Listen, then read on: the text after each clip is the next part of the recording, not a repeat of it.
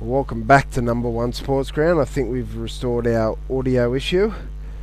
The situation here is, and he was dismissed for 11. That was a key wicket because he can do a lot of damage. He scored 160 a couple of weeks ago, batted absolutely beautifully. So that's a massive wicket for the Wallsend Tigers to get.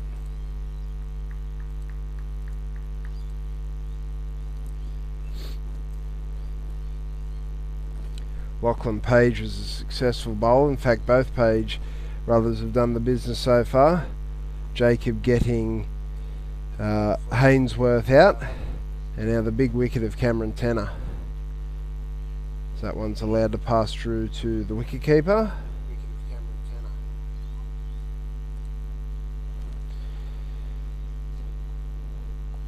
So Logan Weston and Lucas Vincent are the two players for Stockton at the moment. Logan Weston, obviously a quality player. In fact, they're all quality players, as is Vincent. Here's Page again, pitching very full, but not tempting Vincent into anything drivable.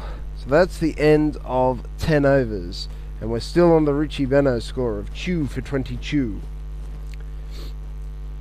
So as mentioned, this is the Tom Locker Cup final. Well, I tried to mention that earlier when we lost audio and vision and just about everything. But this is the Tom Locker Cup final, contested between the two best teams in the one-day competition. And that has been these two, Stockton and Wallsend. So this should be a fascinating game of cricket here today. Quality from both sides.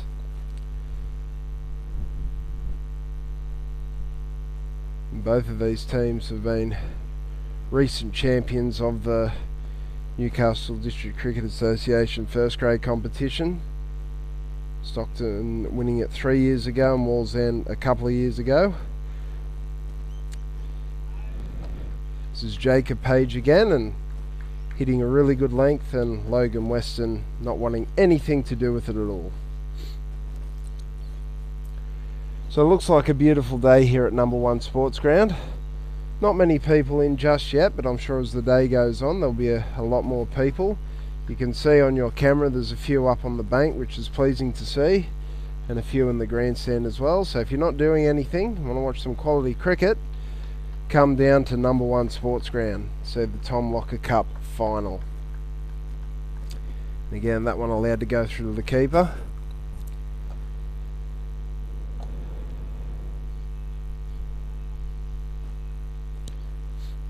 Of course, these matches are now 50 overs a side. This has been a change that's been implemented this year. In all reports, it's been a pretty good success. Here's Page again, and that one's just run down the third man for a single.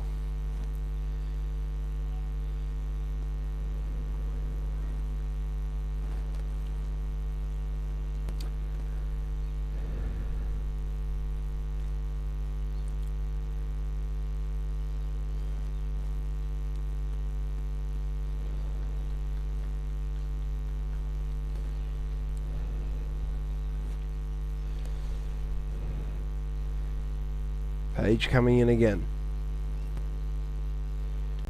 and that one's adjudged to wide. I'll have to re-bowl that one.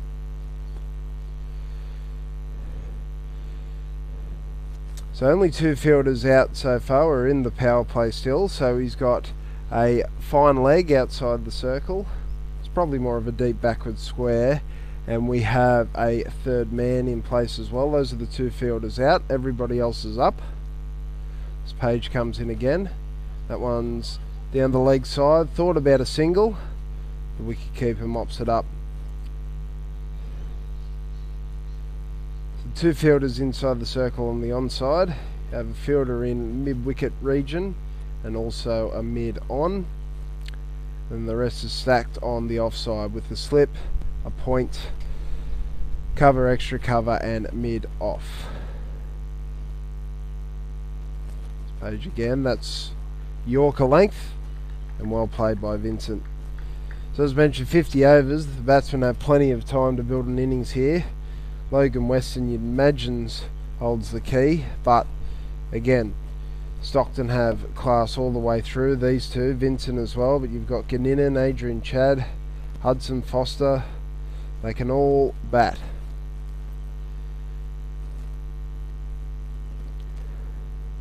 Here's Page again. Again, looking to pitch it really full. There's nothing much Vincent can do at this stage. So that completes the 11th over of the game. 2 for 24 are Stockton.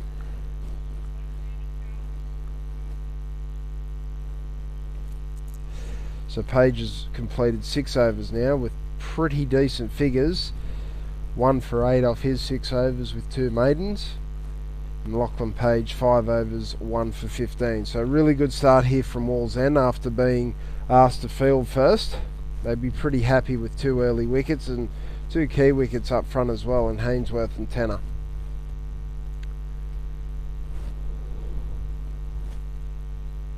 Here's Page again. And that's well worked. A bit of a misfield there at mid-on. And it will yield a second run to Logan Weston. It's really the only blip so far for Wallsend. They've been very good in the field and very good for 2 new ball bowlers.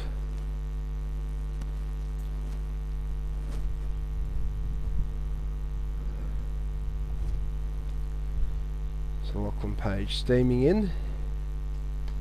Oh, that was bowled wider. A bit of a slash there from Logan Weston, and that goes down to third man for another single. So he's moved through to 7 off 16 deliveries. Vincent yet to score.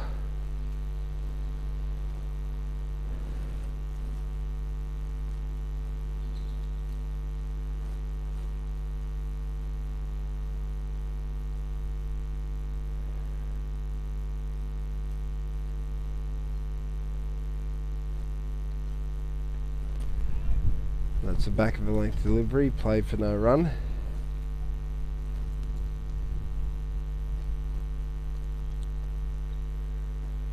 So Logan Weston's been in pretty good form too. He scored quite a few runs, 350s already this year, including a 72 not out against Cardiff Bullaroo.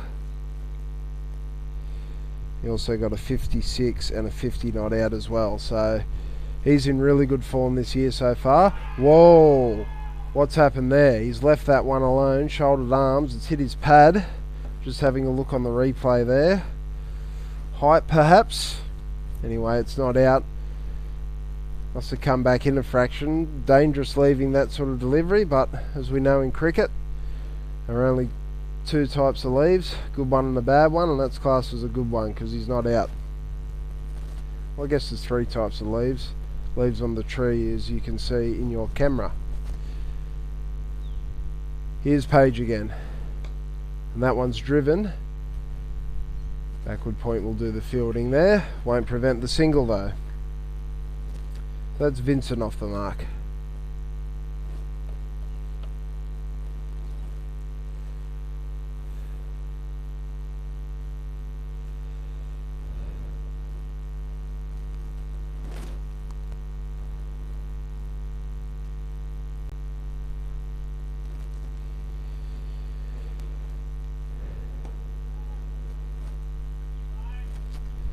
That's well played again and well bowled. So really tight cricket here at the moment. So 12 overs completed here at number 1 Sports Ground. Stockton a 2 for 28. Vincent's been in decent form too. He hasn't scored too many for Stockton at the moment. However, he did score a massive 172 for the Newcastle Colts. So that's massively impressive. 172 off 127 balls. 12 fours and 7 sixes against Southern District, so he's a quality player as well. So Stockton have got plenty of depth, as of Wallsend. The 2 really quality sides. So as I said, if you're not doing anything, it's well worth coming down here to number 1 Sports Ground and watching the action here unfold. Plenty of room on the hill and in the grandstand as well. Here's Page again, and that one's back of a length. Sort of sparred at by Weston, and it goes through to the keeper.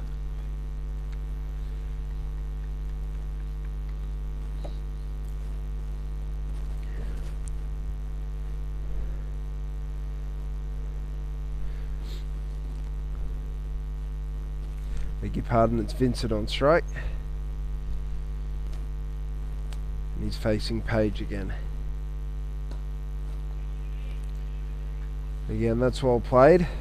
So both of these guys will be looking to build an innings and bat time here. There's plenty of time in these 50 over contests.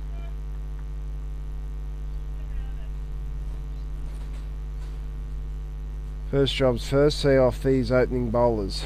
We've taken both the opening bats for Stockton.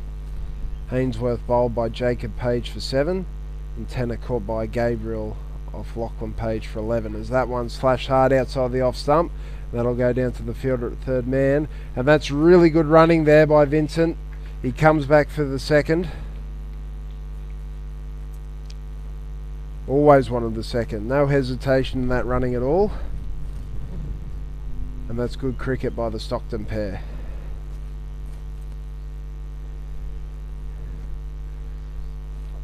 So far, well, particularly in the last couple of overs, we've seen a lot of balls go down to that third man region. That one's just played on the onside, no run.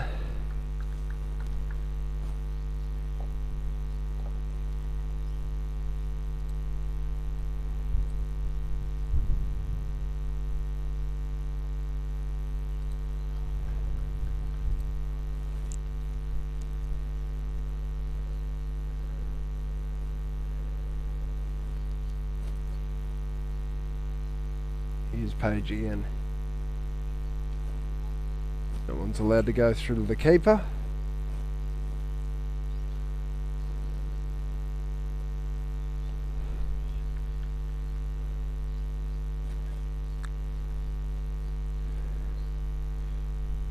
So Page into his 6th over, about to complete it here.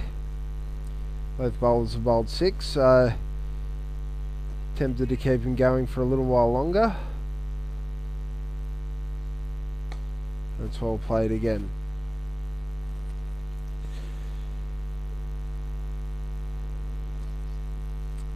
Well played, but very good bowling by the two Wallsend pair so far. So it's 2 for 30 after 13 overs.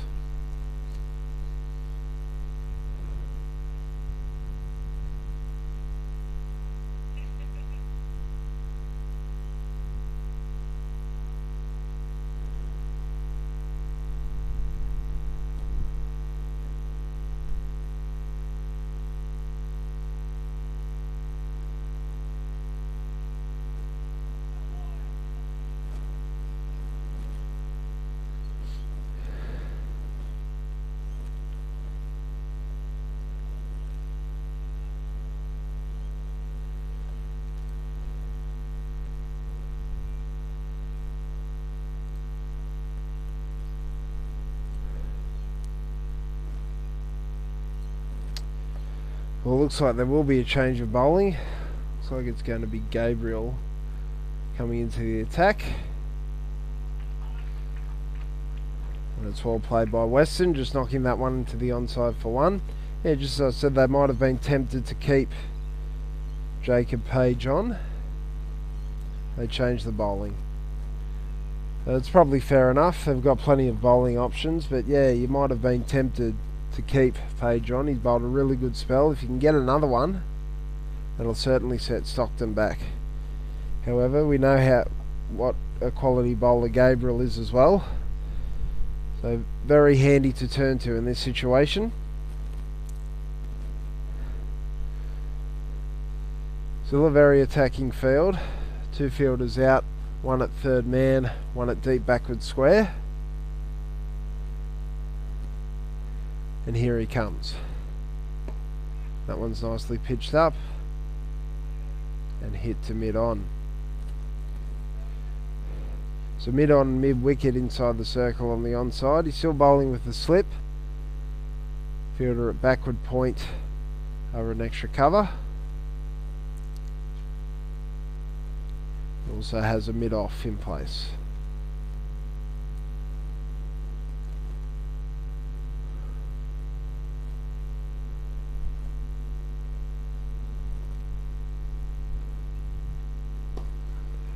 He's bowled really full so far. Oh, that's a tight single. Gets home comfortably enough, but that was a great throw. Direct hit. So good call in the end, but good aggressive fielding by Wallsend. Might think twice about taking a single like that going forward.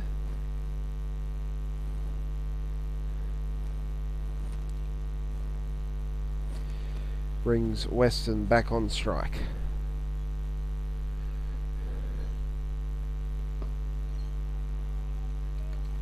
Well bowled and well played.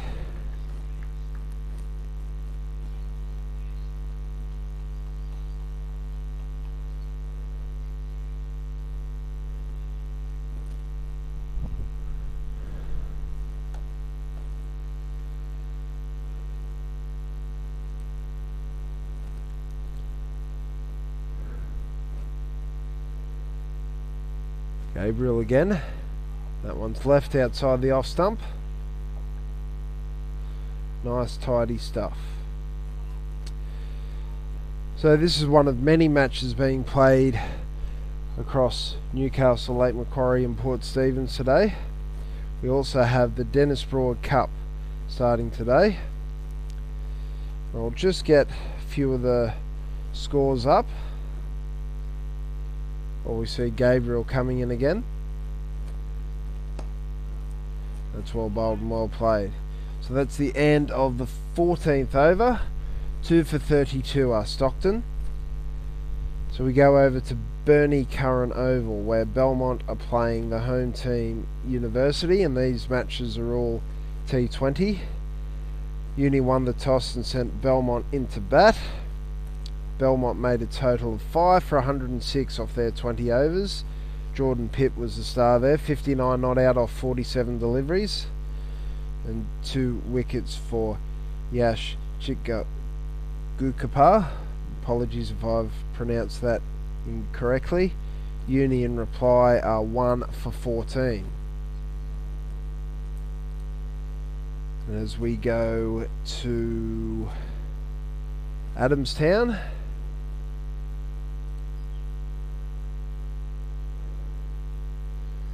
so we see Page coming into bowl here. And that's nicely played to third man for another single.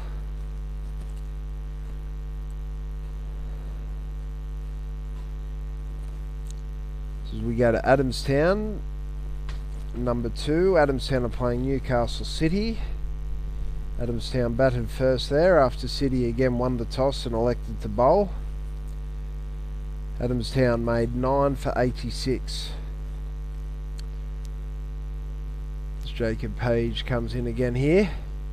That's left to go through to the wicketkeeper. So 9 for 86 for Adamstown, playing in their first Dennis Broad Cup competition. That's really good for the Adamstown club. They made 9 for 86 off their 20 overs, with Michael Mooney taking 3 for 11 for City. Moshin Rasul top scoring for Adamstown with 23. And in reply, City are 1 for 43 in the 7th over. So doing really, really well in that particular game. That one's left outside the off stump. Now the game in Ford Oval, in fact both games at Ford Oval today were washed out. It's a game on at Waratah between Waratah Red and Wallsend, not being live scored at the moment. Toronto and Waratah Blue was washed out at Ron Hill. And we'll go to King Park in just a moment. So it's left outside the off stump again. So this is a very interesting fixture. The champions from last year and 2-time finalists, Port Stephens Pythons, they've got a really good side and going well in Suburban District's Division 1 competition. They batted first. Stockton again, we're seeing this a lot, won the toss and sent the Pythons in. Pythons made 5 for 166 at King Park 5. That one's driven to the offside for no run. So Jaron Moxey, who's skippering the team again, he did that last year as well and was the victorious captain. He made 45 off 31 balls, 3 4s and 3 6s. Lee Williams, who's also a powerful hitter. People will remember what he did here at number 1 a couple of years ago. Page comes in again. Left outside the off stump to complete his 8th over. 2 for 33 is Stockton. I'm just going back to that Dennis Broad Cup game at King Park 5. Said Lee Williams, he hit the winning runs here in a super over against Waratah Mayfield a couple of years ago to get the Pythons into the final. It was absolutely, well, incredible scenes here. To have a super over here in the semi-final, and they won it, and they had to back up and play the grand final where they lost to West. But bit of a hard slog to come back and back up from there. But Lee Williams was a hero there, hitting the 6 to win the super over for his team. But he made 46 off 33 balls, and again 3 4s and 3 6s. No run there. Gabriel continuing. Luke Cooper also making a brisk 37 not out off 31 deliveries. 3 4s and a 6. So, got a really good team again of the Pythons. So have Stockton. They've got a really good team there too. So just looking at where they're up to in their run chase. 3 for 57. Well, it's just changed. 3 for 58, nearly completing the 9th over. There's another dot ball here. Kai Zanardi made 28, but he's out off 16 deliveries. Brock Hawley, the experienced Brock Hawley, he's got 3 of the 3 wickets. 3 for 13, he's bowled out. 3 for 13 off 4 overs. So that's going to be a very interesting game there. Pythons probably favourites at the moment, but you never know. Stockton will be keen to chase those runs down. Jeff Young's 15 not out off 22 deliveries, and Paul Kelly with him as well, 9 off 7. So that'll be very interesting. We'll keep an eye on that game as it progresses. But there will be a lot of Dennis Broad Cup action today. 3 games are on today, which will be really good to watch. So again, there's plenty of cricket on. Want to go around, you got nothing to do. Plenty of venues around Newcastle, Lake Macquarie and Port Stephens, as Gabriel again finding a tight line and length. Not much Vincent can do with that. He doesn't have to do too much at the moment, just build his innings. He's 5 not out off 22 deliveries, and Weston 8 off 26. So Stockton will want these two to bat long.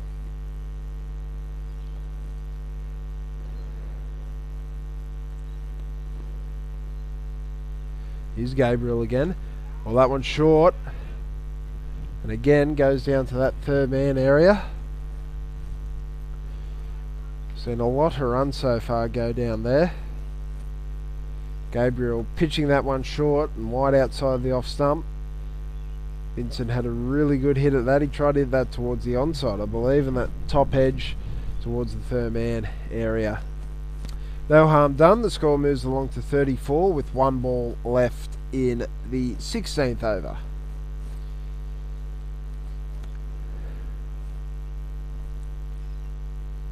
And he'll have to re-bowl that one. Hasn't been many of those today. In fact, that would be the 2nd one, I believe. And it is. As mentioned, Wallsend have been very disciplined so far with their bowling. They'd be pretty happy with this start.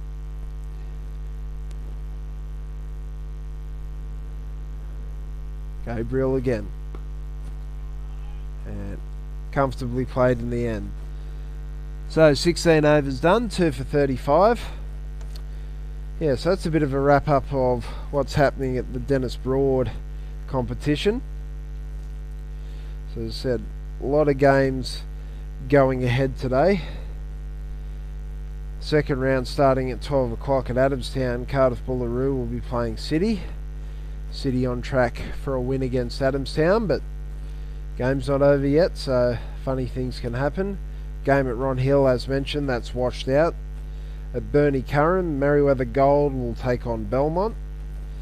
At King Park 5, Stockton, who are in a tight tussle against the Pythons at the moment, will be taking on Warners Bay. Warners Bay will be desperate for a win. They haven't won a game in the Dennis Broad Cup competition, but they've got a tough slog. They've got Stockton and the champions, the Port Stephens Pythons. Page again. Ooh, that one lifted a bit off a good length. Surprising Vincent there. A bit of extra bounce.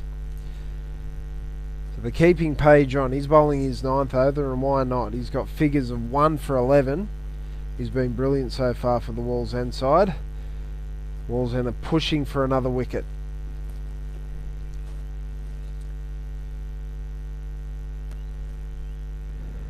Here he comes again. And that back of a length, and that's cut away, but again, find the fielder at third man.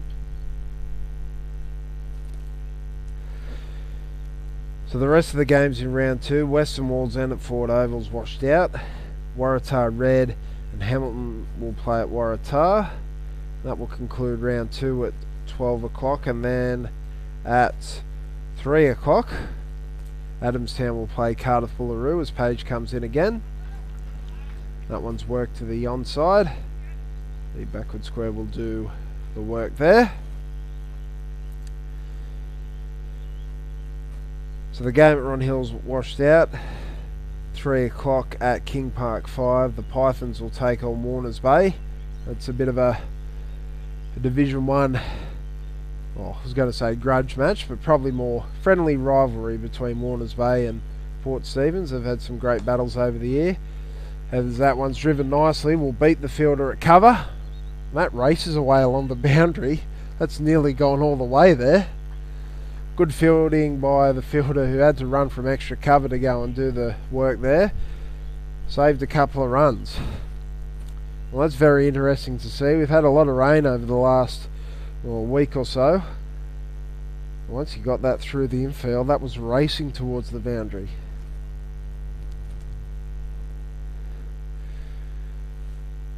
Page again, bowling to Vincent. Bowled him! Well, that's what Stockton didn't need, and what Wallsend would be absolutely thrilled about. Vincent trying to play across the line, trying to hit that onto the bank here at number 1 Sports Ground. Be a fraction disappointed with that shot. He looked very good out there for his 9 off 26 balls.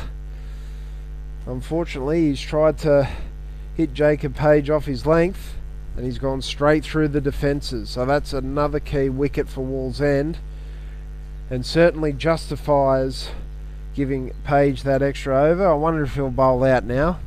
But anyway, Vincent clean bowled for 9. Stockton are 3 for 39 here at number 1 Sports Ground.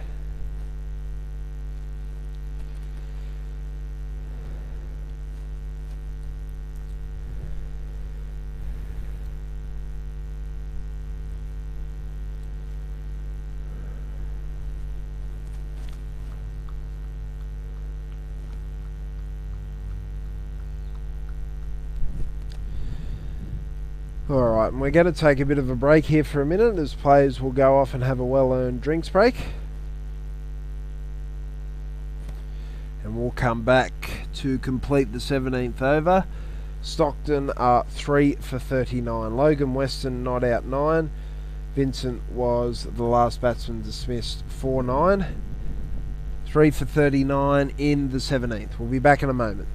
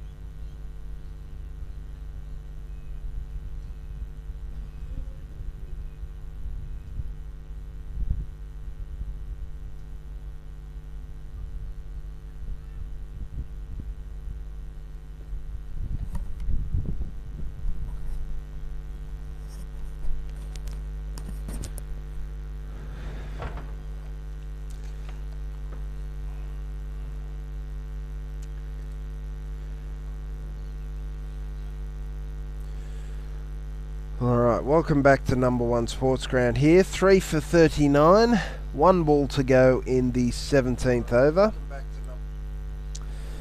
And Jeff Kinninan is the new batsman, replacing Vincent. Oh, wrapped on the pads, but looked very high from up here. Looking at the replay. Yeah. Excellent bowling though from Page. He'll be thrilled. 2 for 15 he's got off his 9 overs.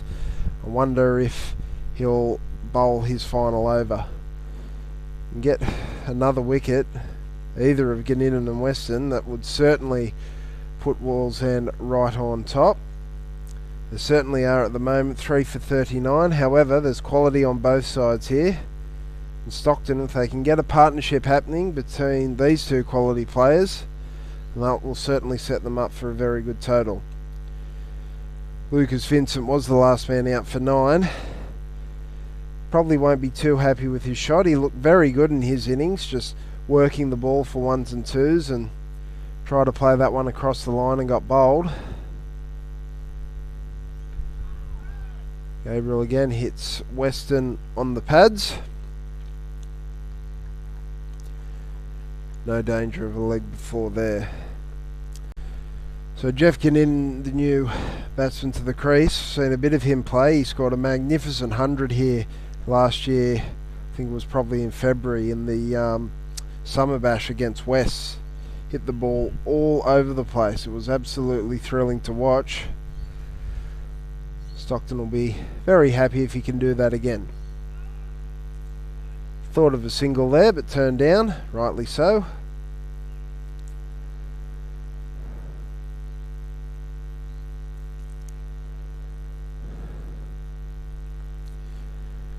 Wallsend have been very, very consistent here with their lines and lengths.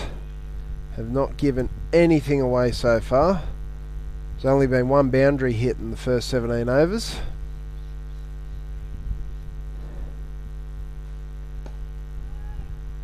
That one just played to mid-off for another dot.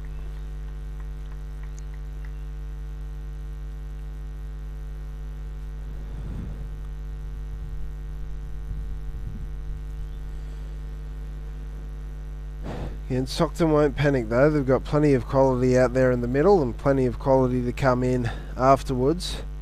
They desperately need a partnership between these two. Weston facing Gabriel. That one's pitched up and driven. He's found a gap. And that should race away. And it does. Lovely shot there from Weston.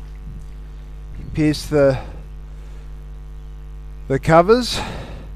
As mentioned before, once you get it through the infield here at number 1 Sports Ground, it's going to race away. Just so saying, only 1 boundary in the first 17 overs. Logan Weston brings up the second for Stockton. Gabriel just going a bit fuller. And Weston happily taking the opportunity to drive. Here's Gabriel again. That one's back of the length where he has been and defended back to him.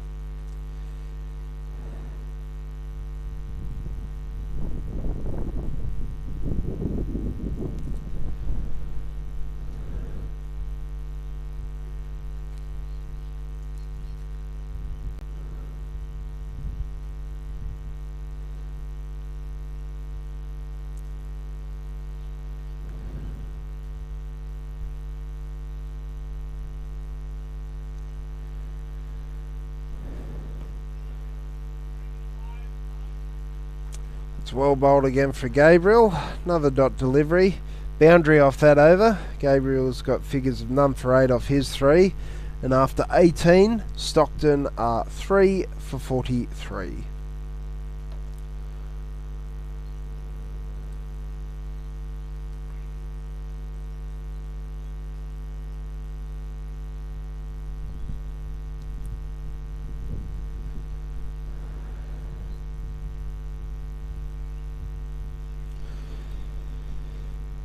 Just giving you another quick update of the Dennis Broad Cup competition. over at King Park. 13 overs have completed in Stockton's second innings there. They're 4 for 85 in pursuit of 167 to win.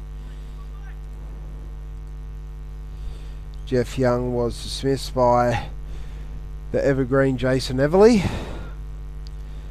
He made 15. Paul Kelly's 21 not out. So Stockton have got a fair bit of work to do if they want to defeat the champions, or defending champions, Port Stephens Pythons. Live scoring appears to have stopped at uni, has it? It's saying 1 for 14 here. Yeah, last updated 32 minutes ago, so no update from that particular game. City are getting very close against Adamstown. They're only 4 runs away from victory with 9 overs to go. You imagine City will get the job done there against Adamstown, but kudos to Adamstown Cricket Club playing their first DV Cup comp. That's very good to see. Suburban District clubs taking that opportunity. As Jacob Page is finishing up here, I thought this would happen. Bowling 10 straight. Why not? 2 for 15. He's been absolutely superb.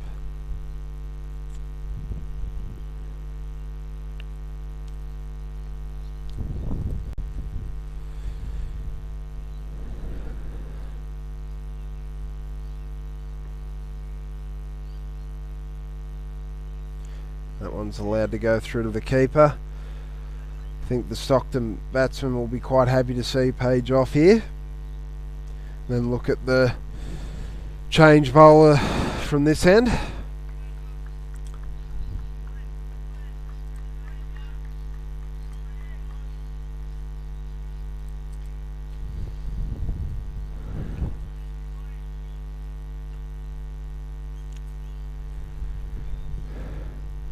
Again, in and again, just allowing that to go through to the keeper.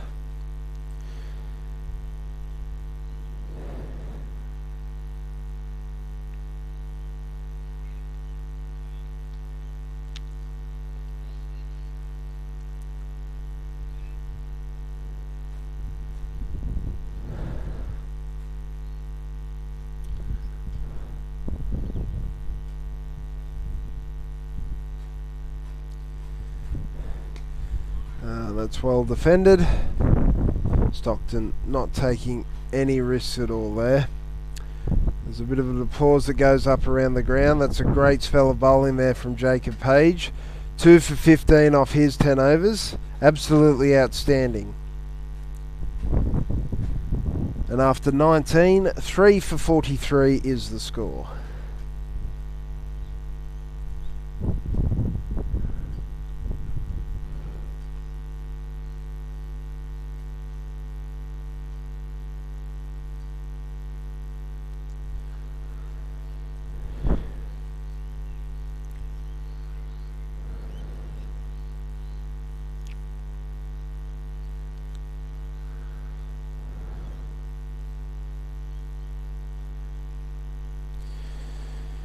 Here's Gabriel.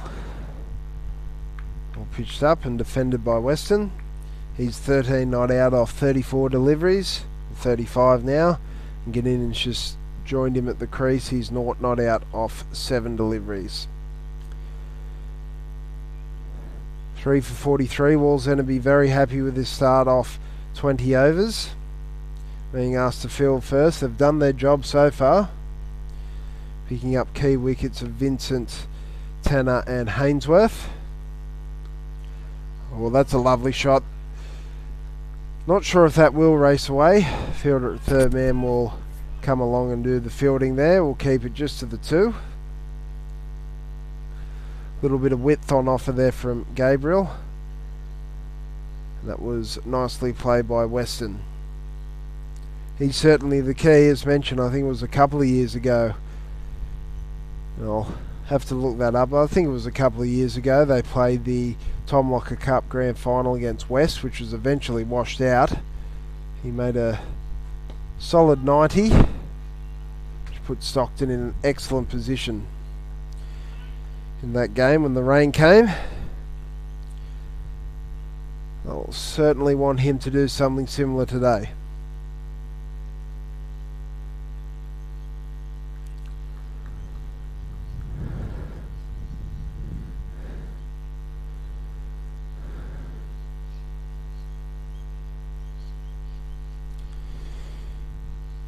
Comes Gabriel again. That's left alone outside the off stump. And he's bowling a nice tidy line and length. He's only given one genuine half volley, which was driven by Western through the covers for 4. And that last one a couple of balls ago that he could cut away. Everything else has been spot on.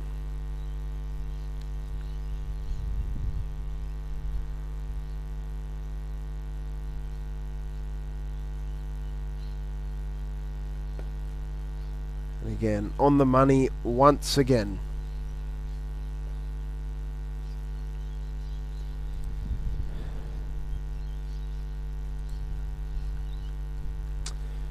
And just a bit of an update, that match has concluded at Adamstown number 2. Newcastle City winning that game by 7 wickets. So that gets their campaign off to a wonderful start. A win over Adamstown there at Adamstown number 2. And that's pitched up again, well driven. Can't beat the field. And that's the 20th over completed here. 3 for 45 of Stockton.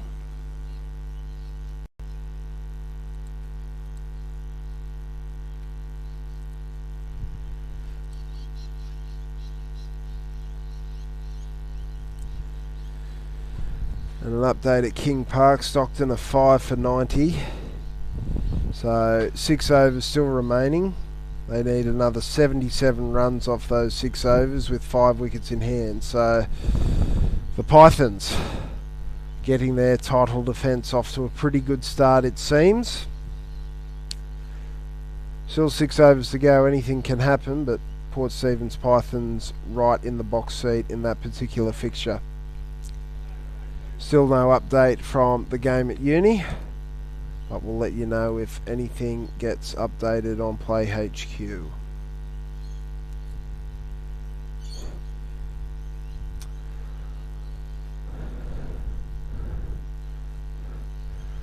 Alright, we're going to have a change here. Page has completed his 10 overs. Looks like it's going to be Parkinson into the attack. We're going to see pace off the ball for the first time today.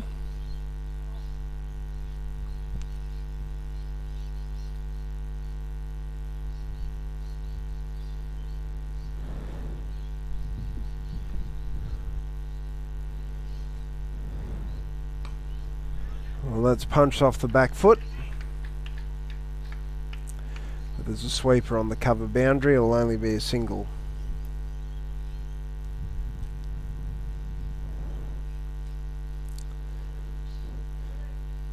Parkinson's got a job to do here. We want to keep it very tight, not give too much away, and back up the great work that's been done by the openers.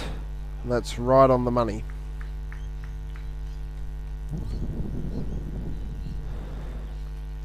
So as we know, the power play has concluded. So he's got 4 outside the circle, and that one's driven down to one of those fielders outside the circle. Long off in place, long on. Deep mid wicket and a sweeper on the cover boundary.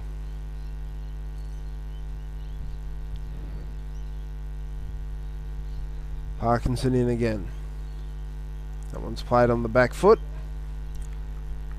Over a backward point will do the fielding there.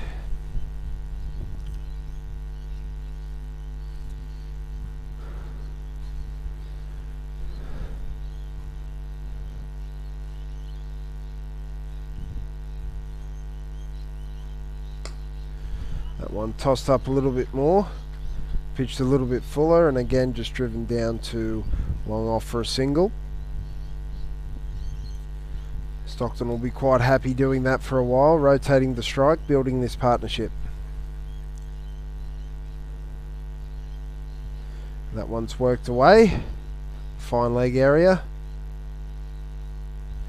Good square will do the fielding. Another single. Tidy enough start from Parkinson. Stockton will take it. They've taken 4 off that over. And the score is 3 for 49 off 21.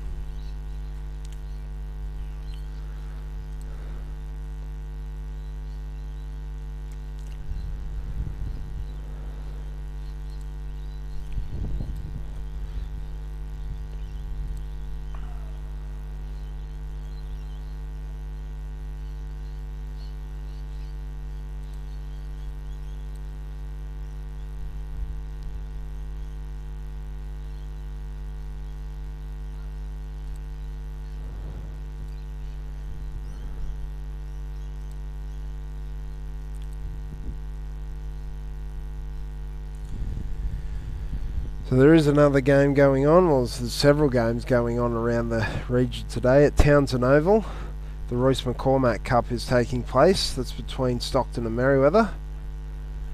So Stockton playing a lot of cricket today, and that's nicely played onto the onside. Another couple of runs will be added to Stockton's tally. It brings the 50 up for them. 50 up in the 22nd over. That one not being live scored at present, so we can't give you an update on that particular game.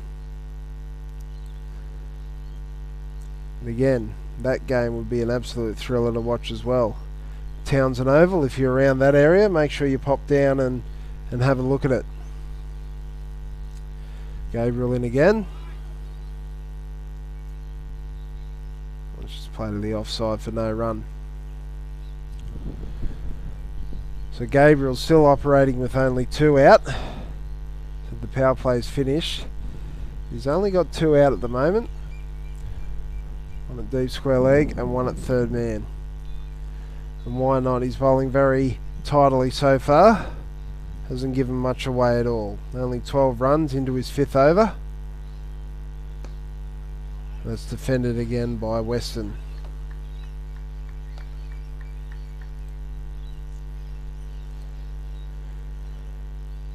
So this will be the final day of the one-day stuff.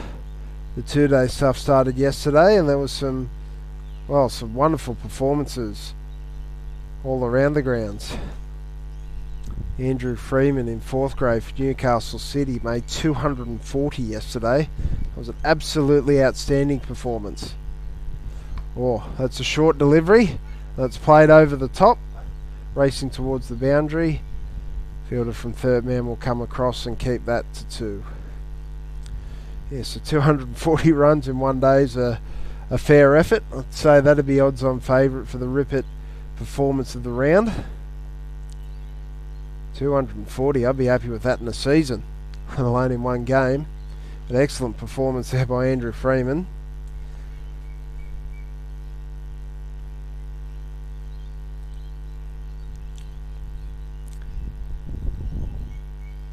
Tidy stuff again from Gabriel. And good discipline batting again from Western, as he has been throughout the innings. 21 off 47. Those his team certainly rely on him.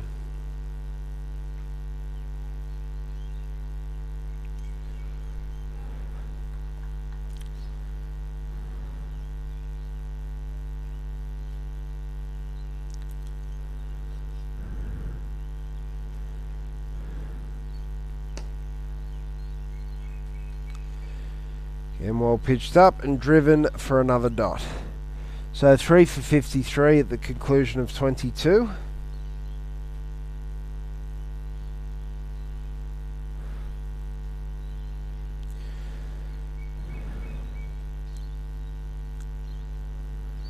So just looking at the first grade results from yesterday, there hasn't been too many in it. I know there was a lot of rain around yesterday as well.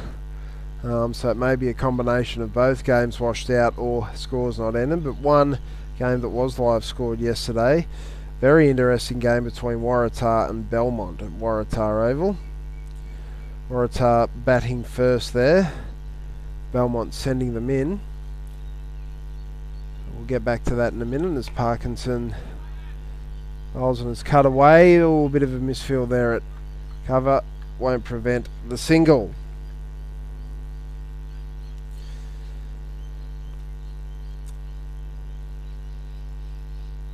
So as mentioned, going back to that game, Waratah made 103, bowled out in 46 overs. As Parkinson comes in again. That one's well flighted, driven, fielded by the fielder at, I guess, a cover region there. So 103 all out with Waratah. Parkinson gets through his overs really quickly after me to talk about it, but Jacob Curry got 3 for 25 for Belmont, 2 wickets apiece for Lachlan Gibson and Riley Urquhart in that game, as well as Ben Bliss.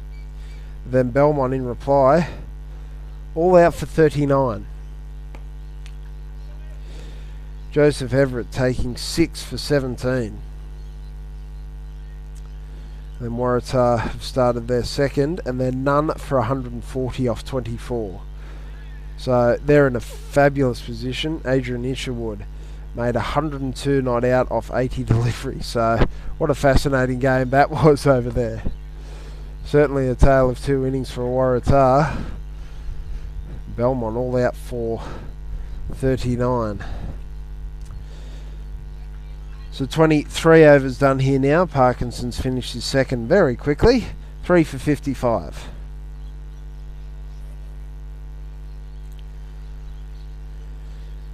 So plenty of cricket going on around Newcastle, Port Stephens and Lake Macquarie.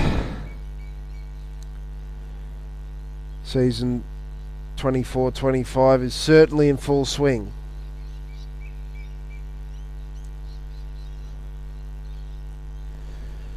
So lots of competitions have started or completed or still going. We're finishing off the one-day stuff here in first and second grade with the Tom Locker Cup playing here today, and the Royce McCormack Cup playing at Townsend Oval. We also have the Dennis Broad Cup competition starting today around the grounds. We've mentioned a few of those results already. We'll have another update in a little while.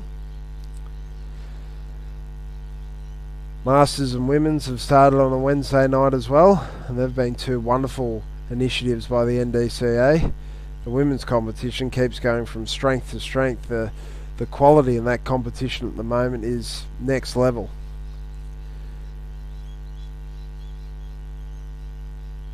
The NDCAI again providing something for everyone in terms of cricket. It's really good to see.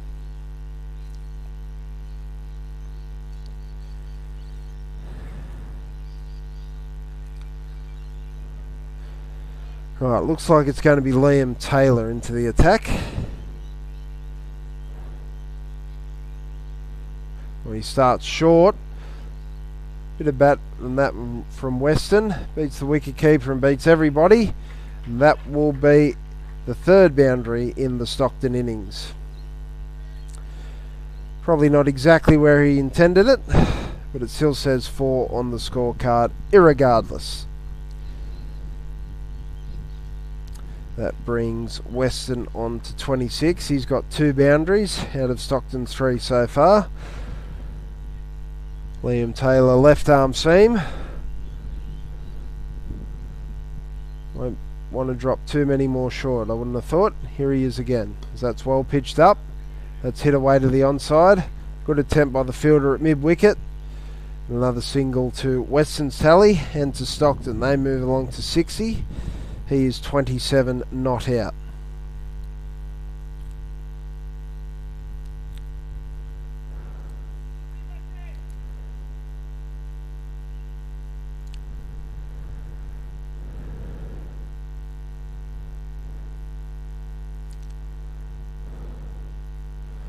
Just looking around the field, looks like Taylor has 4 out. He comes in again, pitches that well up. Good fielding off his own bowling. Fine leg and 3rd man outside the circle. 3rd man, probably about 10 in from the boundary. Fine leg right on the boundary. Square legs on the fence. And on the offside we've got a fielder at extra cover on the boundary.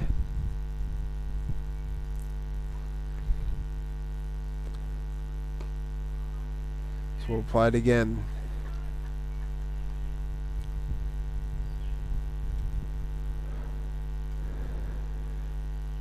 So that's the length that Taylor wants to be operating at. We've seen the 3 seam bowlers prior to him have done pretty much exactly that. Really given the Stockton batsmen nothing to work with.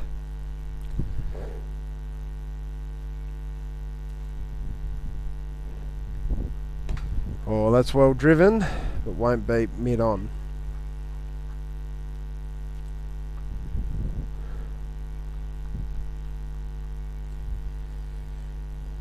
So Taylor's finishing off this over pretty well. 5 off the first 2 balls and the rest dot deliveries. See if he can get out of this over.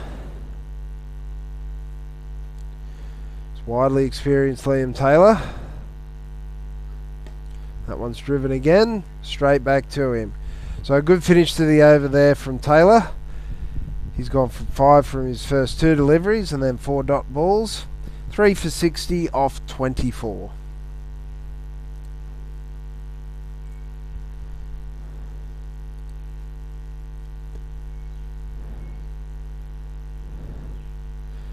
An update at King Park 5. Looks like the Pythons are well on track.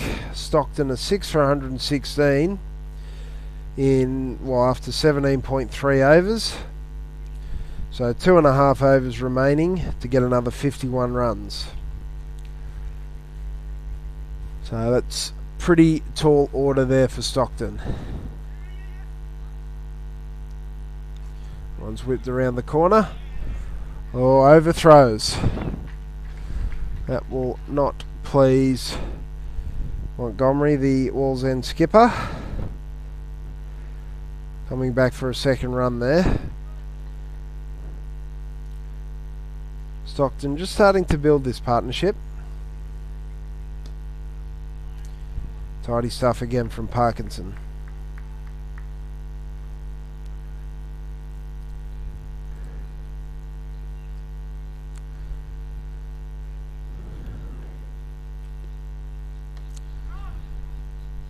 Again, finding his spot.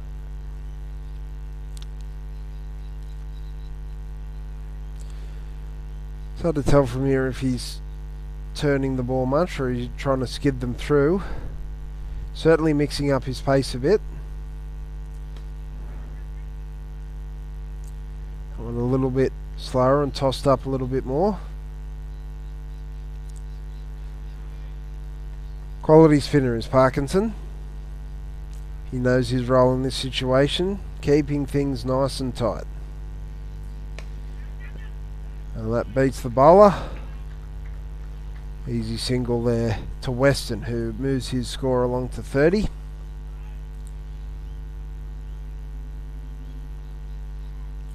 Building this partnership nicely. It's exactly what Stockton require after losing those 3 early wickets.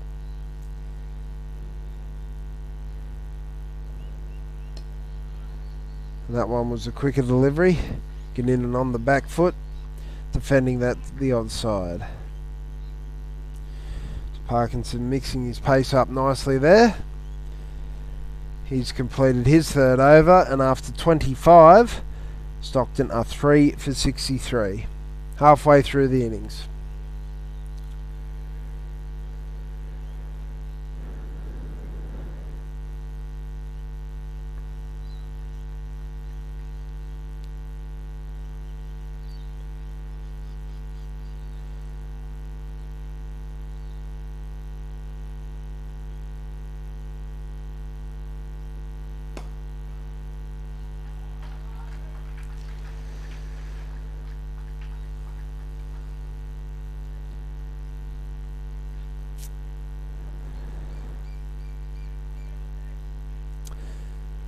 Alright, well that was a lovely shot there from Weston. He picks up his 3rd boundary.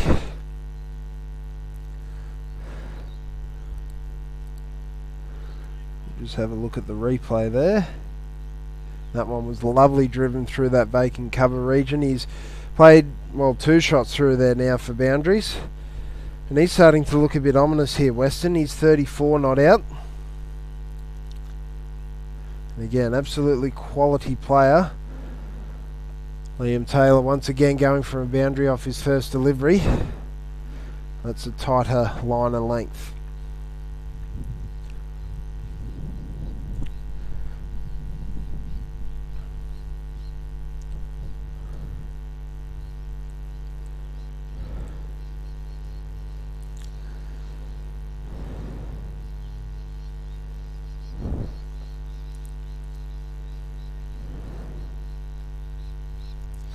So what can Taylor do here? He's steaming in, bowling to Weston.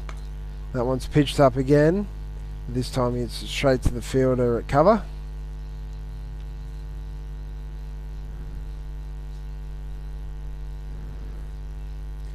So Weston well set now, 34 off 64 deliveries, 3 boundaries in that.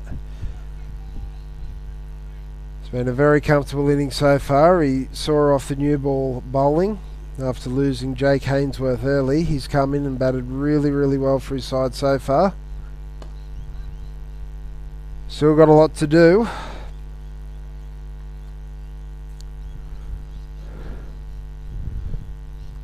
Liam Taylor's got an important role here with the ball. Needs to keep things tight. He's come back very well after being driven for a boundary off his first delivery.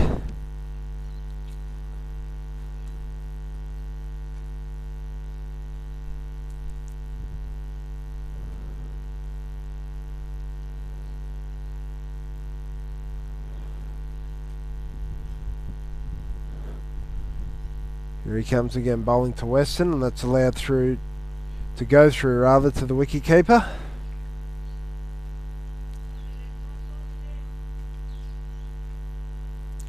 And starting with the boundary, but finishing off the over pretty well. Needs to get out of it there. 1 ball to go.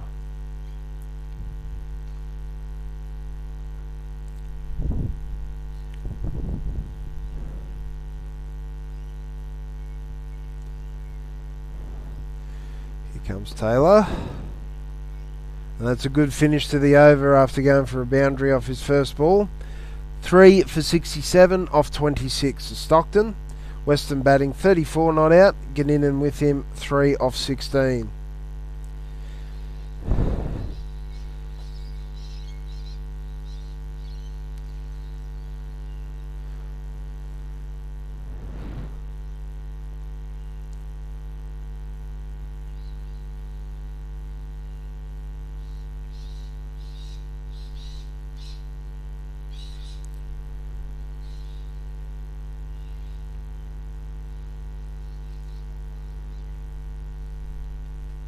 Stockton.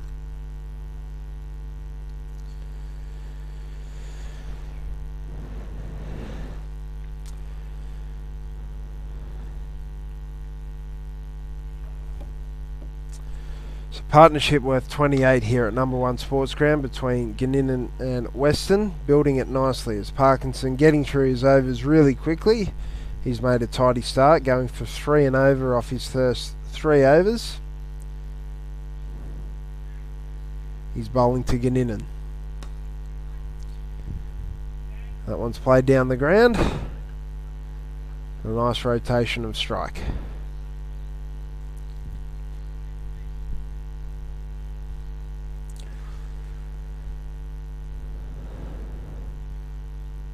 Parkinson now bowling to Weston. And Weston will just be waiting for the delivery that he can score from. Playing Parkinson with respect. He's started really nicely so far. Mixing up his pace. And tossed up a little bit more and driven down to long on for a single.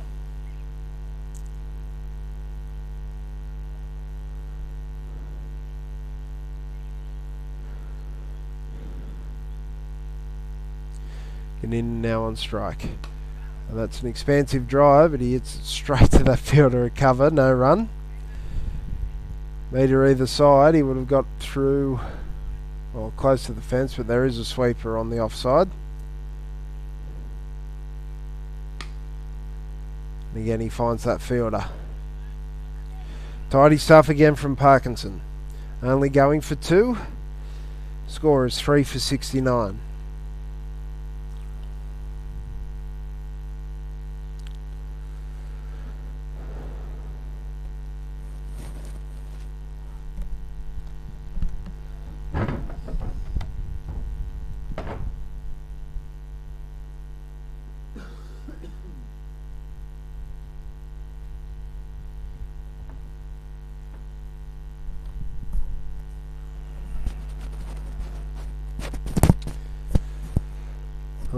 Taylor's bowling to Ganina now.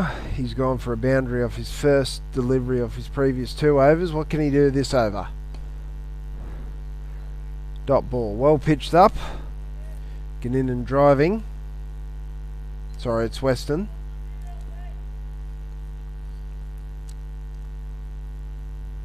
No run.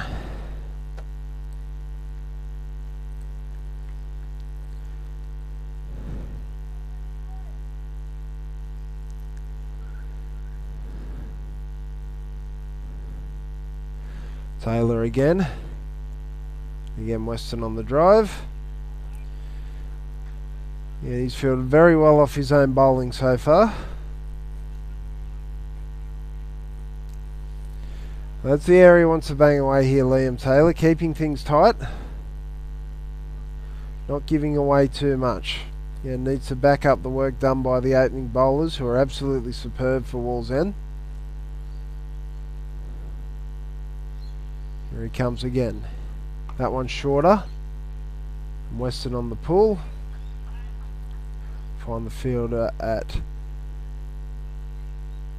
deep mid-wicket for a single. So we have a result at King Park 5.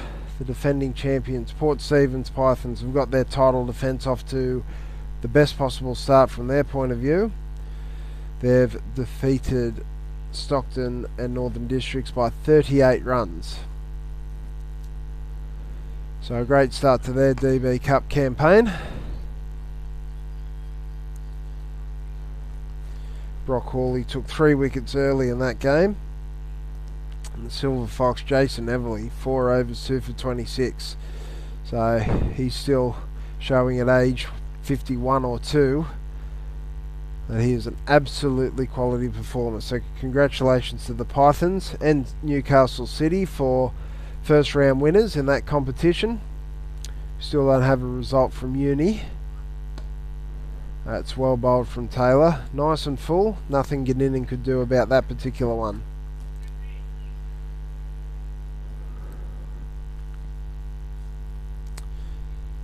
So the next round of DB Cup should get underway shortly actually. It starts at 12 o'clock. So Stockton have got to back up really quickly and play against Warners Bay. They'll certainly be eyeing up a victory against Warners Bay. However, there'll certainly be no pushover if I know that club, which I like to think I do. That should be an entertaining game. So if you're in the Port Stephens area, go and check that one out. Should be a cracker to watch. Well, Liam Taylor completes another over. He's none for 10 off his 3. 3 for 70 off 28.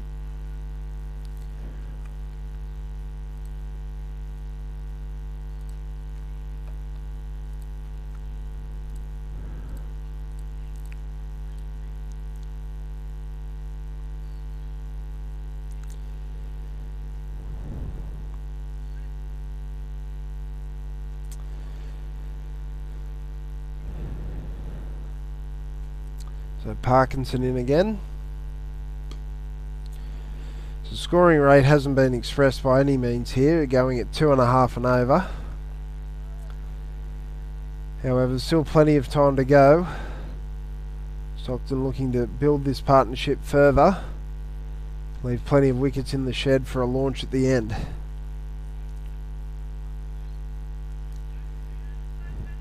You'd imagine they'd be eyeing anything over 4 and over plus, trying to get up that 200 mark. Oh, down the wicket.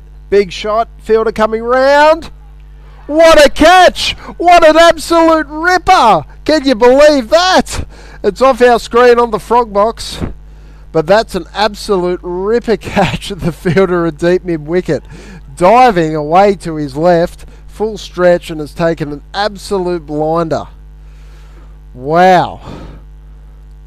Well, Logan Weston was well set.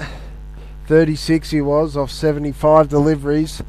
He's tried to go after Parkinson, but he's found the only fielder deep on the leg side, and he's taken an absolute stunner of a catch. It's a pity that wasn't captured on Frogbox there, because that was an absolute ripper. Big wicket for Wallsend too. The set Western has gone for 36 and Stockton are now 4 for 70 after 28.3 overs.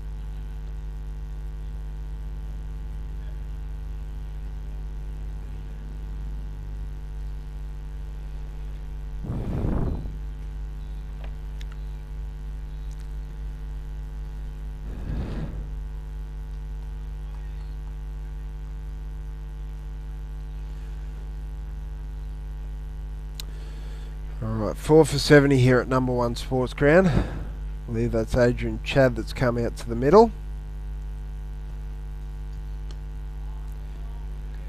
And that's well defended. Western would be a little bit disappointed with that. He was well set. Faced 75 deliveries for his 36. Worked really hard. And he's tried to put Will Parkinson on the bank.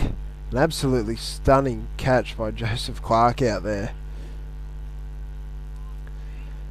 And Wallsend have been very good in the field so far. Very good with everything they've done so far. Be absolutely delighted after nearly 30 overs here. Parkinson's been on the money. He's got figures of 1 for 11 off his 5. 29 done here, 4 for 70 are Stockton. Adrian Chad, another quality performer.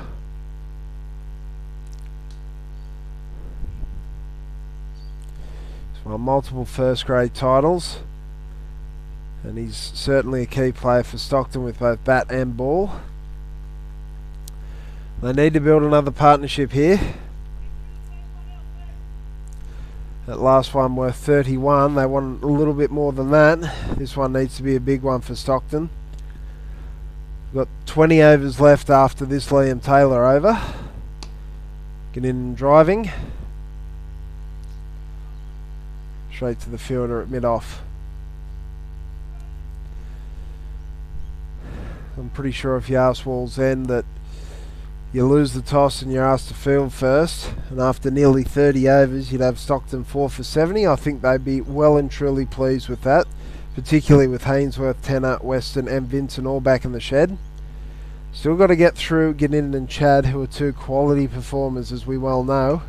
That one's cut away. The sweeper will cut that off.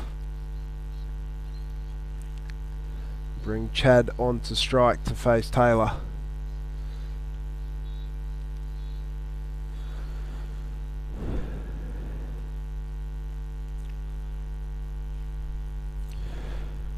From a Wallsend perspective, they just want to keep doing what they're doing. Keep sending them back. Keep bowling good areas as they've done pretty much all day. There's only been a few loose deliveries that have gone to the fence. That's Liam Taylor's length, just back of the length there, and Chad letting that one go through to the wicketkeeper. Joseph Clark, he took absolute stunner of a catch. That's a big moment, particularly in the grand final. Those are the sorts of plays that can turn matches.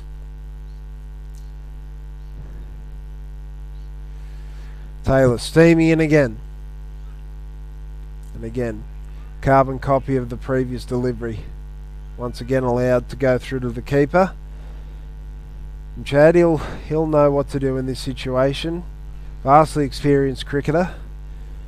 He'll be getting himself set, looking to build a partnership here with Gannon and give his side something to defend. So it's hard to know what a good total is here. I sort of was thinking that they'd want around the 200 mark.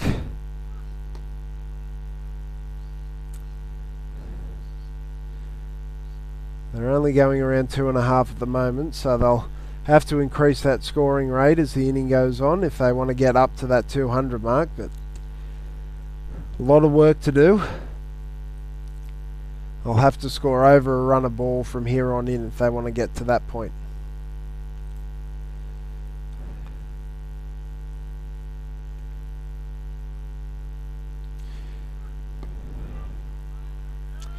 And that's tidy stuff from Taylor. Last 2 overs have been very tight from him, only going for 2 off his last 2 overs. So now 4 for 71, and that's 30 overs completed.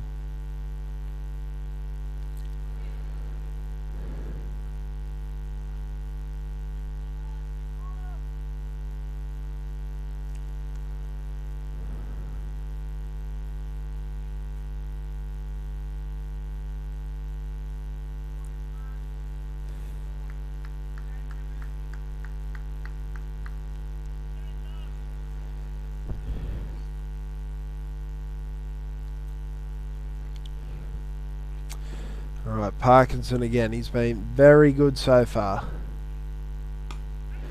And, oh, great fielding. Chad's come all the way down, and he's gone. Well, Stockton could ill afford that. That was brilliant fielding. First of all, the stop. Ganninan thought he had got that one through, and that was a full stretch dive to save runs. And Chad had come all the way down. He was halfway down the wicket, and then couldn't get back. Stockton fall into a further hole here. Adrian Chad run out without scoring, and it's now 5 for 71.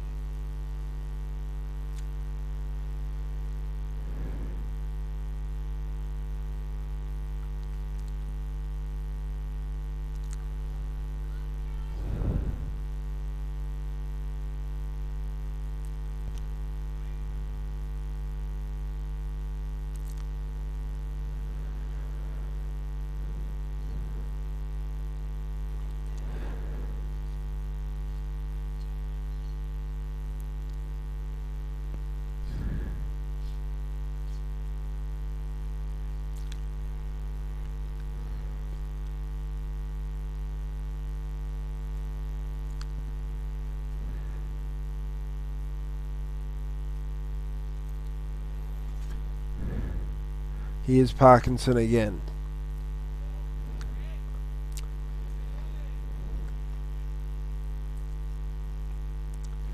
And that's very well bowled from Parkinson.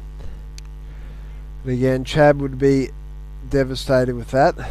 Get in and hit the ball very hard, but that was great fielding by the fielder there. Nathan Price has been credited with the run out. It's been put on Ganninan.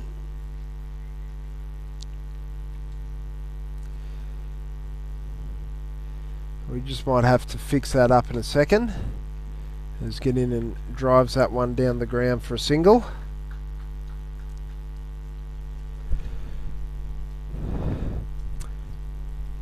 So we'll just leave you for a couple of moments while we get that sorted out, and we'll be back. But here at the moment, Wallsend well on top at the moment. 5 for 71 in the 31st over, as Hudson joins Ganninan.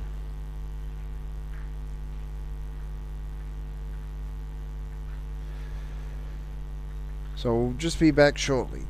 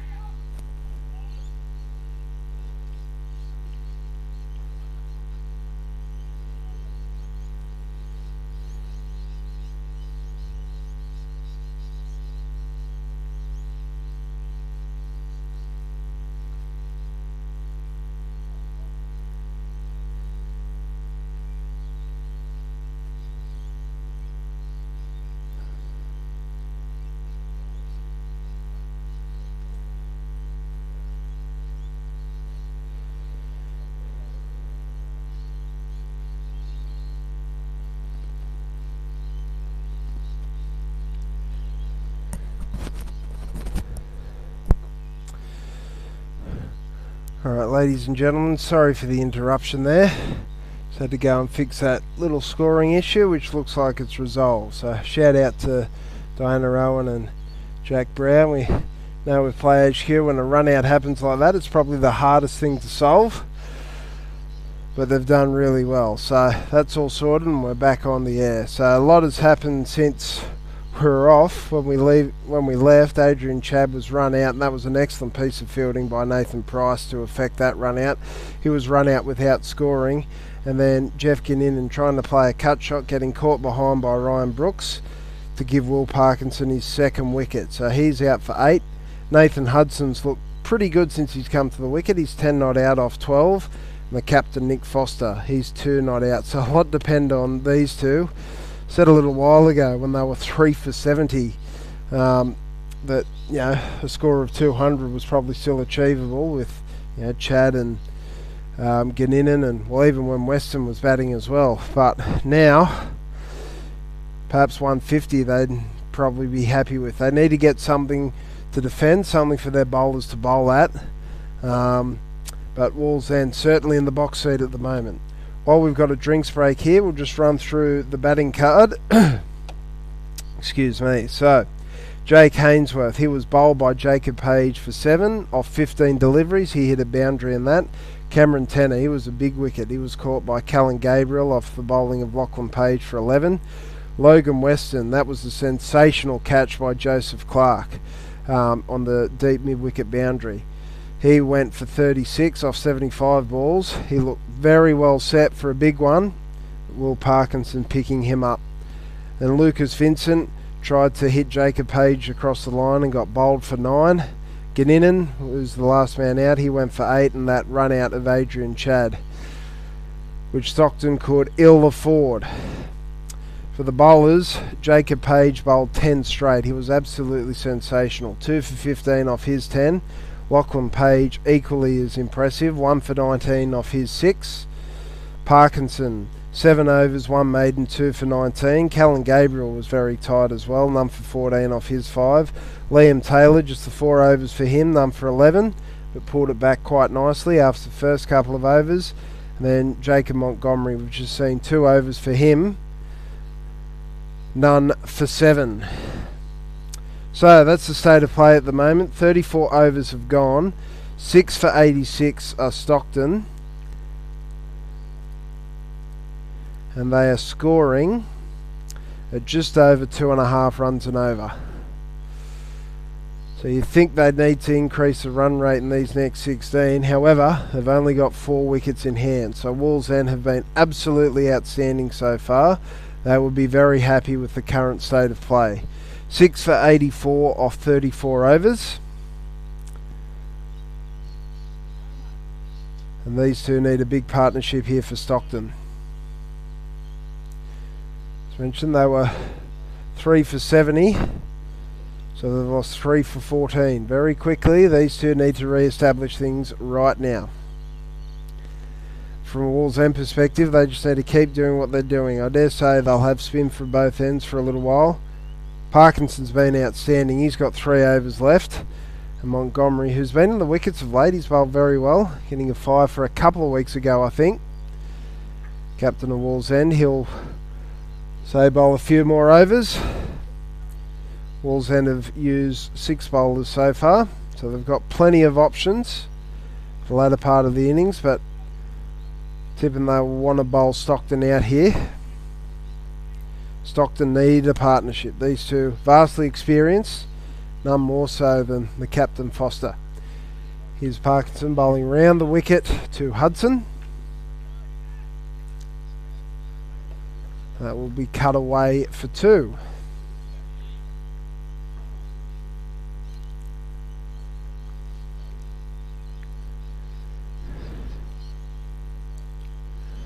So Hudson's looked good so far. He's looked busy. Already hit a boundary.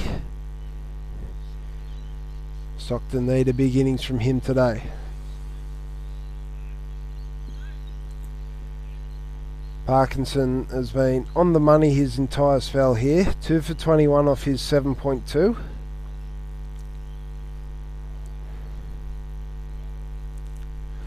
Left-hand, right-hand combination here for Stockton. Good fielding there by Parkinson off his own bowling. That's been a feature of Wallsend today. The fielding has been absolutely outstanding. We've already seen a ripper of a catch by Clark. That's an attempted sweep, big appeal. Given, not out. Maybe down leg. Let's have a look at the replay. Yeah, perhaps missing leg. Big loud shout there from Parkinson.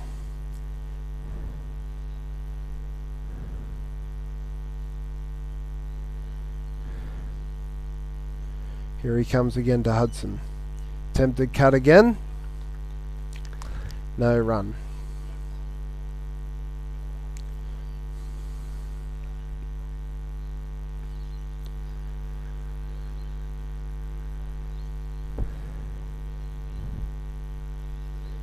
Well, it's a full toss. And we'll only concede a single from it. That's the first one of them he's bowled in 8 overs. Gets away with it. Umpire calls over. 6 for 89 off 35. 15 overs to go here. What can Stockton get up to?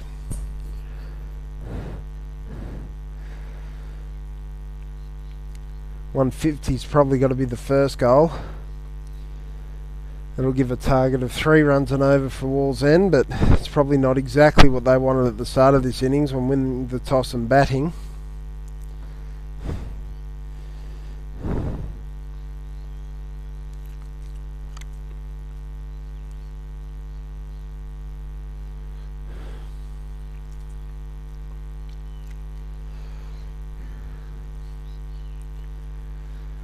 Right, here's Montgomery again.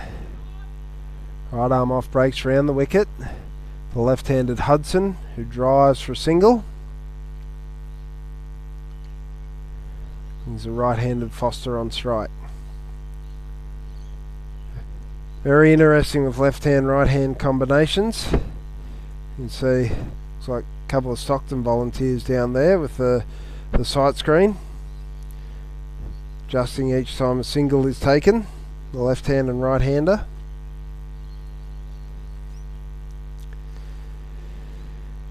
Skipper against skipper here, Montgomery to Foster. Big responsibility on Captain Foster's shoulders. Needs a big innings here. Oh, Hudson's advanced, but we'll get back to the crease safely. It's the last thing Stockton need at the moment is another run out. Already had Chad run out without scoring. Can ill afford another run out.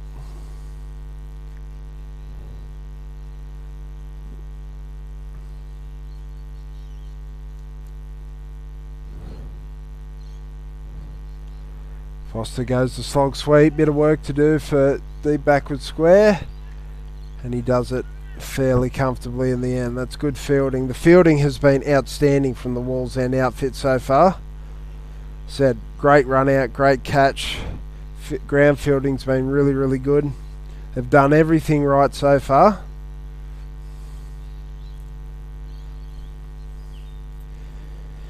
Six for 91. We're into the 36th.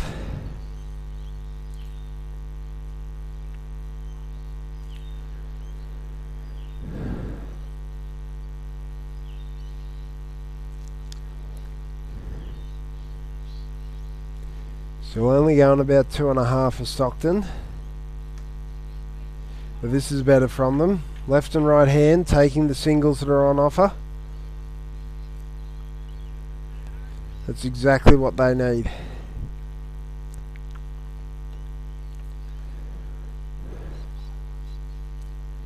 These two have got to bat deep for Stockton if they've got any hope of posting a defendable total.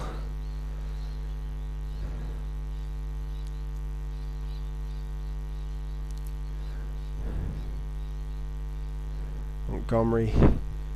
Oh, that was quicker and flatter, and that's well played from Foster. Third man was up inside the circle, and that's racing away down to the boundary. Are they looking for 3? That's good fielding on the fence.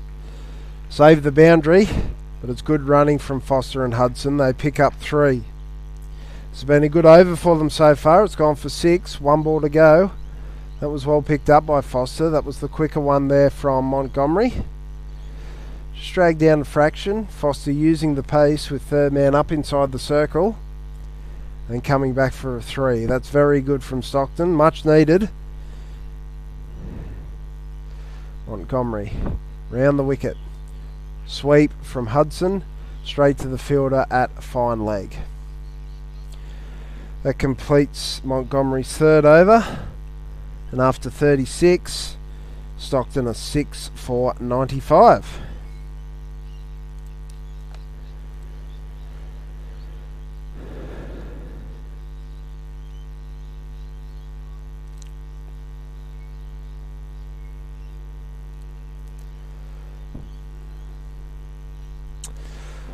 Alright, just give you a quick update with the Dennis Broad Cup. Round 1 has completed, and round 2 is underway. Still not sure what's happened with the University and Belmont game at Burnie Curran. That stopped live scoring about an hour or so ago. Uni were 1 for 14 in pursuit of 106. That actually had the makings of a good game, so it'll be interesting to see how that finished up. Parkinson again as tidy as ever. Right on the spot straight away to Foster. City defeated Adamstown and the Pythons defeated Stockton in the Dennis Broad Cup in round 1. No news what happened at Waratah, and Fort Oval and Ron Hill were both washed out.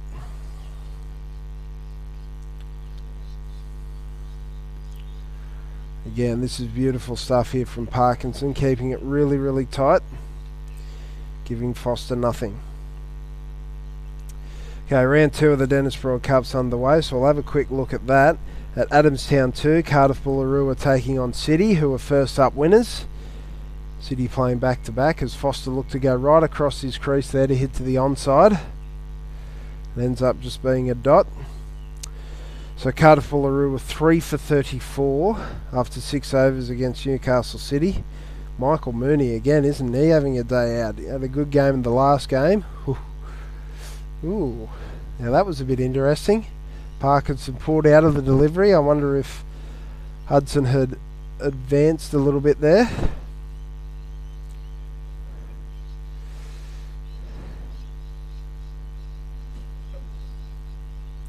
Anyway, let's see what happens here. Foster moving across his crease. Oh, he's attempted the ramp and he's been bowled. So I don't know if it was Hudson leaving his crease or Foster moving around his crease. He's tried the scoop, and it's taken leg stump. So there's another wicket for Wallsend. Stockton are now 7 for 95. The captain, Nick Foster, has been bowled. He's made 6 off 14 deliveries.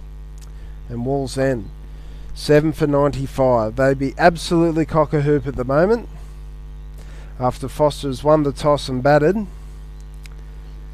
7 for 95. 2 balls are remaining in the 37th over. So it'll be 1 delivery now. Yeah, and while there's a change of batsmen, back to Adamstown number 2, and Michael Mooney absolutely on fire. He's got 3 for 12 off 3 overs against Cardiff Boolaroo. Joshua Cuss made 18. He's had a pretty good season, but nothing else yet for the Cardiff Boolaroo team, but a long way to go there. Only 6 overs have gone, 3 for 39. But City winning the first game and doing very well against Cardiff in the second game, but a long way to go in that one. At King Park 5, Stockton, who lost their first game to the Pythons, are up against Warners Bay. And already 2 wickets have fallen. Dennis is out for 9 and Zanardi's out for 15. Blundell not out 13. 2 for 42 in that game, as Parkinson, who's been absolutely brilliant, completes his 9th over. He's got figures of 3 for 22, and it's 7 for 95 here at number 1 Sports Ground. So just looking at this game here, Derek Lodge has got an early wicket, as has Josh Deacon. So Warners Bay searching for their first win in the Dennis Broad Cup competition, another Suburban Districts club. And Stockton will be eager to get a win up after going down to the defending champions Pythons earlier this morning. And we head over to Burnie Curran Oval, Belmont. Now we're unsure of the result in the first game between them and University, but they're now playing Merriweather Gold. And after 4 overs, Belmont are no wicket for 18. So very early stages in the Dennis Broad Cup second round. And just as I was going through a few of those results, Cardiff Boolaroo have lost another wicket, so they're 4 for 40. And it looks like Taylor, I believe, back into the attack. And he beats Hudson. Oh no, it's Gabriel, I beg your pardon. Beats Hudson outside the off stump. So, very interesting cricket all around the regions here today. Newcastle, Lake Macquarie and Port Stephens. Great day of cricket all around. Gabriel goes short to Hudson, but there's protection out there at deep backward square.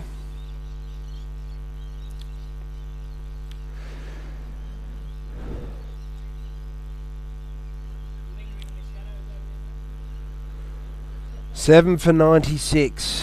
What can Stockton get up to? What total can they get to that's defendable for their bowlers? We know they've got a very good bowling attack. And Target's now about to face his second delivery. It'll be Callum Gabriel to bowl it. Again, they need some sort of a partnership. The best one's been 31 between Weston and Ganinan. Need a partnership. Oh, that's gone straight up. Fielder at mid-ons underneath it, and will take a comfortable catch.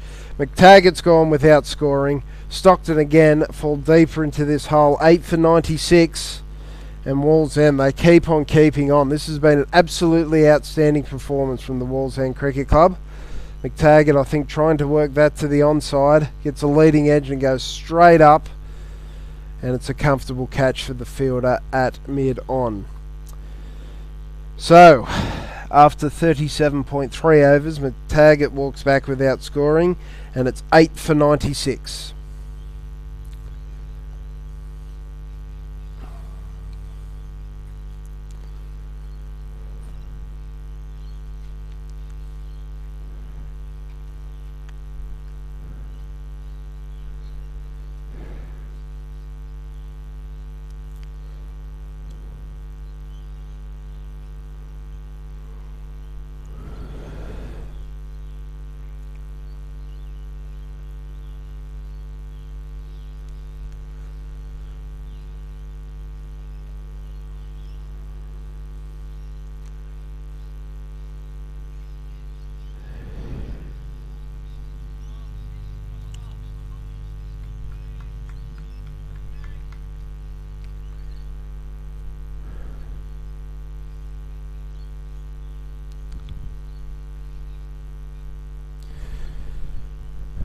Well, the Tigers are roaring here at number 1 Sports Ground.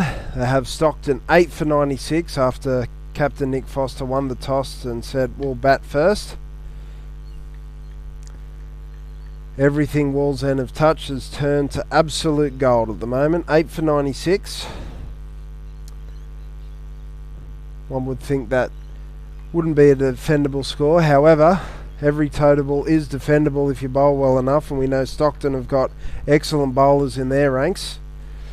Gee, winning the toss this morning, they would have wanted more than 8 for 96. Liam Taylor was credited with the catch of McTaggart. And Callum Gabriel, who's bowled very tidily indeed, has deserved that wicket.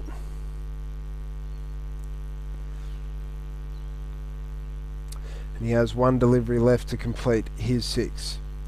Aaron Bills, another left-hander, joins Nathan Hudson, who's looked good, 16 off 23, but he needs somebody to stay with him here. Aaron Bills has got a big job to do. We'll see him with the ball later, but at the moment he's got a job to do with the bat facing Gabriel. And that one's a wide, and I believe that's the 3rd one of the innings. Wallsend have been very disciplined with their lines and lengths.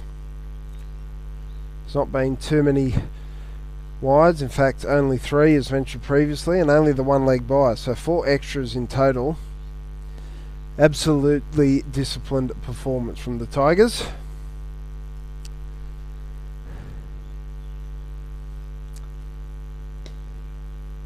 Gabriel again has Bills driving. No run there. 8 for 96 off 38. 12 overs to go. 2 wickets left in the shed for Stockton.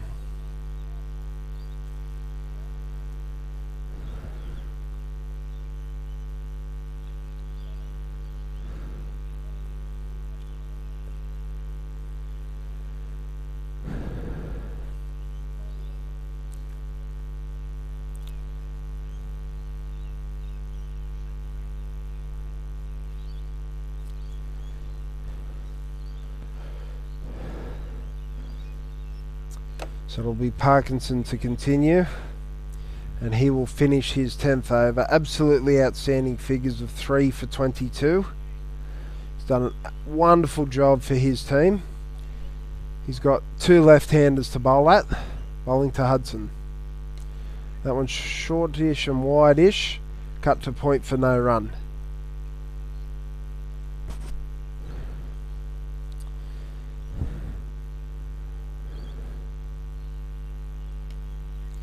Again, rinse and repeat of the previous delivery, no run.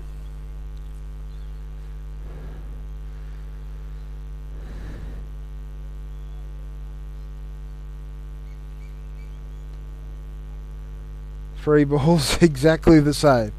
3 dots. And from up here, there doesn't seem to be too many demons in the pitch.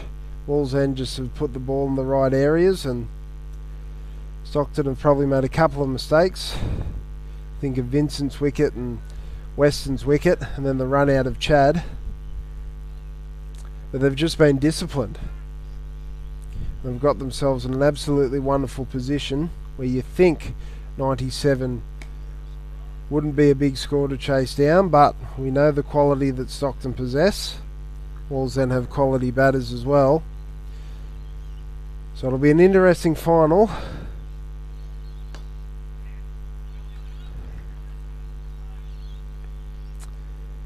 Certainly Stockton would have wanted more at this stage. That completes a great spell of bowling from Will Parkinson. He's got 10 overs, 2 maidens, 3 for 23. Absolutely superb spell of bowling there from Parkinson. And that's put his team in a wonderful position here. There's 11 overs remaining, 8 for 98.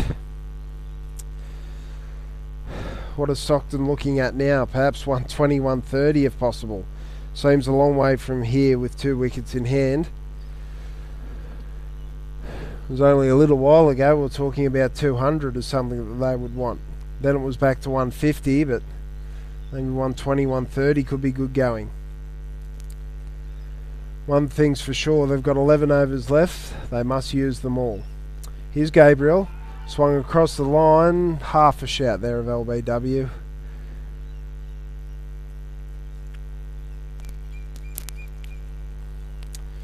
Again, there doesn't seem to be too many demons in this pitch. Looks like there's a reasonable amount of grass on it, but I suspect it'd be pretty hard.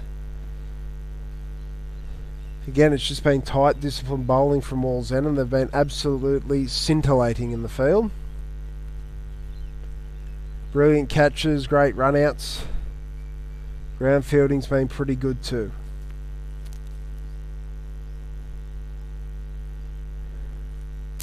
Here's Gabriel. Back of a length into Hudson, who just defends on the back foot.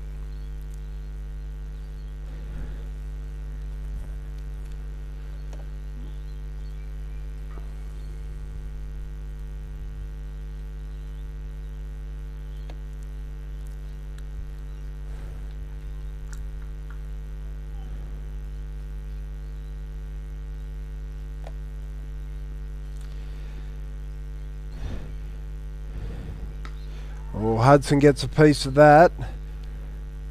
Two men converging. Deep square leg. We'll just keep that to a single.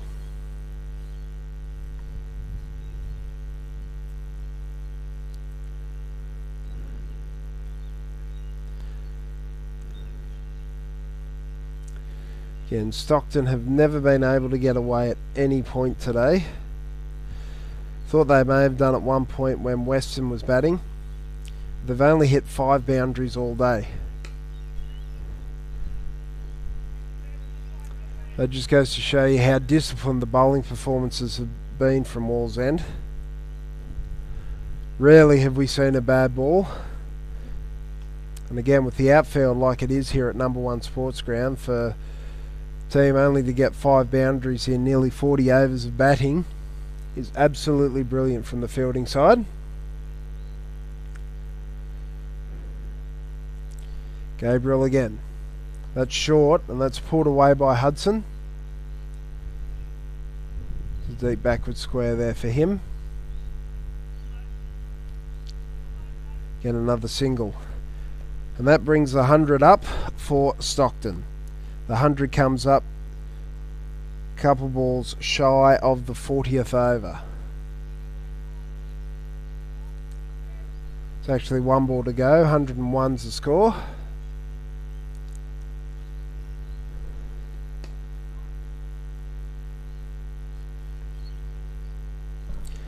That's another dot to round out that Gabriel over.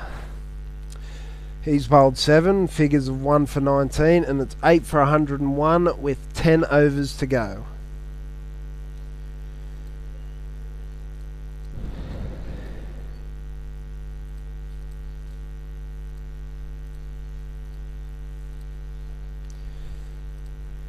Stockton still scoring at 2.5 and over, there or thereabouts. Got 10 overs left to bat. They desperately need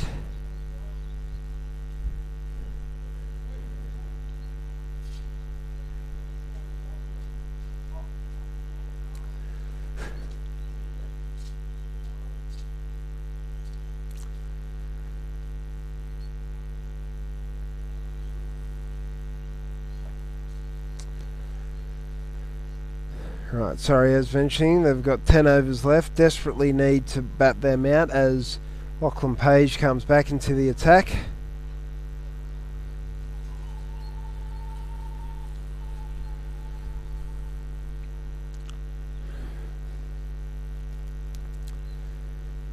They're just adjusting the sight screens here.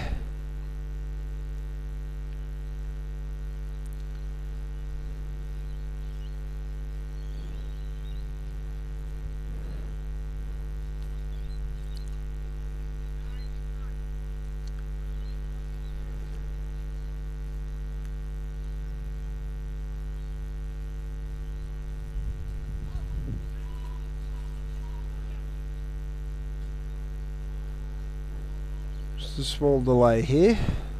Sight screens are all sorted. Not quite sure what we're waiting on here at the moment. Page just adjusting his field perhaps.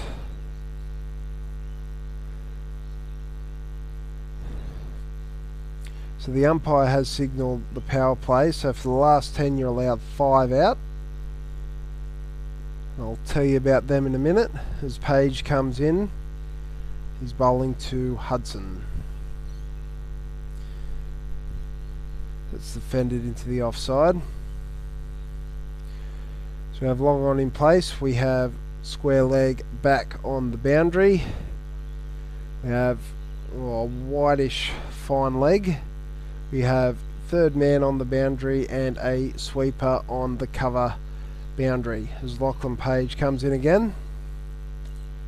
That one's played to the point area, and great fielding again.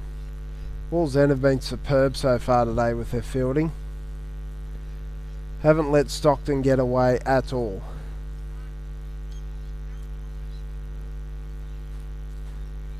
And Hudson looking to try and run that towards the third man area, but found point and a good diving stop.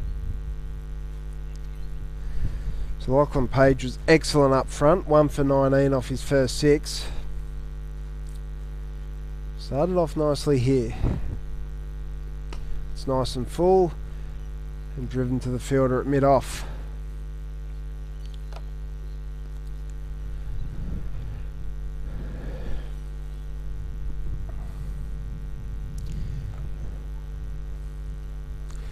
Apart from Weston, Hudson's probably looked the most comfortable of the Stockton batsmen out there. He's batting on 19, faced 34 deliveries, already got a boundary to his name. One of only 5 for the Stockton team. So he just opens the face of the bat on that one, runs it down to third man for a single. Brings Bills on to strike. 2 balls left in Page's 7th over.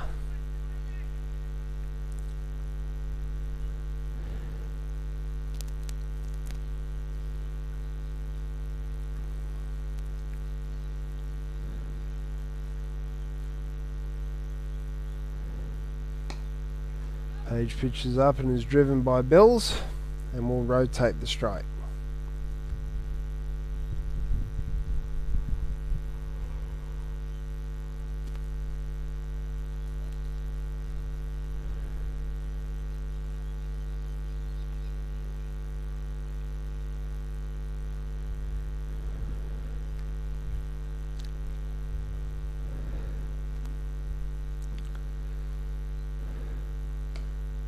Let's play it on the back foot, find some space out there on the offside. Sweeper will pick that one up. Tidy start again for Page.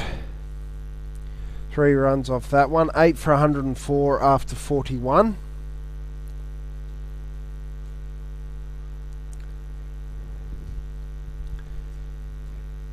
And you have to say this has been a pretty great performance here from Wallsend so far. 9 overs remaining in the first innings. I'm pretty sure if you asked them right at the start of this game that you'd have Stockton 8 for 104 after losing the toss, I'm pretty sure they'd jump at that every time. Game's still certainly not over by any means. Stockton have still got a job to do here. They need to try and scramble to some sort of score, 120, 130. Perhaps even push it up further, but it's going to be difficult. They're 8 wickets down. It's going to rely heavily on Hudson, you would think, who's batted pretty well so far. 21 or 38 deliveries is the second highest scorer. That was Logan Weston, who looked pretty comfortable out there, but Hudson's looked just as comfortable.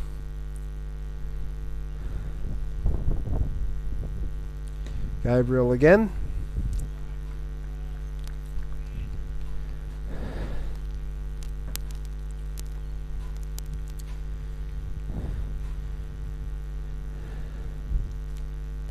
Correction, I think it is Taylor, number 11, who's got none for 11 off his 4 overs. Glad the scorers are all over it, because I'm certainly not.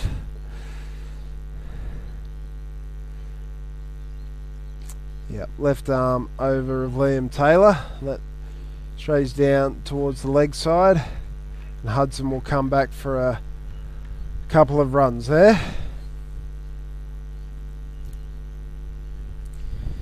Liam Taylor started off his first 2 overs, went for boundaries off his first 2 balls of those overs. There's only been 5 boundaries hit in the Stockton innings, but since then he's bowled very tidily in his next 2 overs. Wallsend will be looking for exactly the same right now, as that one's played into the offside for no run.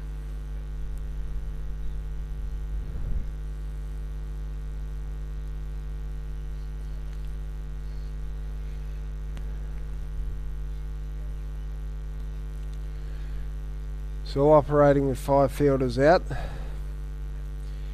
You'd think Hudson would be taking this very deep before he looks to play any expansive shots.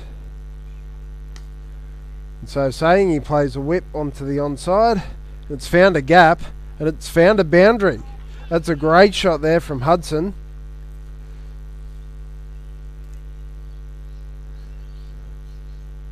The fielder at almost a regulation square leg and a deep backward square out there, and he pierced the gap between them. Has picked up his second boundary.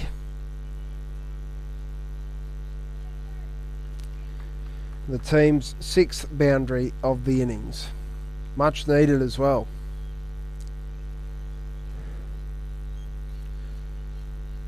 Liam Taylor just angling towards the pads at the moment. That one's a much better line. Outside that off stump, and defended into the cover region.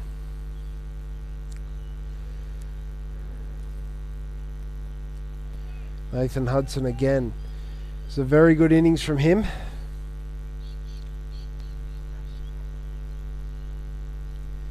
Got his team up to 110. He's looking more than the 120, 130 mark if he stays at the crease. That's short. That's pulled away. Fielder at deep backward square. That's close to a fine leg. Cuts that off. But that's a good over for the Stockton side, and Hudson will retain the strike. He's batting on 28 not out. Score is Lord Nelson's number, 8 for 111. 7 runs off that Taylor over.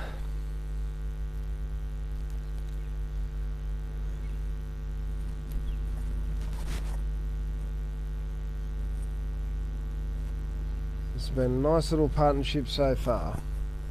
Bills has only faced the 6 deliveries. Hudson's faced most of it, which is a positive for the Stockton side.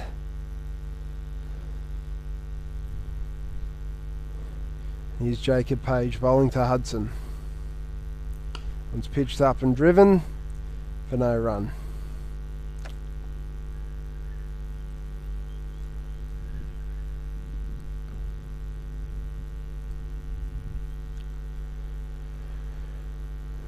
We'll just go quickly to the Dennis Broad Cup. Cardiff Boolaroo are playing Newcastle City at Adamstown number 2. They've slipped to 6 for 75 after 12.4 overs. This Page comes in again and he's beaten. It's almost beaten on the inside edge of the bat, I think. We'll just have a look at the replay here. Yeah, it looked like it went past the inside edge there. Great bowling there from Page.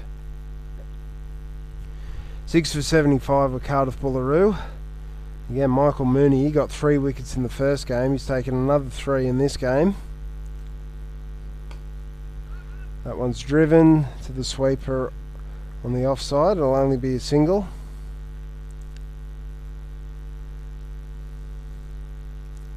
So City picking up a win against Adamstown in the morning. They're looking good against Cardiff Boolaroo. And just as I've been talking, Oscar Hills is has picked up another wicket. He's got 3 as well. Cardiff Boolaroo are 7 for 76 after 13.1. Ooh, slower ball there from Page.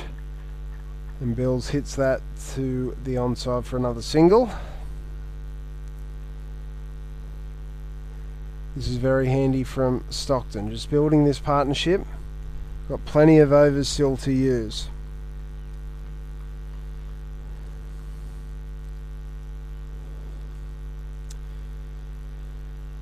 So we'll just head over to King Park after this delivery. It's wide outside off stump and Hudson can't do anything with it. Fair to say he's missed out there. It's one of the rare loose deliveries from Page. He's bowled absolutely beautifully today. So just going over to King Park 5, Stockton, who lost the first game to Port Stephens, are now 5 for 81 against Warners Bay. Very good performance so far from the Warners Bay side. And again, he's can't beat point at the moment at this end from Hudson. But he's still in though. He's 29 off 49 deliveries, doing a very good job for his side. 8 for 113 off 43. Yeah, wickets at regular intervals at King Park 5 as well. 5 for 81 off 13.1 are Stockton. Most importantly for them, Nate Blundell is still batting. He's 38 not out off 31. Wickets have shared around for the Warners Bay bowlers. 1 to Derek Lodge, 1 to Stephen Grimshaw, Josh Deakin, Dan Burns and Scott Burns. So, very interesting game there. Stockton have got a good bowling team, so it'll be interesting to see what total they set there. Over at Burnie Curran Oval, Belmont 1 for 48 off 10 against Merewether Gold. That one's pitched wide there from Liam Taylor. Bills can't lay any bat on it. Yeah, so 1 for 48 there. Jet Saxby 26 not out. And the wicket taker for Merewether Gold was Fraser Pratt. So some really good cricket everywhere around the grounds. And we'll keep you updated on those particular fixtures as the day goes on. Again, this is a good start to Liam Taylor's 6th over. Keeping the ball very tight. He's had a tendency, well, in the last over to these left-handers, bowling down the leg side. Trying to keep it very tight here to Aaron Bills.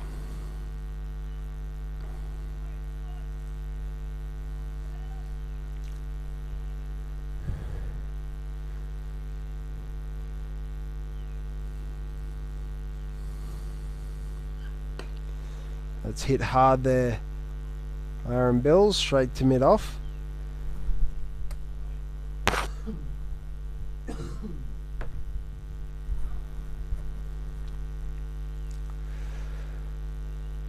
So what can they get up to? This partnership is built nicely.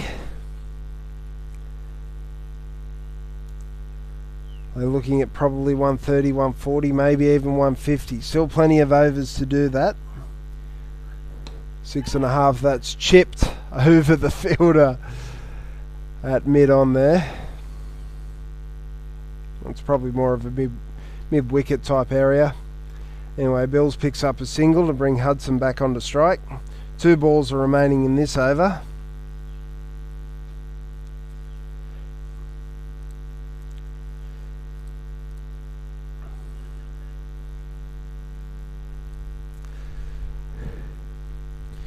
So 4 and over from this point. There's 6 overs remaining. 4 and over would give them 138.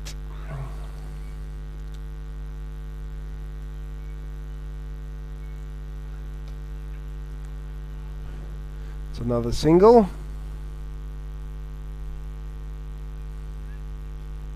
5 and over would give them 145. So that's probably more to what they're looking at. They can get 5 and over, maybe up towards 6. It's going to be very challenging for them with 2 wickets in hand. They just need to keep knocking the 1s and 2s at this point. You'd think Hudson would have to do the bulk of the scoring.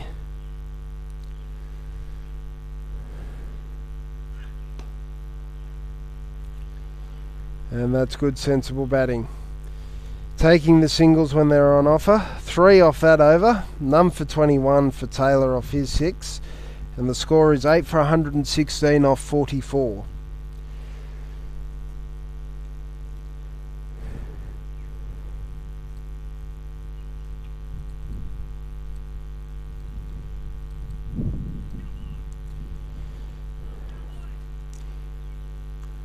So the run rate is lifted ever so slightly. They're now up to about 2.6 and over. They want to try and get as close to the 150 mark as possible, you would think. Only 2 wickets in hand.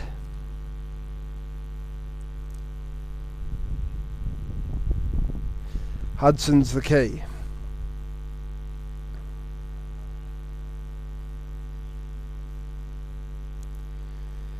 So, I'll just go over those projected again. 6 overs to go, 3 and over would get them 134. 4 and over would get them up to 140. And 5 and over would get them up to 146. So they probably want even a little bit more than that. Try and get up to 150 plus if they can. That's back on the cards after this partnership. Bills has done his role, 5 off 12, he's hung in there, he's on strike. Callum Gabriel's changed ends.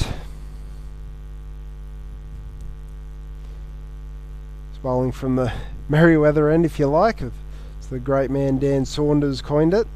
Here he is bowling to Bills. That's driven, and he'll pick up a single. Brings Hudson back onto strike. Good batting there from Bills.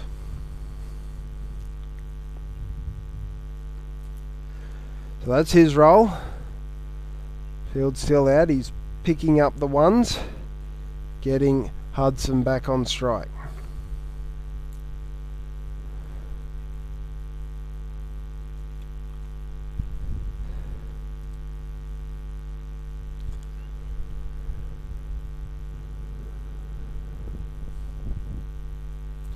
Here's Gabriel again. Width on offer to Hudson, who will hit it to the sweeper on the offside for another single.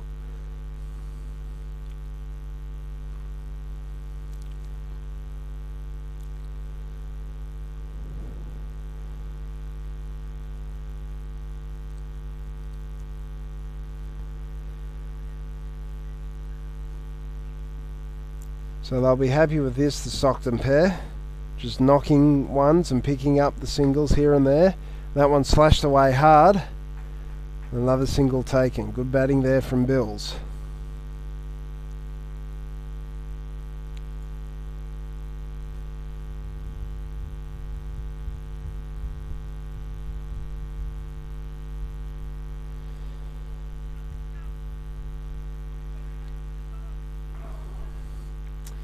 Partnership continues to build here.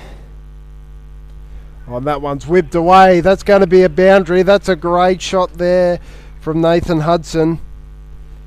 That's his third boundary. Gabriel just straying on his legs there, and he's whipped that away over the deep backward square region. No one there. And picks up another boundary. Very good batting here from the Stockton pair. Got 3 ones off the first 3 deliveries, and then Hudson just whips that one away and picks up a boundary. There's going to be a change in the field.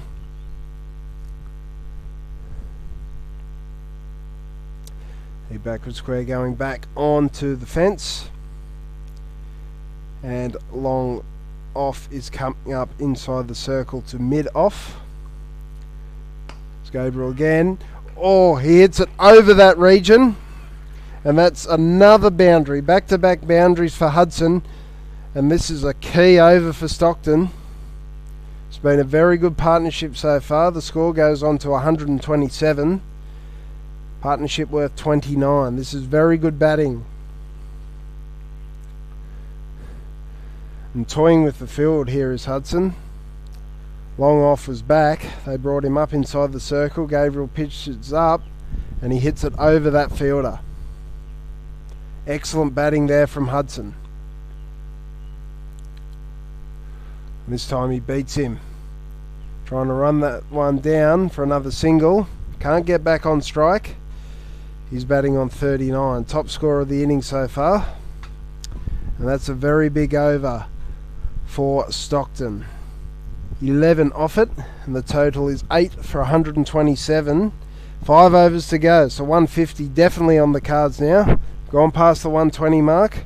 We'll get past the 130 mark. If they can go at 5 and over, that gets them past the 150 mark. 6 and over, gets them closer to that 160 mark.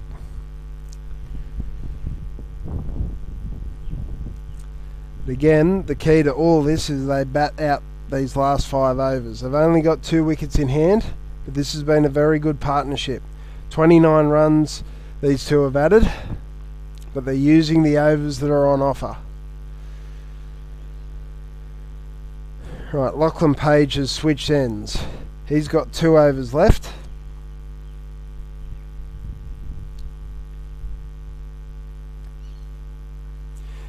There's 5 overs remaining. So from the Marketown end, 3 overs will be bowled from there. So perhaps Lachlan Page will bowl this one, maybe come back for the last one. Callum Gabriel's got 2 left, so you imagine he would bowl from the Merriweather end. That one's driven nicely by Bills. Will he beat the fielder? No, he won't. He'll just pick up a single. After that last over going for 11, they may think about it. Montgomery's only bowled 3. You'd imagine he won't bring himself back on at the dying overs. Taylor's got 4 left. Gabriel 2.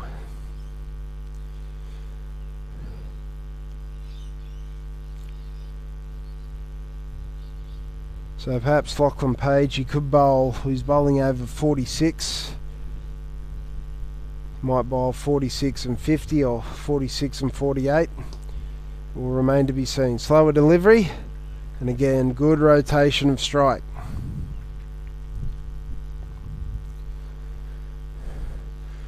So 150 is definitely back on the cards, and perhaps even more than that. This partnership worth over 30 now.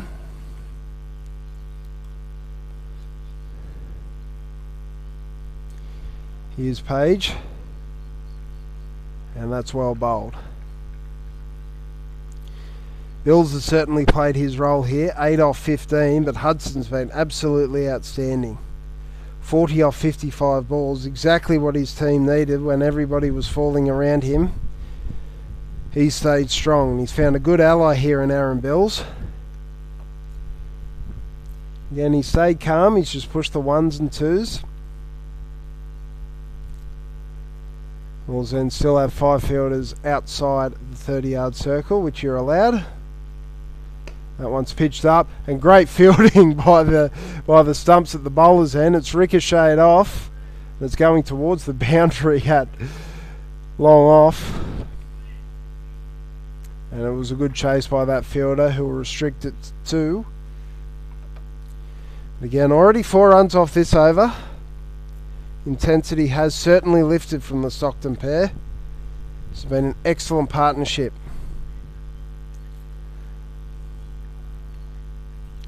Score's gone past 130 now. 150, 160 on the cards. Wallsend will be looking to restrict this and try and bowl Stockton out still. Here's Page. That one's driven straight down the ground to the mid-off fielder, no run.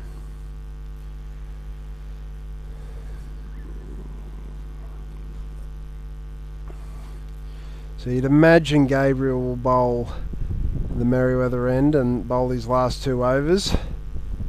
You'll probably need 1 more over, and probably from Liam Taylor. Lachlan Page just having a chat about his field here. So long off is going back, and third man is coming up inside the circle.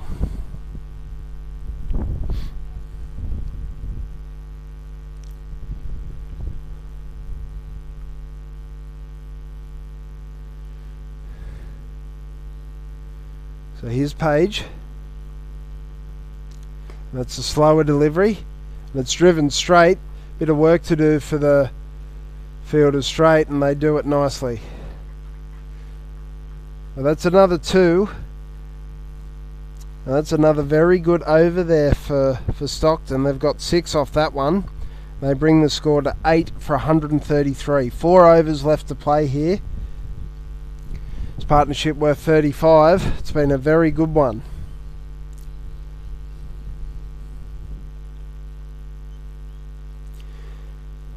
Best of the innings so far from a Stockton point of view.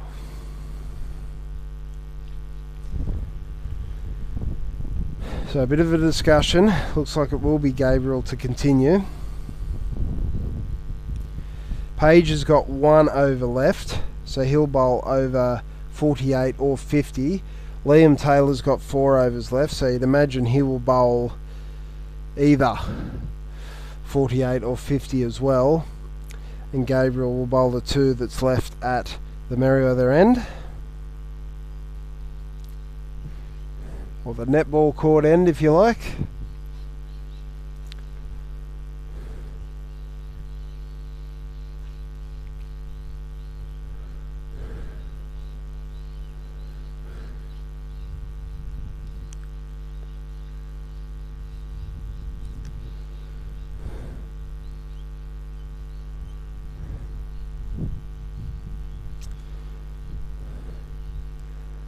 Alright, Hudson's on strike here, batting on 40, facing Gabriel, and that's lofted. That's hit pretty well, and we'll come back for an easy 2. The fielder at long off will do the tidying up. Hudson moves along to 42. So looking for big numbers now. 135's the score. Still best part of 4 overs remaining. Here's Gabriel. Ooh, given a wide. Short and wide outside off stump. The umpire judges that was wide enough not to play a proper stroke, so he calls it a wide. This is all helping Stockton's cause as they move up to 136. They were 8 for 98, they're now 8 for 136, so it's been a good little partnership here. That's going to be wide again.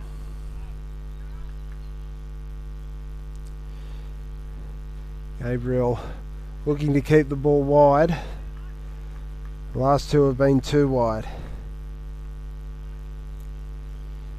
Needs to find his radar here. Wallsend have done pretty much everything right so far in the game. Need to finish off here in the death overs. That's what he's trying to do. Keep it wide. So Hudson has to play on the offside.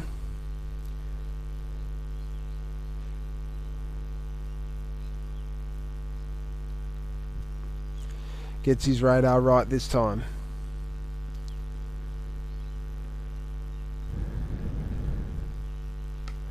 This time Hudson goes onside and he goes massive and he puts it onto the road there. It's gone into the grandstand. That's a great shot. First 6 of the game, and it moves Hudson to 48, and the score goes along to 8 for 143. What an innings this has been for Nathan Hudson. Try to keep that ball away from Hudson swinging to the onside. He was bowling wide. Hudson still got underneath it and got all of it. 4 fours and a maximum going to his total. This has been a gem of an innings here and exactly what his team has needed. The partnership has moved on to 45 for the 9th wicket.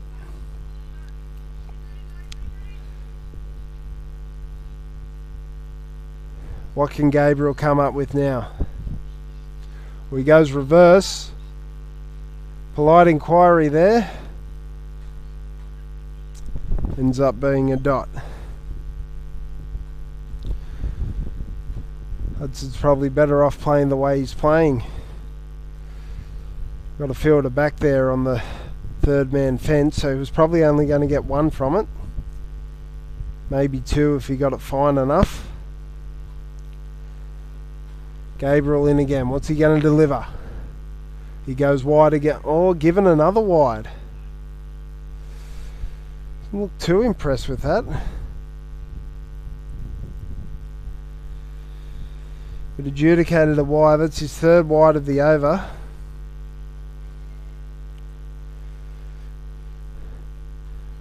Just lost his radar fractionally in recent times as Gabriel. This over already gone for 11, 3 of them wides and a 6. Here's Gabriel. He tries the same shot, but this time he misses it.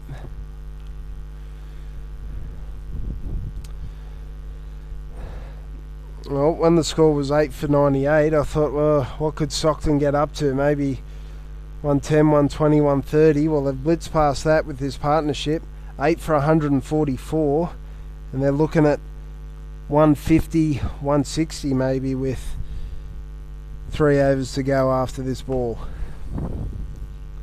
Can't do anything with that one. Good bowling there from Gabriel. Hudson tried to advance. Sitting in the onside for a dot. Still another successful over there from Stockton. 11 runs off that over.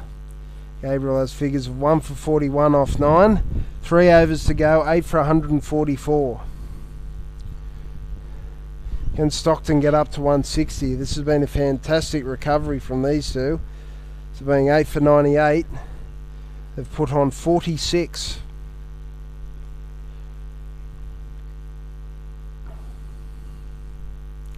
They've batted really well to get to this point, given their bowlers something to work with. How much can they get? It looks like it is going to be Page to finish his 10th over.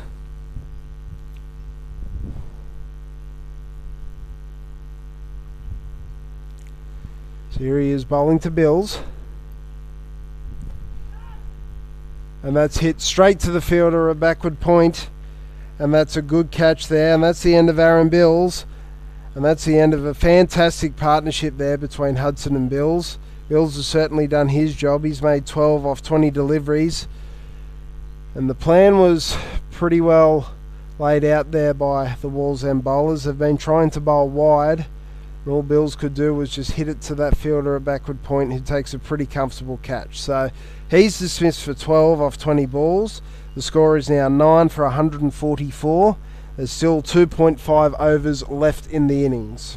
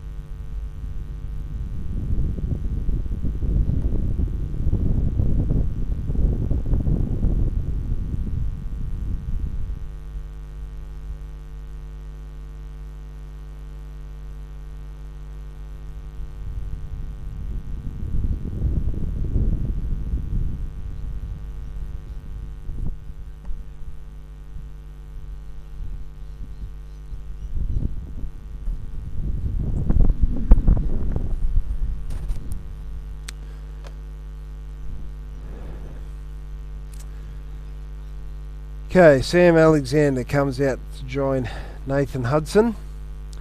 We're back to a right-hand, left-hand combination.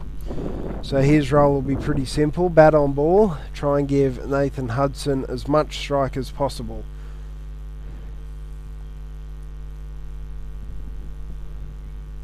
Here comes Page. He's just picked up a wicket. And he strays down the leg side. Would have been a good ball to the left-hander. Right hand, left hand combination changes things a little bit. There's still 16 balls remaining, and you want Nathan Hudson facing most of those from a Stockton point of view. If you're Wallsend, you want Alexander facing as many of these as possible. Here's Page, slower delivery. That's very well bowled. He's bowled a very good spell of bowling here today, 2 for 31. Bowled beautifully up front. And he's bowled nicely here at the death. Kept that wide outside the off stump to pick up the wicket of Aaron Bills, who could only scoop it to backward point.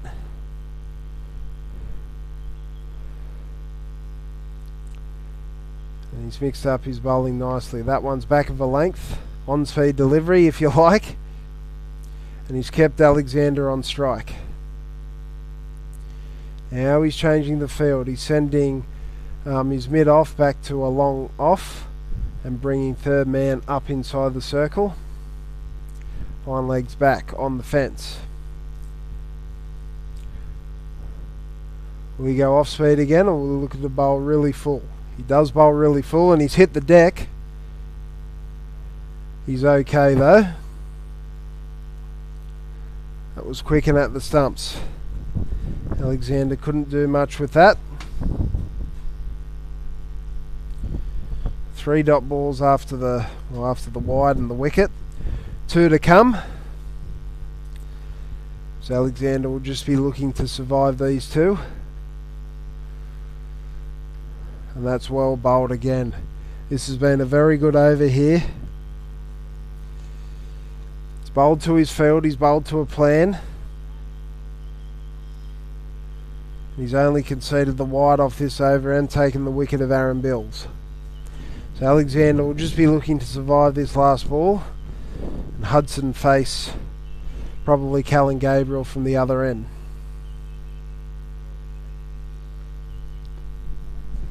And he defends that nicely. But great spell of bowling there from Lachlan Page. He finishes his 10 over spell. 2 for 31. And Stockton after 48. A 9 for 145. What can they get off the last over? They need 15 to get to 160. That's probably a little bit of a stretch. And I said last over, even though there's 2.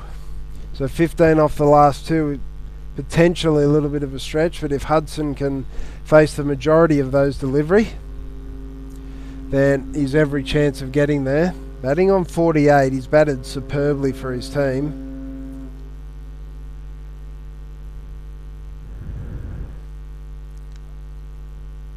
Long conversation out in the middle between the 2 batsmen. What will Hudson look to do? Will he look to try and farm the strike? Not let Alexander face too many. Be plenty of singles on offer. Here's Callan Gabriel. And he swung that away. He's found the gap and he's found 4, and that'll bring up his 50. That's excellent innings from Nathan Hudson. Brings up his 50 off 62 deliveries, and he's got 5 fours and a 6. That's incredible batting under pressure. 52 not out. Well batted to Nathan Hudson. He's put his team in a position to possibly defend this total.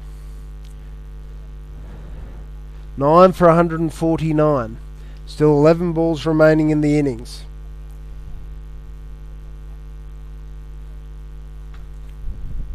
Callan Gabriel, he's gone for a little bit in his last 2.1. 25 to be exact. Needs to find the spot. Here he goes to Hudson. Hudson swings away, and he's got every piece of that. That's into the stands again. Another 6 to Hudson. What an innings this is. Brings up the 150 for Stockton. Well, I thought 160 would be a little bit of a stretch in the last 2 overs. They're only 5 away from that mark. They've still got another 10 balls to go. Maybe they're looking at 170 now. They were 8 for 98. They're now 9 for 155. And Hudson batting on 58. It's really given his side a chance here. Gabriel under pressure. What can he come up with? Similar type of ball. This time he will take the single and allow Alexander to face 3. Now right-hander on strike. There'll be a bit of a change in the field.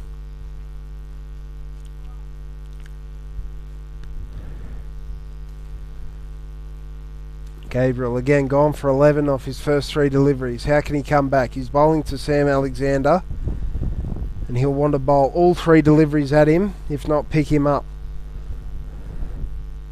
156 is the score. Last 2 wickets have put on 58. Here's Gabriel. Pitches up, and there's a single to Alexander, and that brings Hudson back onto strike.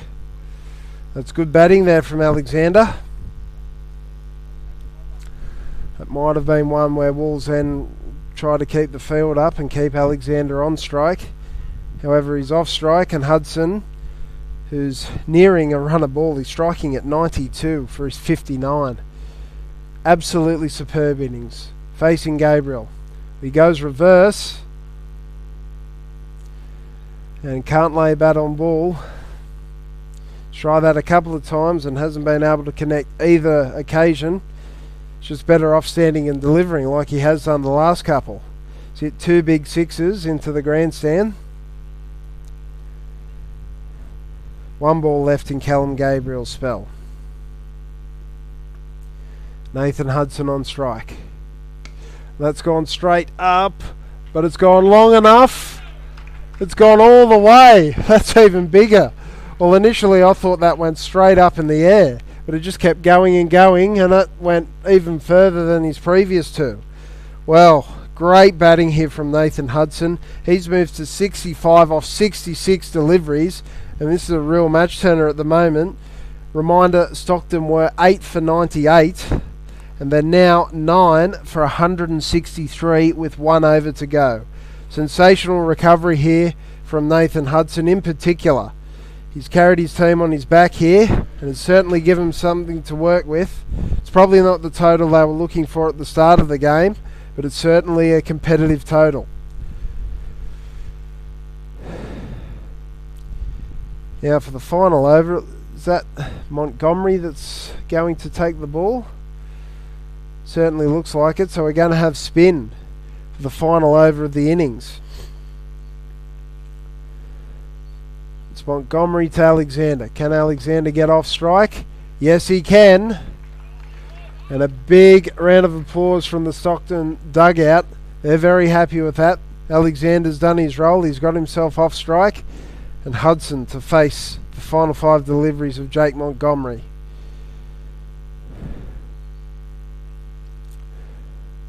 Right, let's have a look at what he's faced with. 3 fielders outside the 30-yard circle. He's got 1 at deep square leg, 1 at deep mid-wicket, 1 at deep long on. On the offside, deep long off in place, and a sweeper on the cover boundary. See, Nathan Hudson favours the onside. What's he going to do to Montgomery?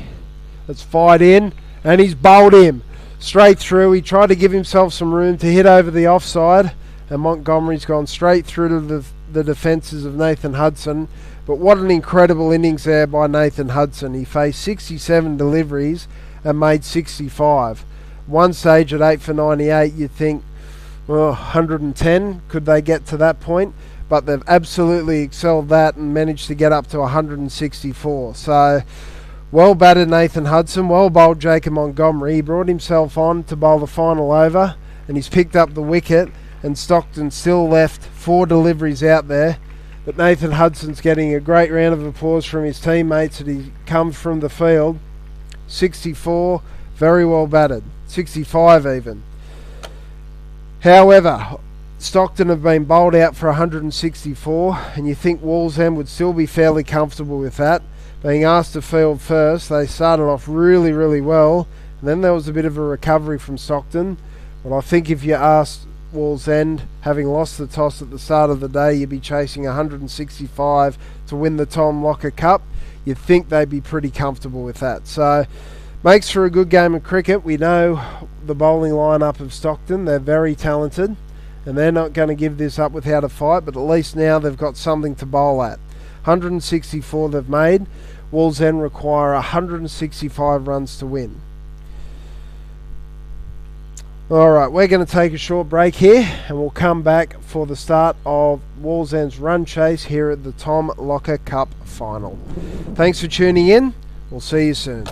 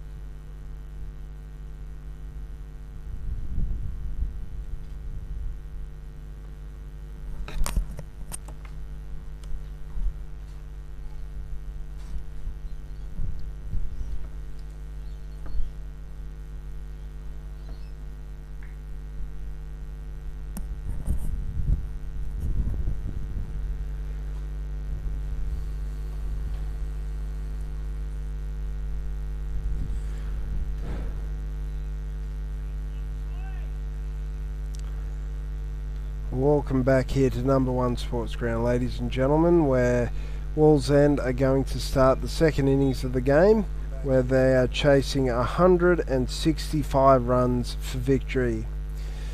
Earlier this morning, Stockton won the toss and decided to bat first and were all out for 164. Top scoring was Nathan Hudson with an excellent 65 coming later on in the innings. He hit 5 4s and 3 6s to get him up to that total. At one stage they were 8 for 98 and it looked like they weren't going to get anywhere near there, but thanks to Hudson and supporting role from Aaron Bills, they got up to that total. So it's something for their bowlers to defend. Wallsend were absolutely brilliant to start the innings. They did everything right. The fielding was absolutely superb, including a wonderful catch from Joseph Clark to dismiss Logan Weston. And there was a great run out from Nathan Price as well. So they did really well, and I think they'd be pretty happy with bowling Stockton out for 164. But it looked like they could have bowled them out for a lot less earlier on in the day. However, it's 165 runs for them to win. And we're about to get going right now. Here we go. Oh, is there a nick straight away? Well, it must have been bat hitting ground. But that would have been an excellent way to get things underway for Stockton. And a sigh of relief for the Wallsend team.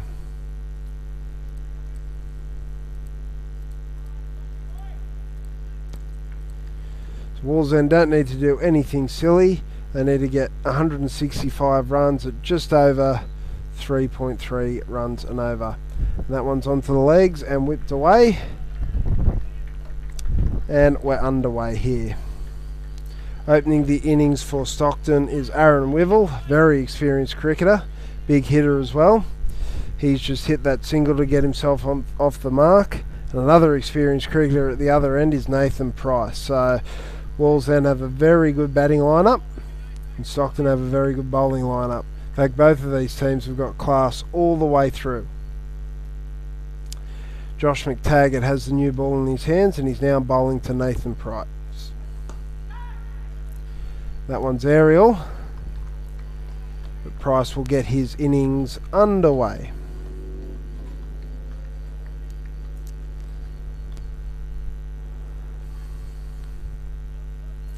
So it'll be interesting to see how Wallsend approach this. We know Wivel likes to get on with things. Will they look to break the back of the chase early? They only need 3.3 and over, so they don't need to do anything reckless. And that's a very comfortable start so far. As we saw earlier, it didn't look like there was any demons in this wicket. There was a lot of good bowling from Wallsend and a couple of shots that you'd think Stockton batsmen would like to have again. However, any total is defendable if you bowl well enough. And these guys are really good bowlers, McTaggart in particular, and I'll certainly look forward to watching their spinners bowl. But here's McTaggart. And that'll be a wide, called by umpire Phil Ranger. Now our other umpire today is Stephen Wade. Both very experienced umpires as well. Two quality umpires to have here at the Tom Locker Cup final.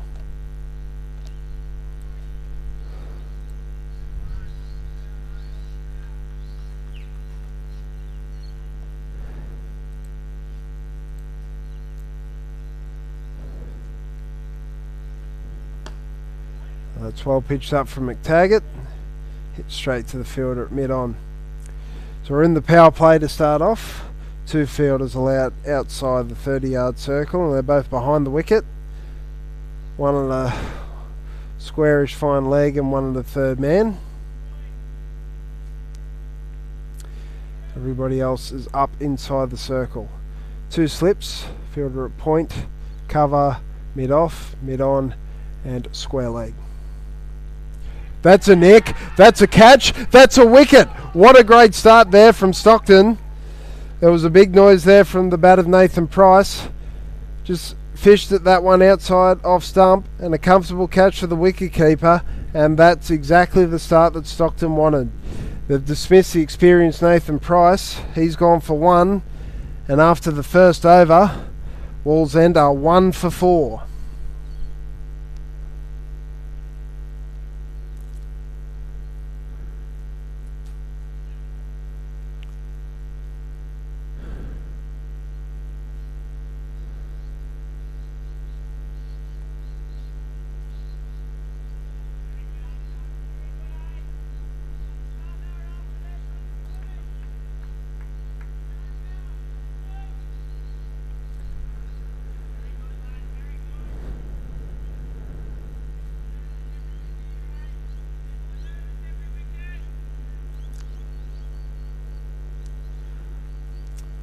Well, that's a perfect start for the Stockton team after making a lowish total, you'd have to say. To get an early wicket, particularly that of Nathan Price, who's been such a wonderful cricketer for a long time, to get him out early is certainly a good wicket for them. But quality for Wallsend keep coming. Daniel McGovern comes in at number 3. He'll be at the non-striker's end, as Adrian Chad will take the new ball from, well, we could say the netball court end.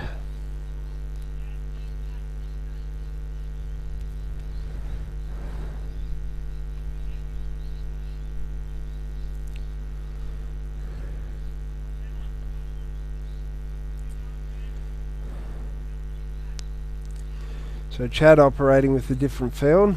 He's got long off on the fence. The sweeper on the cover boundary. Fine leg, third man up inside the circle. Here's Chad bowling to Wivel, and that's driven. Thickish outside edge. Fielder at gully will do the cleaning up. Only one slip for Chad. Foster in that region.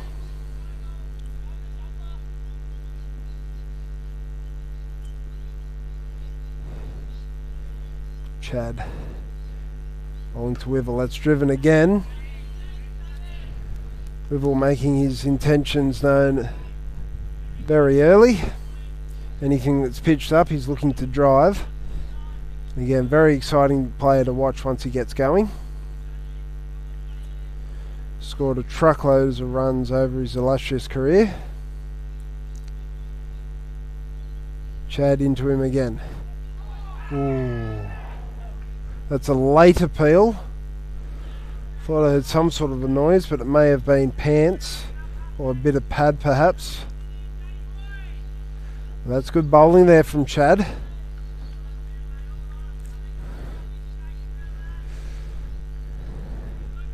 It's been a very good over and a half here for Stockton. Pitched up again. Nothing Wivel can do there. He's looking to get after it. Key for Wallsend is they've got plenty of overs here to bat. 50 of them, and they're not chasing a huge total. Only need 3.3 runs per the over at the start of the innings. They've got plenty of time to get these runs.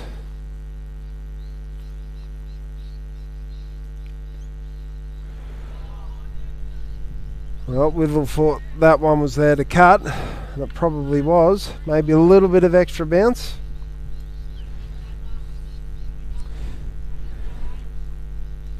Couldn't connect on that occasion. Perhaps this new ball's doing a little bit from this end. Maybe a little bit of extra bounce. Newer, harder ball. Wivel hasn't quite found his timing yet. This time he lets that one go through to the keeper. It's a maiden there from Chad. Good start for him. 1 for 4 off 2 overs. Wallsend still require another 161 runs for victory. 48 overs to do it in, 9 wickets in hand.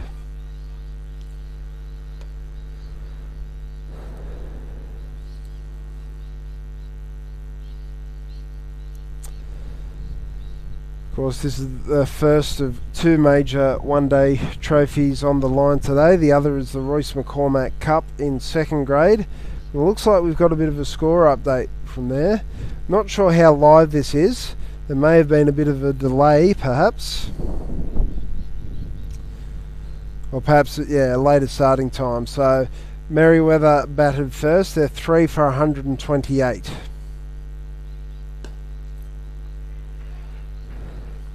Of course, it's 40 overs lower than first grade.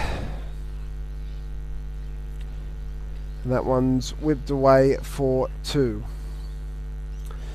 So Merriweather are 3 for 128 in the Royce McCormack Cup up against Stockton. So entertaining game there, as is this one. McTaggart bowling his second over and McGovern getting himself off the mark.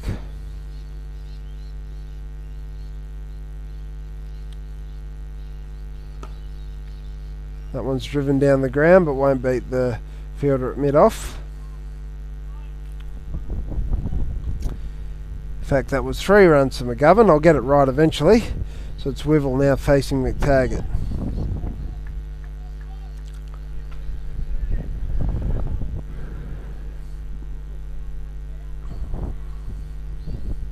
Wallsend still looking to be positive here.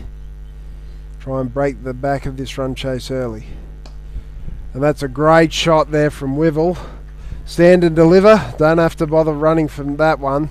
That's a great shot over the cover region. 4 runs. That's his first boundary. And he'll be very happy to get that one away. That will certainly boost his confidence. Wivell, you know, he likes to get on with things. He'll be looking to be very aggressive from the outset here. Still 2 slips in play here for McTaggart.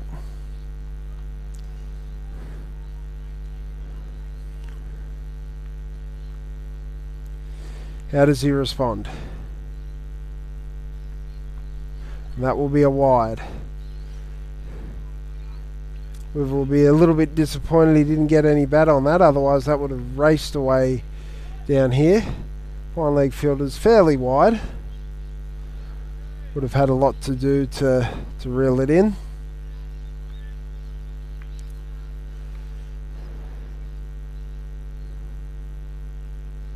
McTaggart again bowling to Wivell. And carbon copy, rinse and repeat. Great shot there from Aaron Wivell. Pitched up again from Josh McTaggart, and Wivell just goes bang straight through that vacant region at extra cover. And now there's going to be a change in field. Second slip comes out and he's going to plug that gap there at extra cover. Now will they send him outside the 30-yard circle? It looks like they are going to.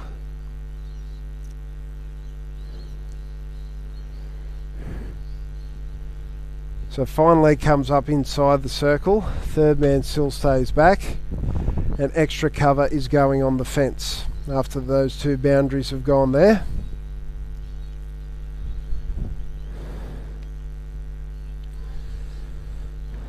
Well, boundaries were hard to come by early in the Stockton innings. Wivell's already hit 2 inside 3 overs. Made his intentions immediately clear. Here comes McTaggart. This time he works that down to the third man area, pushing hard for 2. He's going to come back, and that's great running. Excellent running there from Aaron Wivell. Always had 2 on his mind as soon as that ball left his bat, and he's come back comfortably.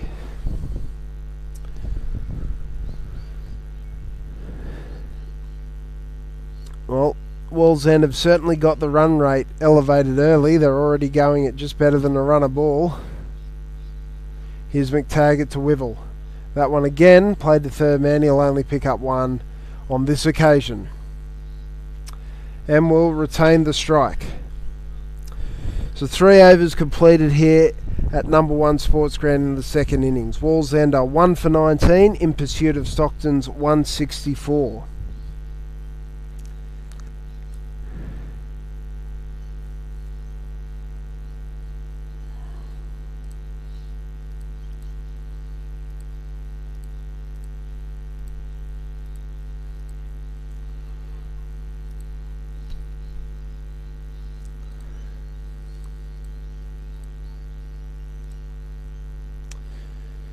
So the required rate's already been brought down a little bit. Only needing 3.1 to the over now. I don't think Wivel's thinking of doing it in 3.1. He's facing Chad. Driven. Great fielding. Excellent field. Ooh, has he done himself a bit of an injury there?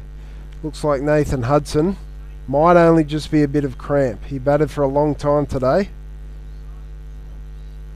So hopefully it's only a bit of cramp.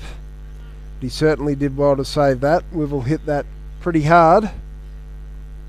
Looks like he's back up on his feet. Adrian Chad looking to bowl very full to Aaron Wivel. He goes again. And no run to the fielder there at extra. Well, it's a tidy start here for Adrian Chad. 8 deliveries he's bowled, not a run conceded yet. Aaron Wivel looking to get on with things here.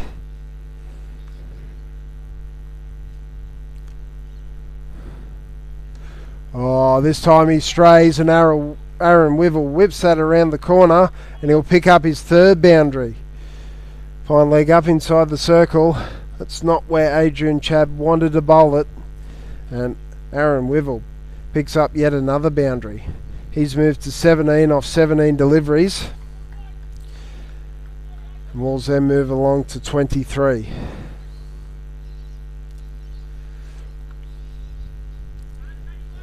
It's the first bad delivery that Chad's bowled. He's been very consistent on that line and length. Vastly experienced cricketer as well. And he's on his pads again, and this one's whipped away through the mid-wicket square leg area, and he'll pick up another boundary. Back-to-back boundaries for Aaron Wivel. And he's off to a little flyer here, 21 off 18 deliveries. Will there be a change in field? Both of those deliveries is certainly not the area that Chad wants to be bowling. It looks like the field's going to remain. Chad needs to get it right here. It's back on that line outside the off stump. Bowling to Wivel. It's on his pads again and he hits it through that area. This time it's a little bit straighter, but he will come back for 2. It's racing away to the boundary. Will they get 3? Yes, they will. Great running there again. As soon as I said Chad's bowled very tightly, 8 dot balls in a row. He's then gone for 11 off his next 3. Aaron Wivel certainly looks in fine form at the moment. Now he's got the left-handed Daniel McGovern to bowl at.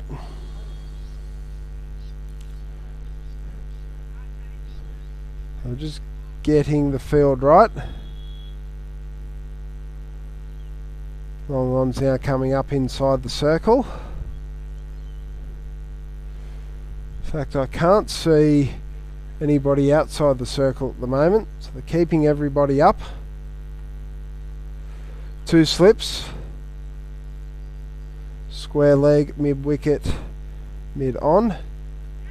Oh, McGovern edges, and he's gone. Chad picks up the wicket. 2 early wickets now for Stockton. Been scoring at a very brisk rate. McGovern trying to drive and gets an outside edge, and it goes through to the wicketkeeper. And that's another wicket down for Wallsend. This is going to be very interesting here. Not a big chase, but 2 early wickets for Stockton inside 4 overs. Wow. McGovern has departed for 3 off 2 deliveries, and the score is now 2 for 30 at the end of 4.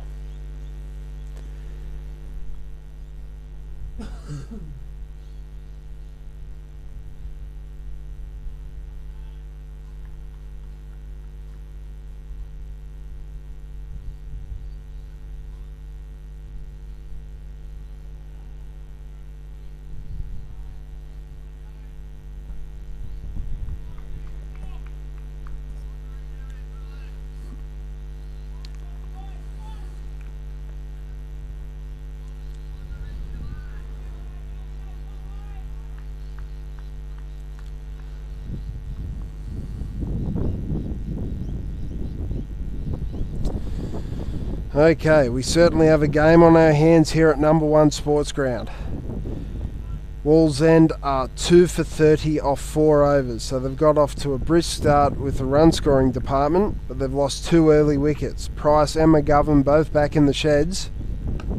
That one's pitched up to Wivel. What a shot that is. He just leant on that. Fielder's chasing it down. They're running and he's going to reel it in. Won't prevent 3 runs though. Wivel's looking in great form at the moment. 27 off 20 deliveries, and his captain has joined him, Jacob Montgomery. He's got a big role to do. At the moment, he's got plenty of time to get himself in, rotate strike, and let Wivel do what he's doing. He's going absolutely beautifully at the moment. 27 not out off 20 balls. The big thing for Stockton is they've taken 2 early wickets. Both Price and McGovern back in the sheds. Only face 5 balls between them. McTaggart bowling to Montgomery. Montgomery defends.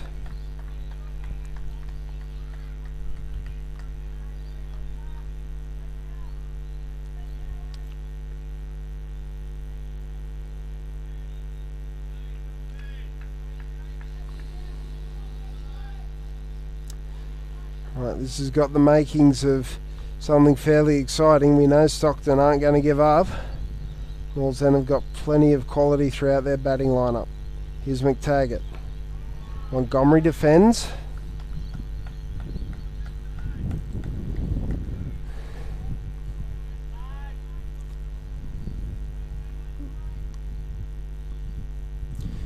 Yeah, and run rate's certainly not the problem.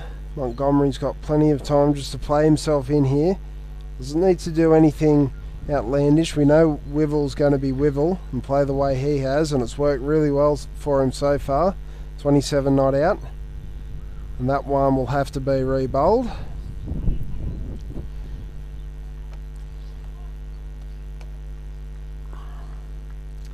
That will be wide number 3 for the innings. Didn't see too many wides in the Wallsend innings early on. We did see a few more as the innings, well, towards the last few overs. How many wides did they bowl in total? 7. Stockton defending a smallish total. Don't want too many extra deliveries. That one's hit him on the pads. Umpire Ranger says not out. Perhaps sliding down leg. Big appeal. Looks like it might have been sliding down leg stump. Gee, you can see Stockton are up and about at the moment. Another wicket here really puts the cat amongst the pigeons, to use the Bill Lawry expression. Still 2 fielders allowed out, so he's got a fine leg and a third man.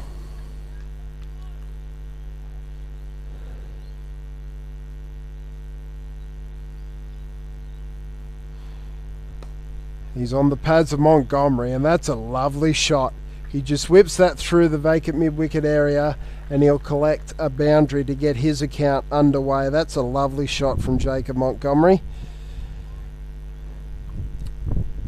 And again, without taking too much risk, there is 8 runs gone off this over. 1 ball still remaining. So I don't think this will go the 50 overs. Either Wallsend will get the runs or Stockton will bowl Wallsend out. And again, he's played a similar sort of shot, but hit it a bit straighter this time, and mid-on will do the tidying up. But end of McTaggart's 3rd, and the score is now 2 for 38 off 5. Yeah. So for Stockton to claim victory here, they definitely have to bowl Wallsend out. I think Wivel will be the key. If they can get him fairly early in the next few overs, that will certainly put them on the front foot. The way he's going at the moment, he's looking really good. Took his time to get his timing right, particularly in the first over against Chad, but after that, he's looked in fine form. Chad will be bowling to him again. Bowled a maiden in his first over, then went for 11 in the last over, but he picked up the key wicket of Daniel McGovern. Now he's got the inform Aaron Wivell to contend with. Here he goes. Wivell, expansive drive, can only find the fielder at mid-wicket.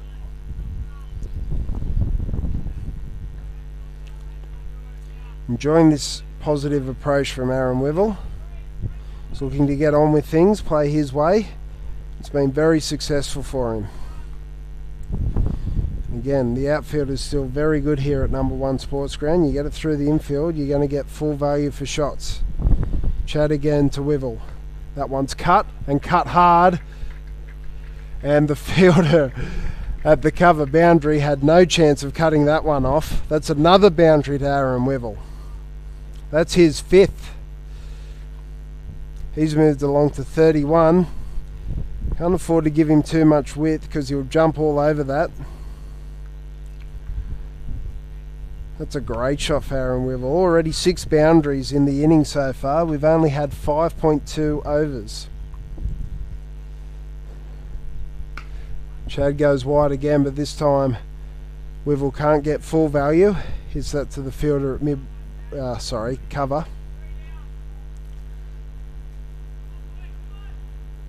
It's all happening very quickly here at the moment. 2 for 42. Wivell 31 not out, batting very well. Chad's already picked up a wicket. What can he deliver on this delivery? Goes full. Well bowled by Adrian Chad. Wivell can't do anything with that ball. Pitched up and defended into the offside.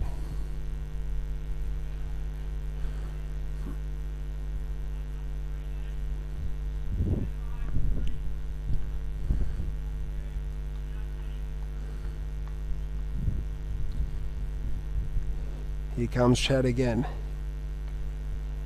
Oh, that one's well played. Third man's up inside the circle. That's racing away to the fence, and it's going to get there. That's another boundary. Great batting there from Aaron Wivell. He just leant on that one.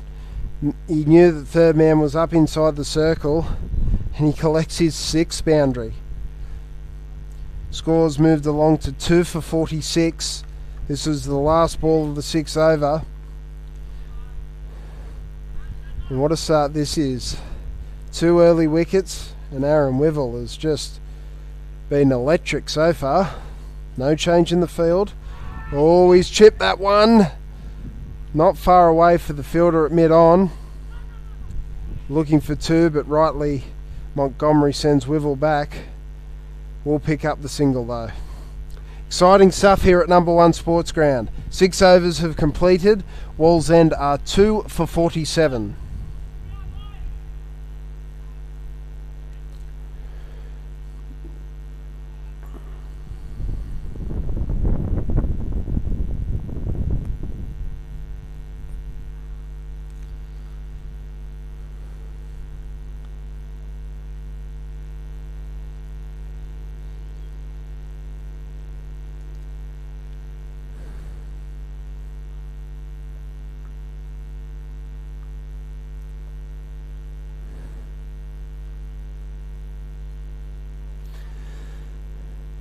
Well, what a start this has been to the second innings. 2 early wickets for Stockton, but 6 overs gone. Wallsend have already got 47 on the board. Certainly looking to break the back of this run chase. McTaggart in again. Wivell goes whack over the top, and that's another boundary. He's looking to get this done very quickly. That's boundary number 7 for Aaron Wivell. I beg your pardon. 7 fours. They only faced 27 balls, striking at 148 if you don't mind. 40 not out, gave himself a bit of room and hit over the top. He's taken full advantage of the fielding power play here. 2 fielders out are both behind him at whitish or squarish fine leg and third man. McTaggart again to Wivell. And called wide by umpire Ranger. 50's already up for Wallsend. 50 in the 7th over.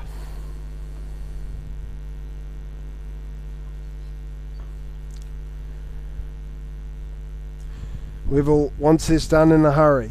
Runs aren't going to be a problem. Run rate rather.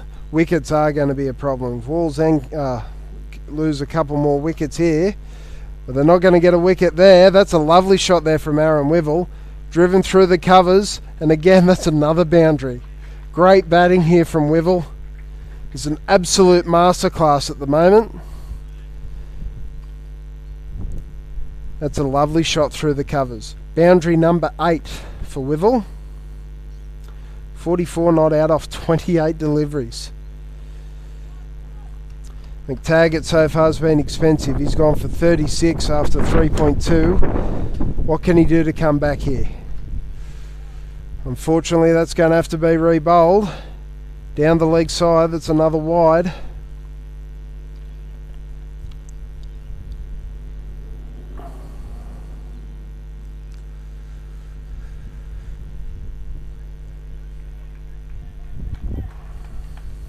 Still plenty of encouragement out there from the Stockton fielders.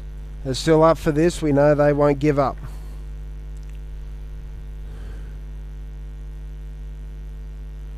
Here comes McTaggart bowling to Wivell. That's beautiful delivery.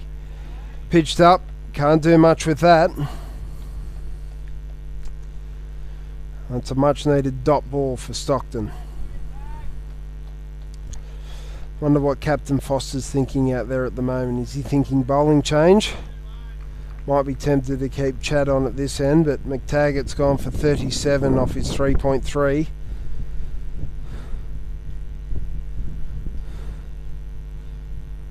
Wivell gives himself some room, and that's a beautiful shot again through the cover region.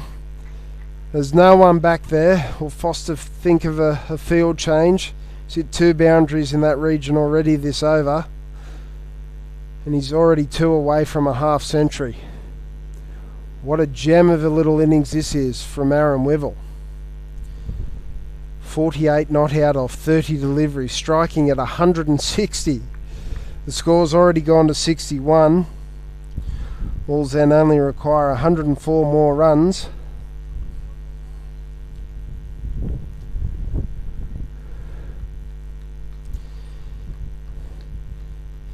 McTaggart going at over 10 and over. What can he do? Bowling to Wivell. And that one's beaten, so there is a change in the field. Cover's gone back on the fence.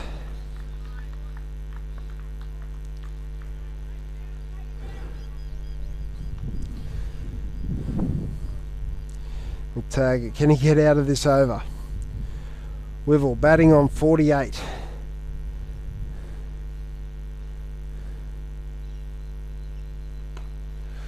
Oh, he's tried to hit that one extremely hard, but hits it back to the bowler.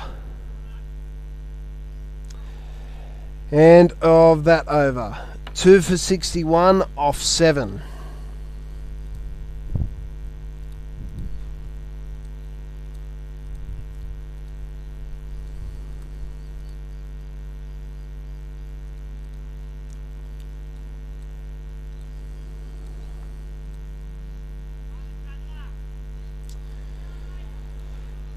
So an intense start so far here at number 1 Sports Ground. 61 runs off 7 overs.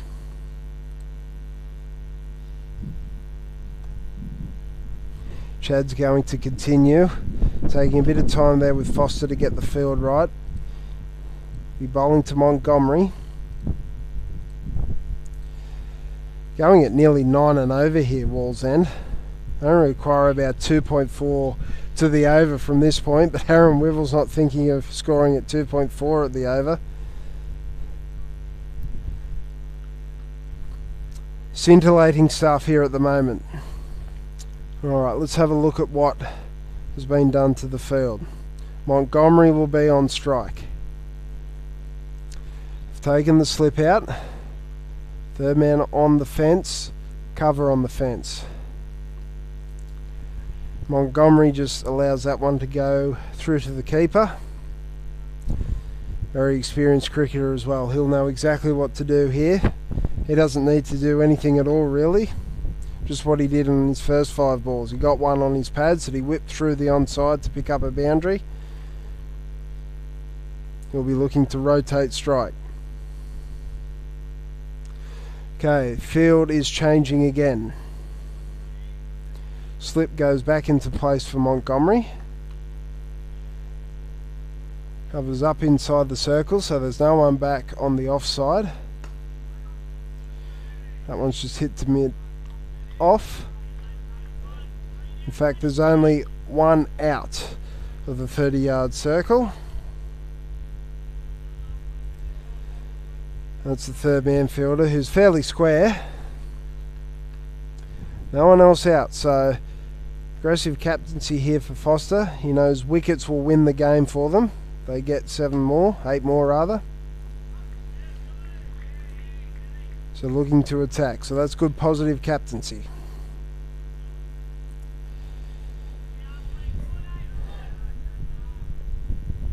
There's no pressure here on Montgomery at the moment. He doesn't have to score. Sure, he'll happily dot up this over if he needs to. Watch Wivel bat at the other end. Again, that's played into the onside. No run. Tidy stuff from Chad.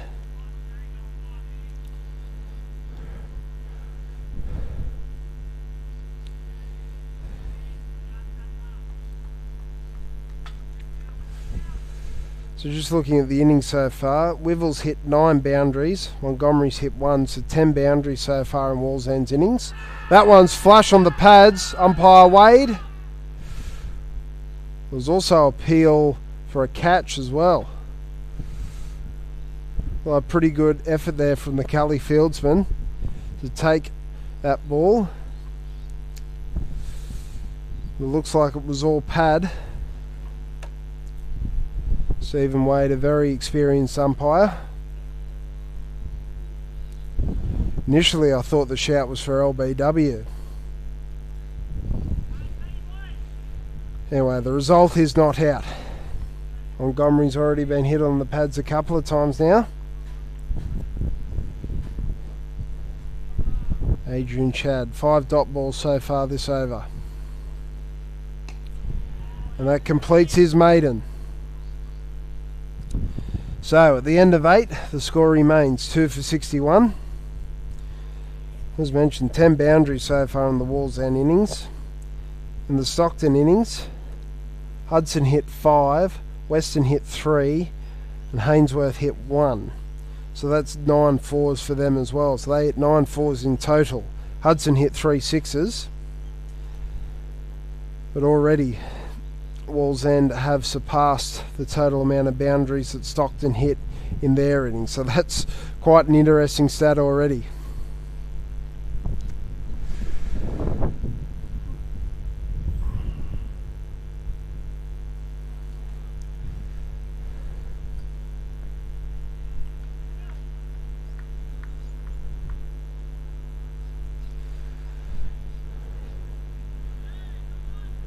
Right, so it looks like there's going to be a change here at the Market Town end. It's going to be Aaron Bills, so we're going to see some leg spin.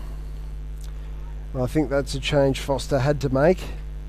McTagg at 4 overs, 1 for 41. He did pick up the wicket off Nathan Price. Wivel facing Bills on 48. Defends the first one. Deep mid wicket on the fence. Checking to see where the other one is. At a long on. The 2 fielders deep on the onside. Wivel tries to go inside out but hits it to fielder at cover. The wicket here changes things here for Stockton, particularly if they can get Wivel. It's batted beautifully so far. Look to advance, but lets that one go through to Jake Hainsworth.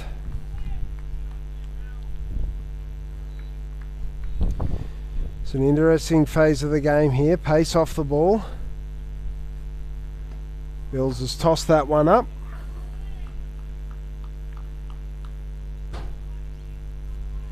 And defended.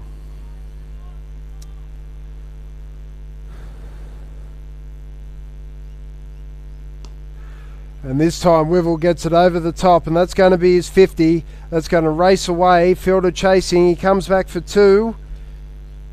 And will he look for the 3rd? But that's a well-played 50 there for Aaron Wivell. 50 off 37 balls, if you don't mind. Great innings already for Aaron Wivell. And that's really set Wallsend up here. 2 for 63.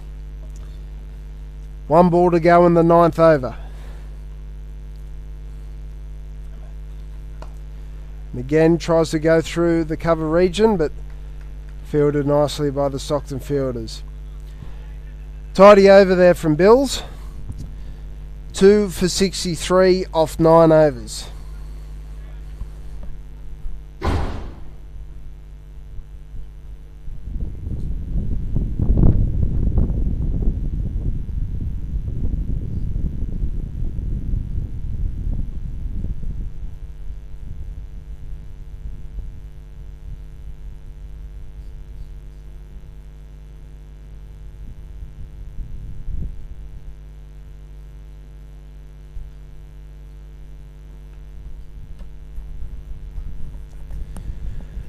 Alright, it's going to be Adrian Chad continuing from the netball court end.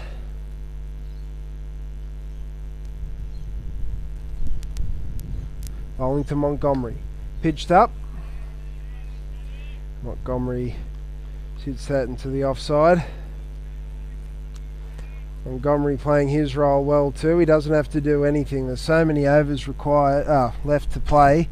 41 of them to be precise. He's just doing his role, just hanging in there, waiting for the ball he can score off. That one's pitched up again, and they will take the single.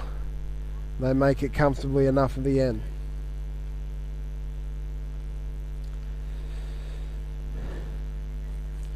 So this power play has been very fruitful for Wallsend so far. They have lost the 2 wickets. But Wivell's compiled 50 runs himself. Run rate very healthy at the moment. So Wivell's going to face Adrian Chad. Fielder at long off. Fielder sweeping on the cover boundary. Hits towards that cover region. Can't beat the infield.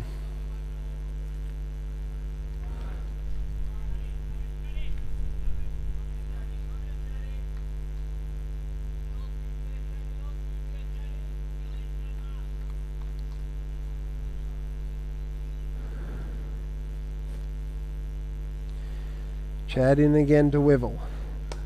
That one, oh, that's going to be another boundary. It was close to that fielder cover inside the circle. Chad's got his hands on his knees there. That wasn't far away.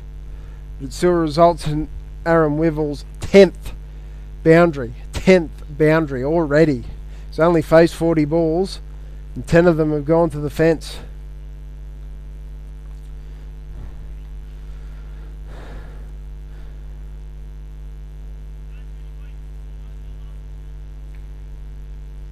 What can Chad come up with here? Very experienced cricketer, as we know. Pitches that well up, and this time the fielder at cover does the work.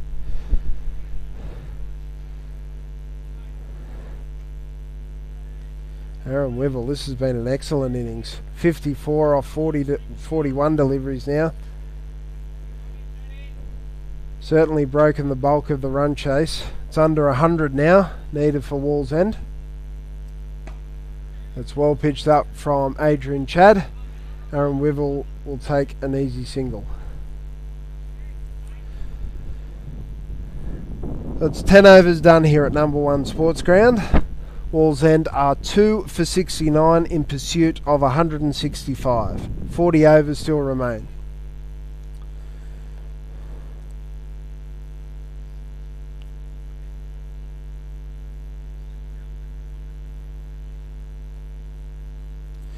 We'll just take a quick look at the Royce McCormack Cup while we've got a couple of seconds. Merriweather batting first out there are 6 for 189 off 38 overs. So they're about to complete their first innings. 40 overs in second grade. So just looking at the scorecard, a lot of starts there. Luke Hitchcock made 37, Jeremy Smith 28, Geordie Van Kamenade's 29 not out, and Hudson Jolliffe batting with him is 14 not out. Wickets have been shared by the Stockton bowlers in second grade.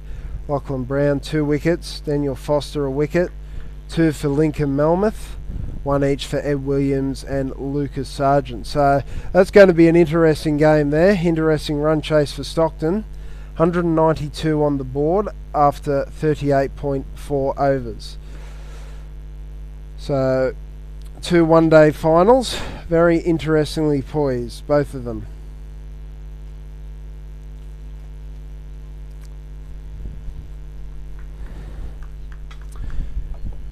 Of course, Dennis Broad Cup is taking place around the regions as well. We'll give you a bit of an update on that at the moment. So it looks like Aaron Bills just getting his field right. Oh, that's a bit of a misfield there at the fielder at cover. Pushing hard to get back for the second, but they'll only get one. So Bills working with 3 fielders outside the 30-yard circle. That's after 10 overs. So as we speak, the fielder at long off is coming up to a mid-off. We've got a long on and a deep mid-wicket.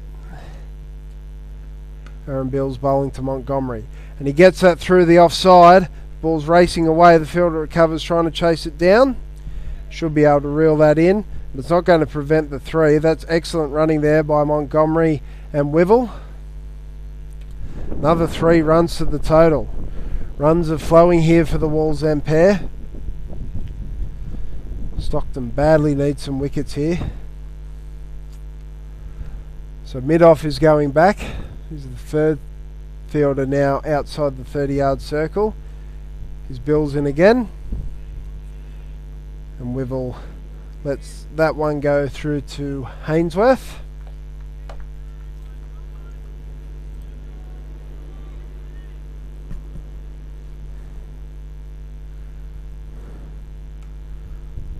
That one's cut away to the fielder at backward point. No run. So Bills, he's played a lot of high-level cricket and done really, really well. Taken lots of wickets. Stockton need him here at the moment. Keeping things tight. Gone for 4 runs off his first 2 deliveries. Now bowled 3 dots. That's certainly an achievement bowling to Aaron Wivel.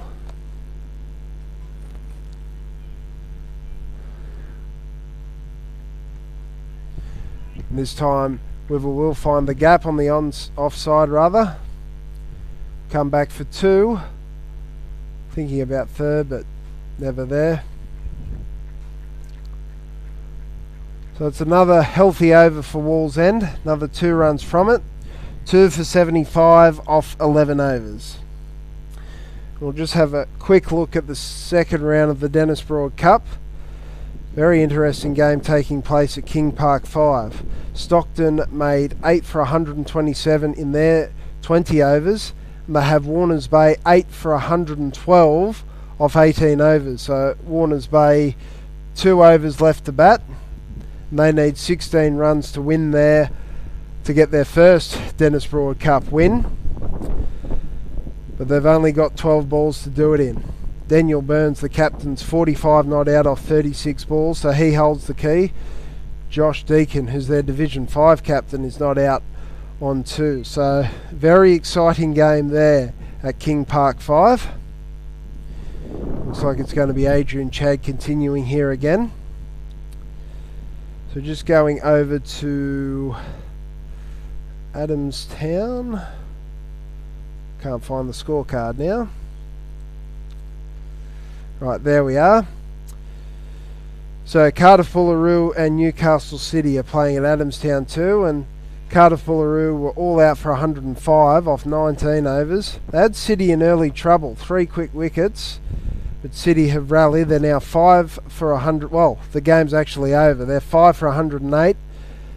So they have won back-to-back games of Newcastle City. That's an excellent start for them in the Dennis Broad competition. So that one's just played to the onside for no run. So 2 from 2 at Adamstown for City. Michael Mooney had a day out there, taking 3 wickets in the first game and 3 wickets in the second game. So that's all done there over at Adamstown. We'll go over to Bernie Curran in a minute.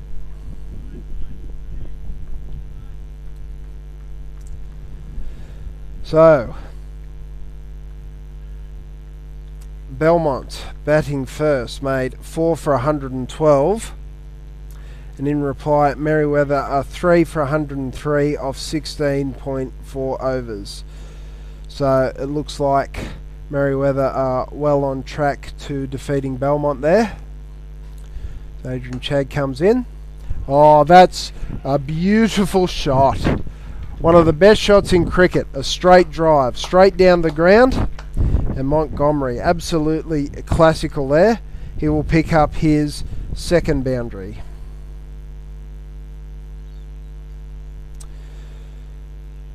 Right, so lots of interesting cricket happening around the regions. We've got the Royce McCormack Cup in full swing. We've got the Tom Locker Cup here. Wallsend well on their way to etching their name on the trophy. We know Stockton won't give up though.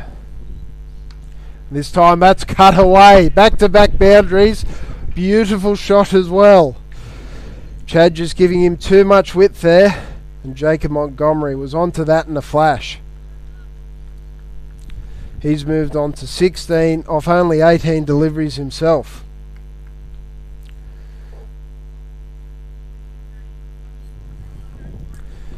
So Wallsend have raced along to 83 here. As I said earlier, there's no demons in this pitch. Wallsend were just superb early on with their bowling and fielding. What can Chad do? Bowling to Montgomery. This is driven, slightly aerial. No damage done though.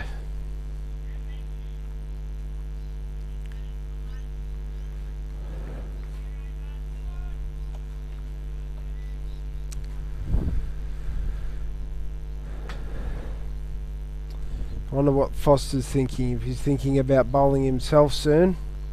He's already got Bills on at the other end. Here's Chad, pitches it up. Well, that's come off the outside edge, but Montgomery will pick up a single and will retain the strike.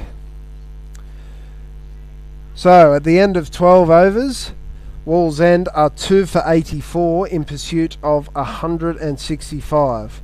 So 81 runs more required. 38 overs to do it in.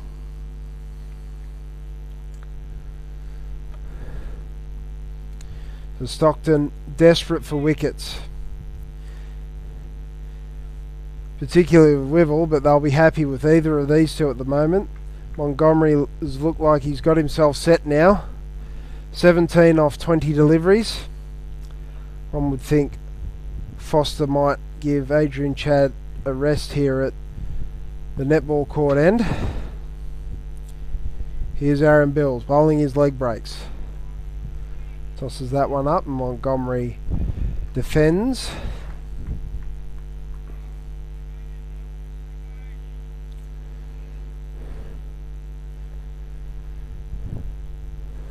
Bills in again.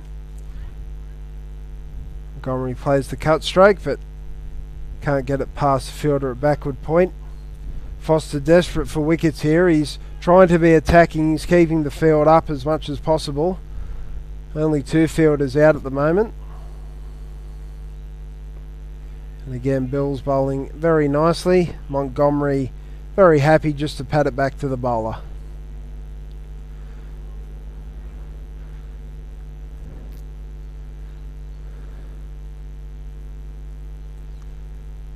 Oh, Bills a little bit quicker that one. Montgomery hits that to the offside. So the moment, Wallsend looking very comfortable. However, cricket's a funny game. Can Bills sneak through?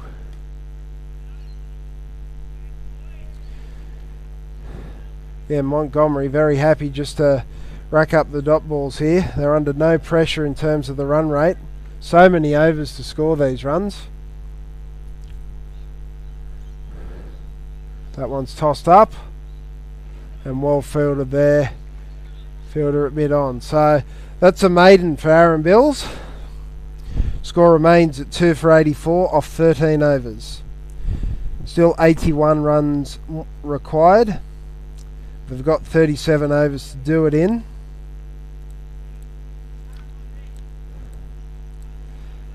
So they only need it, about 2.2 runs and over. But I don't think Aaron Wivel's thinking 2.2 runs and over. Now there's a meeting at the bowler's end here. Just trying to see who's got their hat off there. Foster's still got his hat on. We'll be able to tell you shortly. So we've got a bit of break in play. Let's go over to the Dennis Broad Cup competition. And there's been some news there at King Park 5. Warners Bay have defeated Stockton with an over and 1 ball left. So Daniel Burns, I think he was on 40 odd the last time we had a check. He's ended up on 61 not out of 39 deliveries, 5 fours and 3 sixes. So Warners Bay have defeated Stockton. They've won their first ever Dennis Broad Cup match. So congratulations to them. They now have the prize of playing the defending champions, the Port Stephens Pythons, and that game will start, well, in about 8 minutes' time, according to my watch.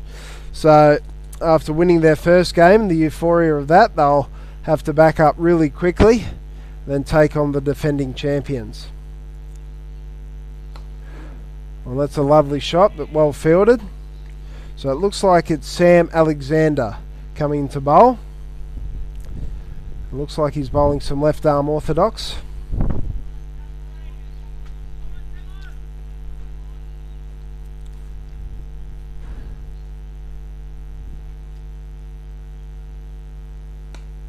And that's well played, but sweeper on the offside will do the tidying up there. So plenty of options for Captain Nick Foster to call upon. He hasn't called upon his off breaks yet. We know Nathan Hudson's handy with them as well. But he's gone to Sam Alexander, desperate for a wicket.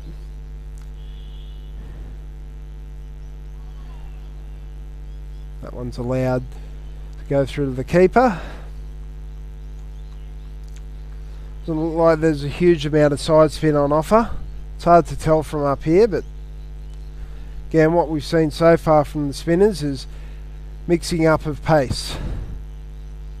Will Parkinson did that really well for Wallsend early on today.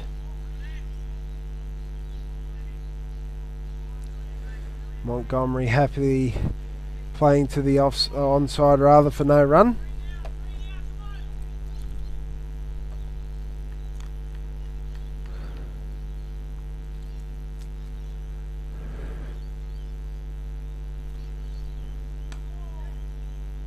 That's nicely played by Montgomery there. Another single.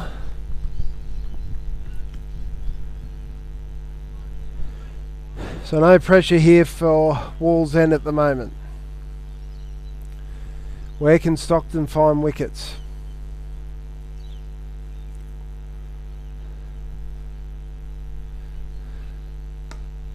Oh, that's nicely played. Sweeper's got some work to do. He's not going to be able to do it. That's another boundary. That's beautifully played by Aaron Wivel. He moves into the 60s. Boundary number 11 for him. As I said earlier, Stockton hit 9 fours in total, and Aaron Wivel's hit 11. So this has been an absolute gem of an innings for him. Certainly broken the back of the run chase. 14 overs have completed here. The score is 2 for 90. 75 runs required for Wallsend to win the Tom Locker Cup.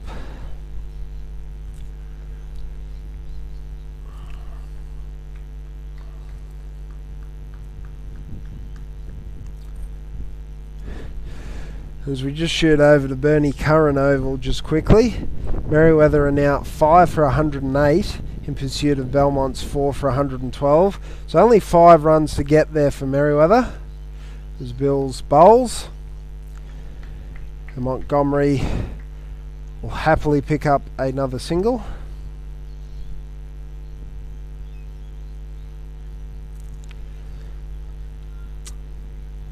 It's only 5 runs for the Merewether Gold team, but there's only 6 balls left now. They've just picked up another single, so 4 runs to win off the last over for Merewether, so that's going down to the last over. So we'll keep you updated on that. As Bills is keeping things tight here at the moment. Stockton desperately need wickets.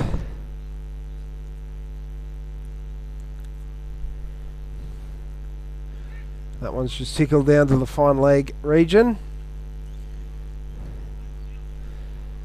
Foster will do the work there. 2 runs at it again. Score moves along to 93 now for Wallsend.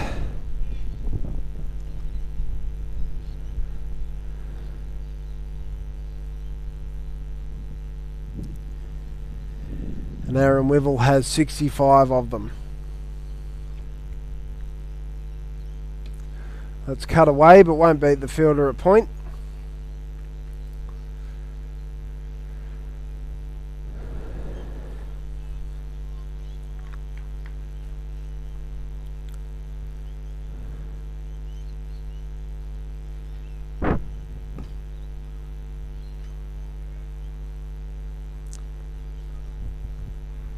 End of another Aaron Bills over, and after 15 the score is 2 for 93.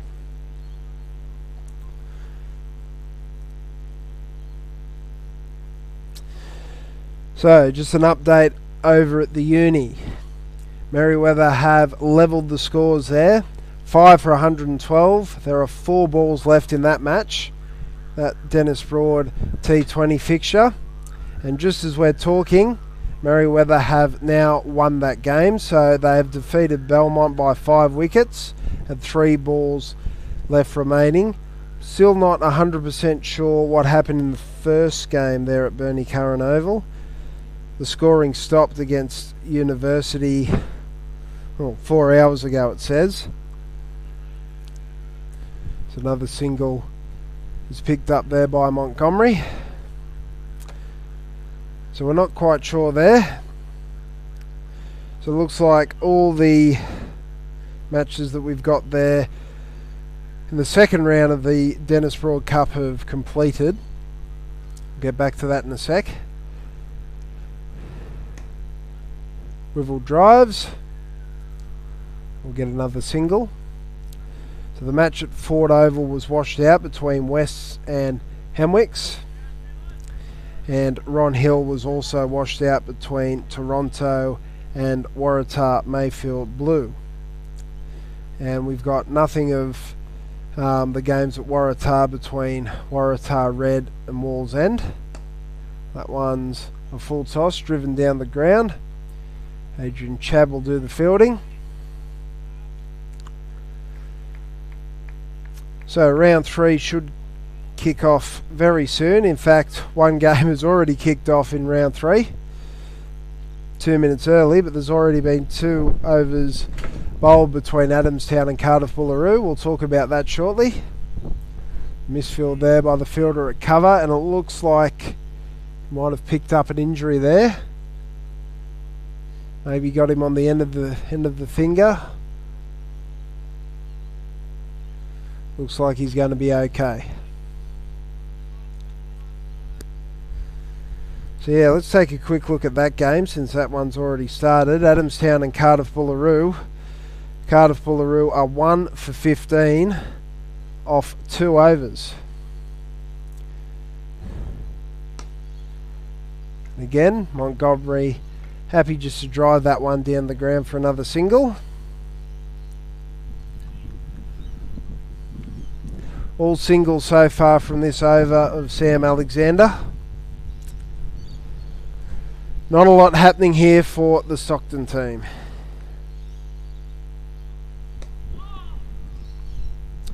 Dot ball to finish that over. Score is 2 for 98. 16 overs have completed. Perhaps maybe one more before the first drinks interval.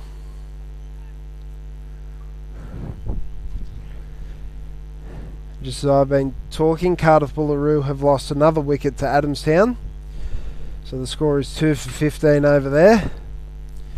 Adamstown playing in their first DB Cup competition, I believe.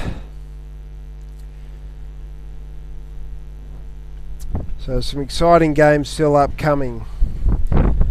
So the game at Ron Hill, Toronto and Merewether Blue, that game I believe will be washed out.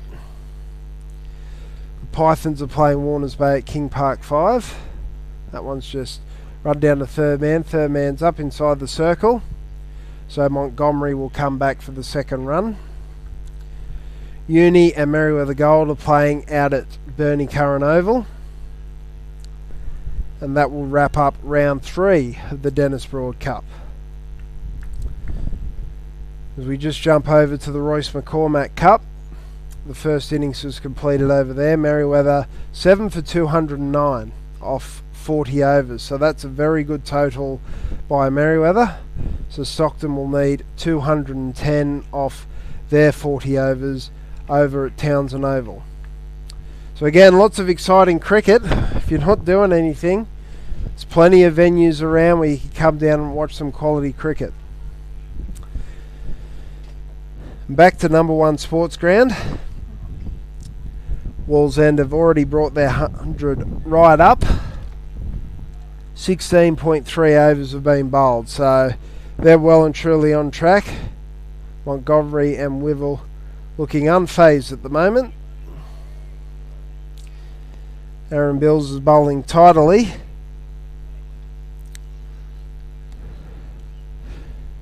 It doesn't look like a wicket's going to come anytime soon.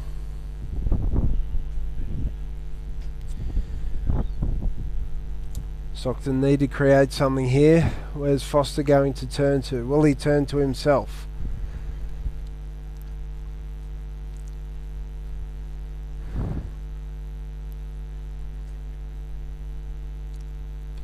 That one's cut away.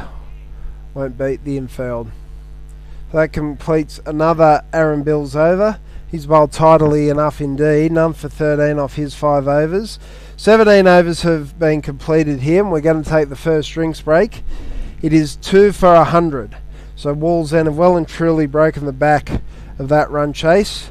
You thought early on that Stockton might have had a bit of an advantage, picking up Nathan Price and Daniel McGovern very cheaply, only facing 5 balls between them. However, these two have certainly put on a very good partnership, and it is 2 for 100. Aaron Wivel 67 not out off 58 deliveries, and Jake Montgomery 24 not out off 39 deliveries. So they're well and truly on their way to lifting the Tom Locker Cup trophy. However, we know cricket's a funny game, and Stockton, while they desperately need to take these 8 wickets if they're any hope of winning the competition. We're going to take a short break here, and we'll be back after drinks.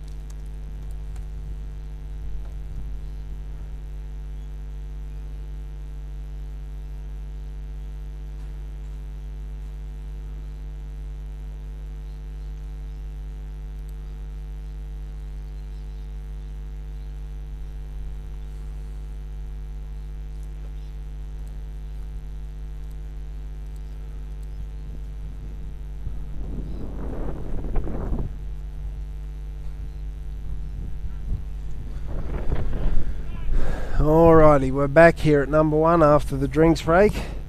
Situation here is Wallsend at 2 for 100 off 17 overs. And it's the captain, Nick Foster, that has brought himself on to bowl. We need a big performance here from the Stockton skipper if they've got any chance of getting themselves back into this game.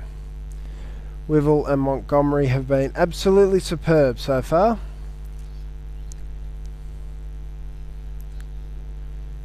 Foster tosses that one right up and defended there by Aaron Wivell.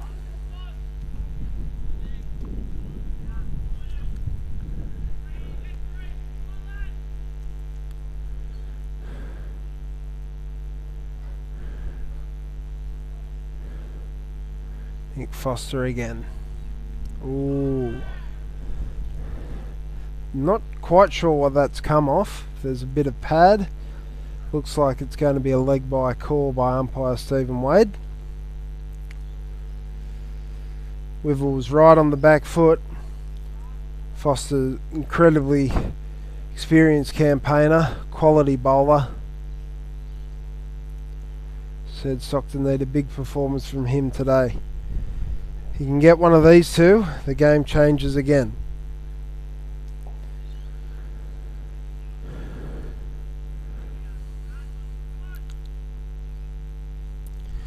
Montgomery on strike. Foster the bowler. It's whipped away to good square, no run. It's a tidy start so far from Nick Foster.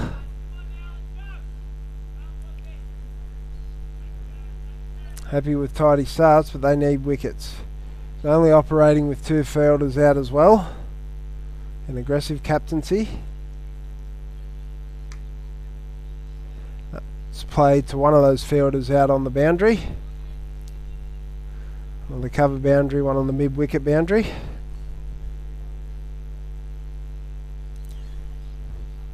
The field changes for Wivell though. Adrian Chad drops back to long on. Have an extra man out for Aaron Wivell.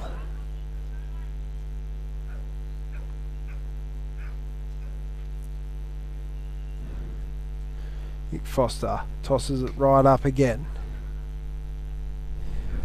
Lovely bowling there from Foster. Nice tidy start from him. 2 runs off that over. One of them was a leg by. And the score is 2 for 102 off 18.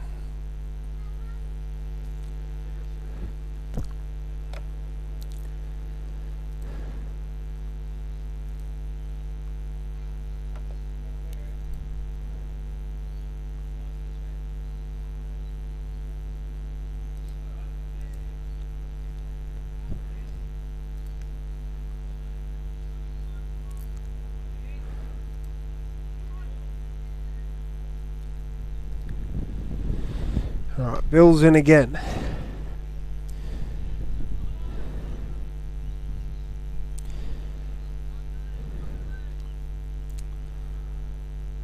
Alright, these two are bowling nice and tightly. Need to try and create some pressure here, but the scoring rate the way it is, well, that's a lovely shot. Montgomery again picks up another boundary. It was up inside the circle and he hit just wide of him, and he picks up another boundary. Boundary number 4 for Jacob Montgomery. He's 29 not out off 43 deliveries. It's very hard to sustain pressure when they can keep knocking off boundaries at will. And it's already 15 boundaries already, and we're into the 19th over. That's a lovely delivery. Great comeback there from Aaron Bills.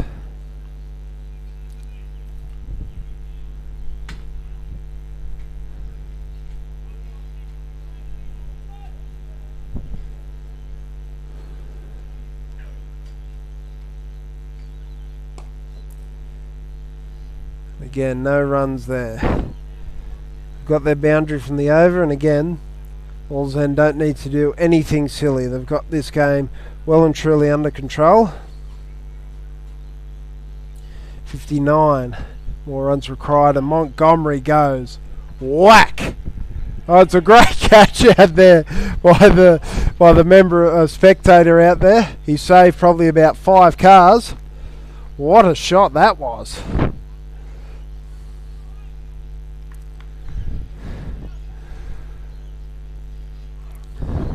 What can Bills come up with? Montgomery goes again. Bang! Can the fielder do it again?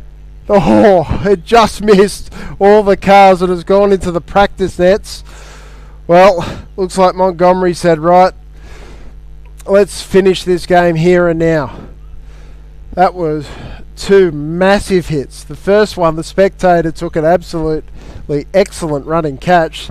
The second one, well, that's gone into the practice nets. So Bills was bowling tidily, but he's gone for 16 off that over, and Montgomery's taken himself to 41 off 47 deliveries. And this game is rapidly drawing to a conclusion. 2 for 118 off 19 overs. So only 47 more runs to win for Wallsend. Montgomery 41 not out off 47. Wivell 67 not out off 62. What can Captain Foster do? This game is rapidly slipping away from Stockton here. Just need to open up an end somehow. What can Foster do? Wivell on the back foot, plays it into the onside.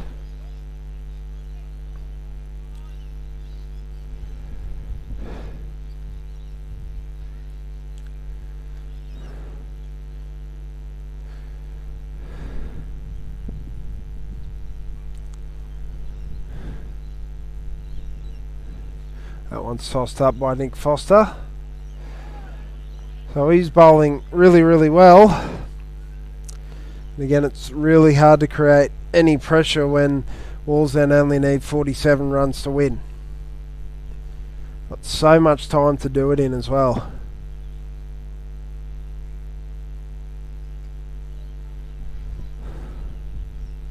And that one sliding down the leg side. Fine leg is up inside the circle, but he'll be able to track that back, will he? Won't prevent 3. And again, the scoreboard just keeps ticking over. 121 Wallsend are up to.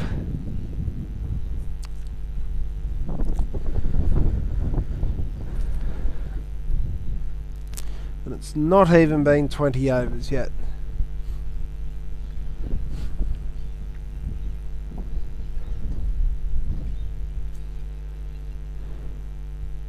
Here comes Foster. Tosses it up. Montgomery can't do anything with it.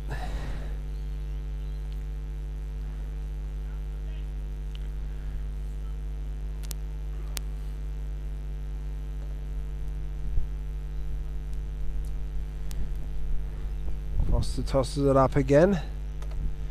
Worked away to fine leg, but no run.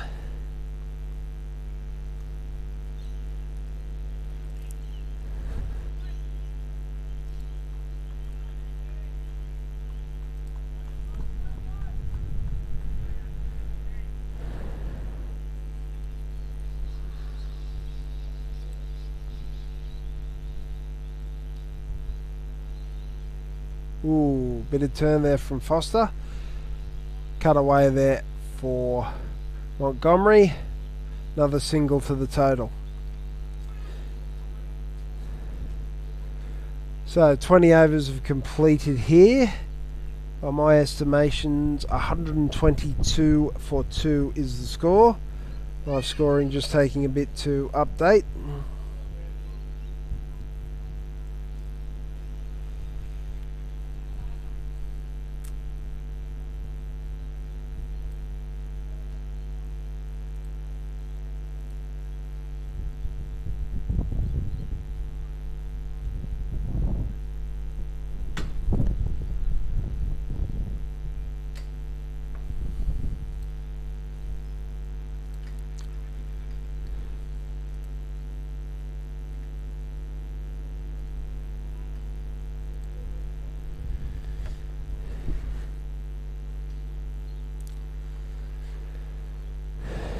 Alright, Aaron Bills has been replaced, and Nathan Hudson is into the attack. Spin again from Stockton. What can he do? He batted beautifully with the bat to get his team into a situation where they could possibly defend it. Ooh. Ricochet onto the stumps, but Aaron Wivell was safely home.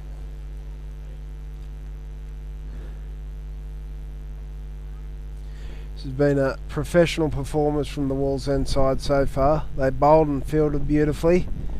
Now they're batting aggressively.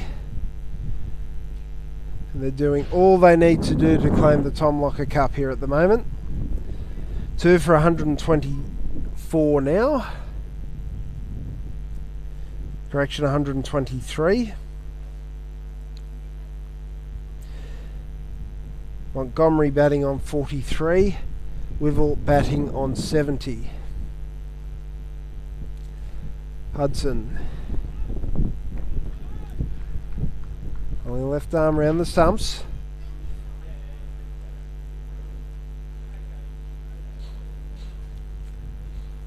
What can he do? Stockton badly need a wicket. Wivell's just happily defending, waiting for the ones they can score off.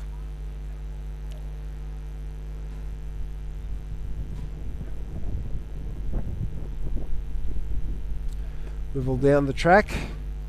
Can't beat the infield though. So this is tidy stuff from Hudson. Only one off that over. 2 for 123 at the end of 21 overs.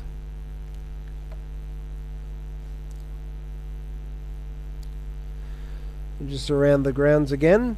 Second innings has started at the Royce McCormack Cup. Stockton are none for 4. Merriweather made 7 for 209 in their 40 overs. There's only been an over and a half played there, so that innings has just got underway. Going to the DB Cup, we'll start at Adamstown number 2. Cardiff are 3 for 56 after 7.2 overs. So a very interesting game. Both of those teams lost to Newcastle City in their opening Dennis Broad Cup games. So both of them will be keen to get a win in that game. Foster again continuing. Single to Montgomery.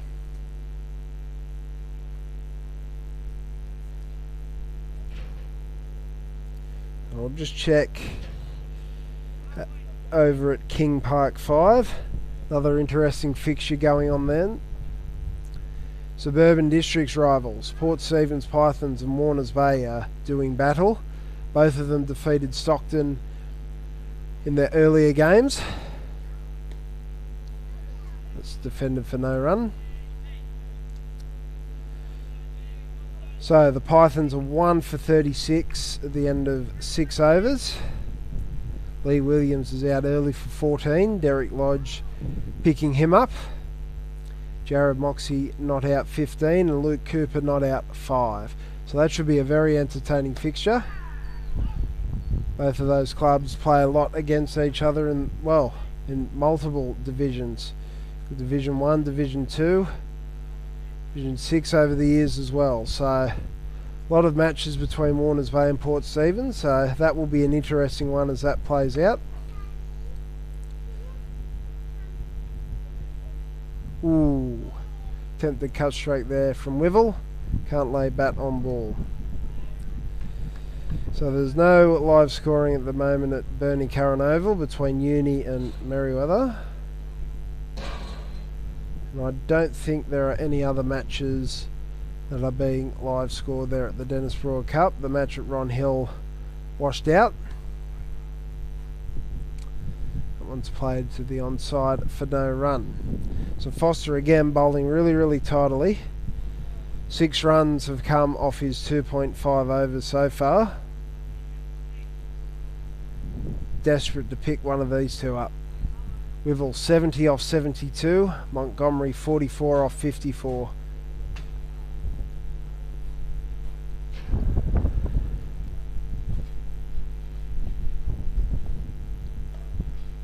It's well played by Aaron Wivell. Tidy stuff again from Nick Foster. 22 overs have completed. 2 for 124 at Wallsend. Still requiring another 41 runs to win. And there's only 28 overs left to play.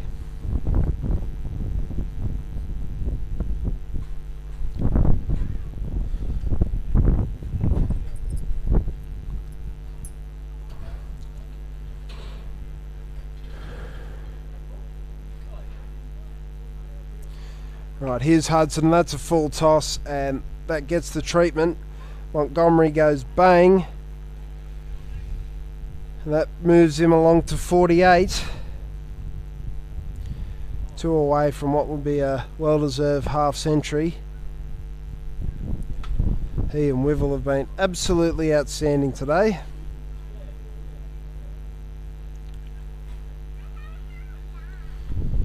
Still put on well over 100 runs together. And he goes bang again, and that's going to be 50. Well batted, Jake Montgomery. Captain's knock.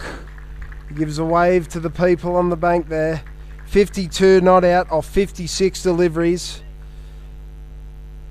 And he's batted absolutely beautifully today.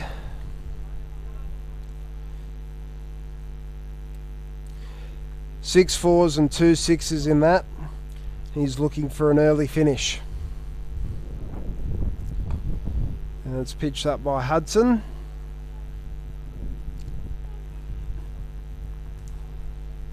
Two for 132 here, Wallsend. Hudson in again. It's only another 33 runs needed for Wallsend to be the Tom Locker Cup champions. And they have been thoroughly professional today. Batting, bowling, fielding. And Montgomery goes bang again. That's going to be another boundary. He's raced along to 56. That puts Aaron Wivel's 100 chances in a bit of jeopardy here. Wivel's on 70. There's 29 needed. I don't think Aaron Wivel will mind. I think they'll just be happy to end the game and win the trophy. Hudson's gone for 3 fours off this over. Could this be a fourth? Foster chasing. It's going to be another boundary. Montgomery moves on to 60. 4 boundaries off that over. And the score is now, after 23 overs, 2 for 140. 25 runs further required for Wallsend to win the Tom Locker Cup. 8 wickets still in hand.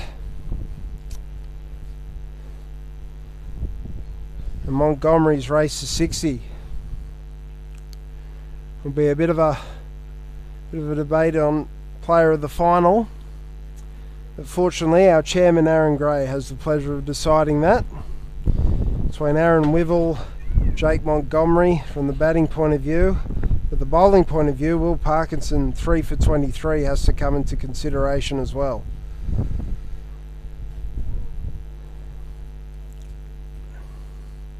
So Nick Foster will continue. He's been very tidy so far. The Wallsend batsmen haven't had to take any risks at all. Here's bowling to Wivel. Wivel goes whack through the covers, and that's another boundary. That's the first off Foster, and Wivel goes to 74. And that's boundary number 12 for Aaron Wivel.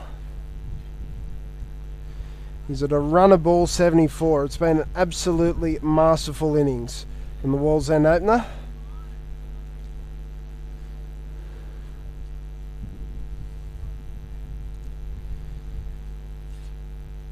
What can Foster do? Toss it right up.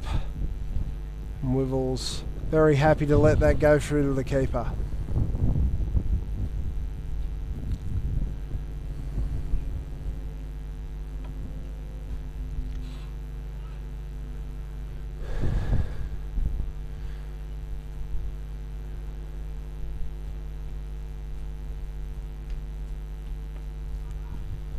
It's well defended there, well bowled by Foster. Well, Wallsend have had a lot of success with various teams over the last few years. Obviously that first grade premiership here a couple of years ago. They'd be very happy to add a Tom Locker Cup to that as well this year. Wivell tries to hit that out of the ground, fielder coming round. Won't get to it on the full, but we'll save it for going to the boundary rope. Another 2 will be added to the total. Aaron Wivell moves to 76, scores 146. So 19 runs are required now. This game is drawing to a close very rapidly.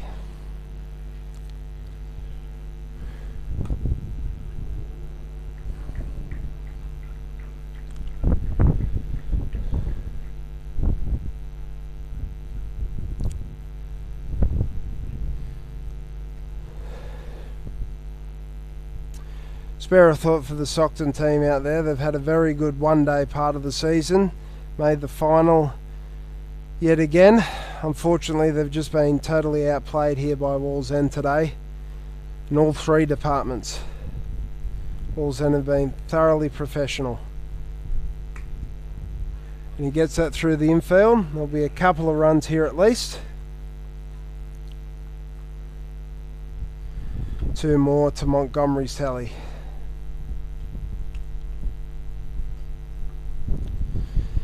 It's the end of the over there. Score is now 2 for 149. Only 16 runs required for Wallsend to win the Tom Locker Cup. Aaron Wivell 77 not out, Jake Montgomery 62 not out.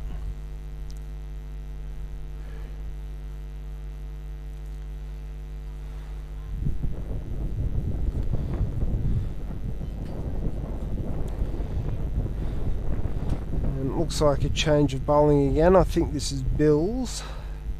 We'll see in a moment.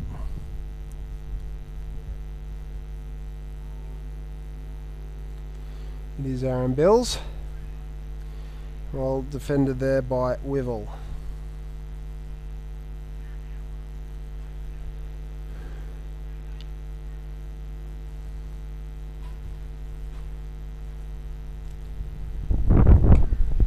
Oh, what a shot that is. Stand and deliver. Aaron Wivell moves into the 80s and he's played that shot a lot today and he's played it perfectly. 81 off 80 deliveries is Aaron Wivell. Wallsend have gone past 150 and this looks like it's going to be an absolutely comprehensive win here. Said Stockton have played their part. They've had a really good season in the one-dayers, made it to the final. The better team are certainly taking it home here at the moment. Bills into Wivell. Wivell goes whack. He wants it done very quickly. Another boundary to Aaron Wivell. He moves along to 85. Score is 157. And everybody's moving around to get the presentation sorted. Chairman's in the house, Aaron Gray. He'll be conducting the presentation along with Jack Bailey. It might be hard to go past Aaron Wivell's performance here. He's 85 off 81. Will Parkinson was good with the ball. It was team effort from Wallsend in the field. But this has certainly made the run chase quite comfortable here for Wallsend.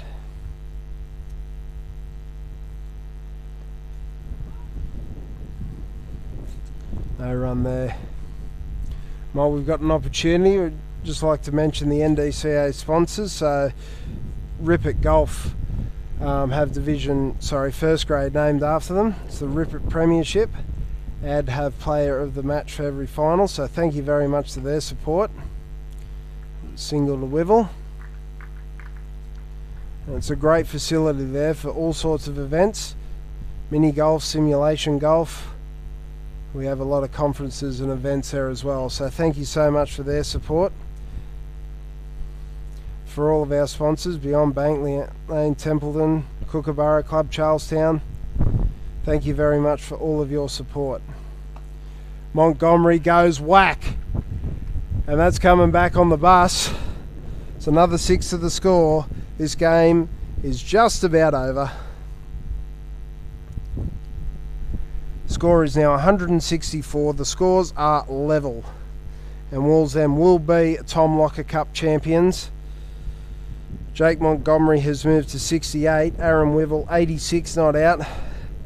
Deserved 100 actually, the way he's batted. They both probably do. It's been an absolutely outstanding performance.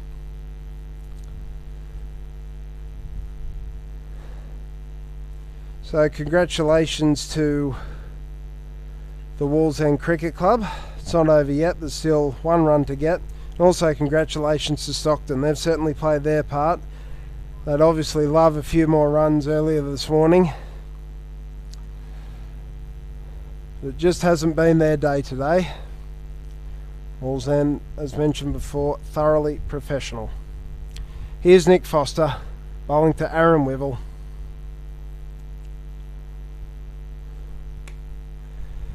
And there it is. There's the single. And Wallsend are your 2024-25 Tom Locker Cup champions. Congratulations to the Wallsend Tigers. A thoroughly deserved championship here today. They were the better team. They bowled Stockton out for 164, and they've been able to chase this down, only losing the 8 wickets, and they've only had to bat 25.1 overs. Congratulations as well to the Stockton and Northern Districts Cricket Club to make the grand final of the Tom Locker Cup. They've done exceptionally well. However, the better team certainly has won today. Congratulations again to the Wallsend Tigers. There'll be a short presentation ceremony now conducted by NDCAI Chairman Aaron Gray, assisted by Competition Administrator Jack Bailey. So that will happen very quickly. We'll just run through the scores here. So at the beginning of the day, Stockton won the toss and elected to bat. They were bowled out for 164. The top score was Nathan Hudson, who made 65. At one stage, Stockton were 8 for 98 and looking like they weren't going to get anywhere near there, but a great innings from Hudson got them to that score. Logan Weston also batted really well for his 36. The wickets were shared around for Wallsend. They were absolutely wonderful, both with ball in hand and in the field. There was some great catches and some great run-outs. Special mention to Joseph Clark's catch off Logan Weston. That was one of the best catches I've ever seen. But Will Parkinson was the pick of the bowlers. 10 overs, 3 for 23. 2 wickets for Lockie Page, 2 wickets for Jacob Page, 1 apiece to Callum Gabriel and Jake Montgomery. On the batting front, well, Wallsend were just all class. Aaron Wivell not out 87 off 84 balls. He hit 14 boundaries in that. Absolutely outstanding. And ably supported by his skipper, Jake Montgomery. 68 not out off 62 deliveries. Absolutely superb from the Wallsend Tigers. They are your Tom Locker Cup champions. On behalf of all of us here from the NDCAI, I'm David Absalom. Thank you for tuning in, and it's goodbye for now.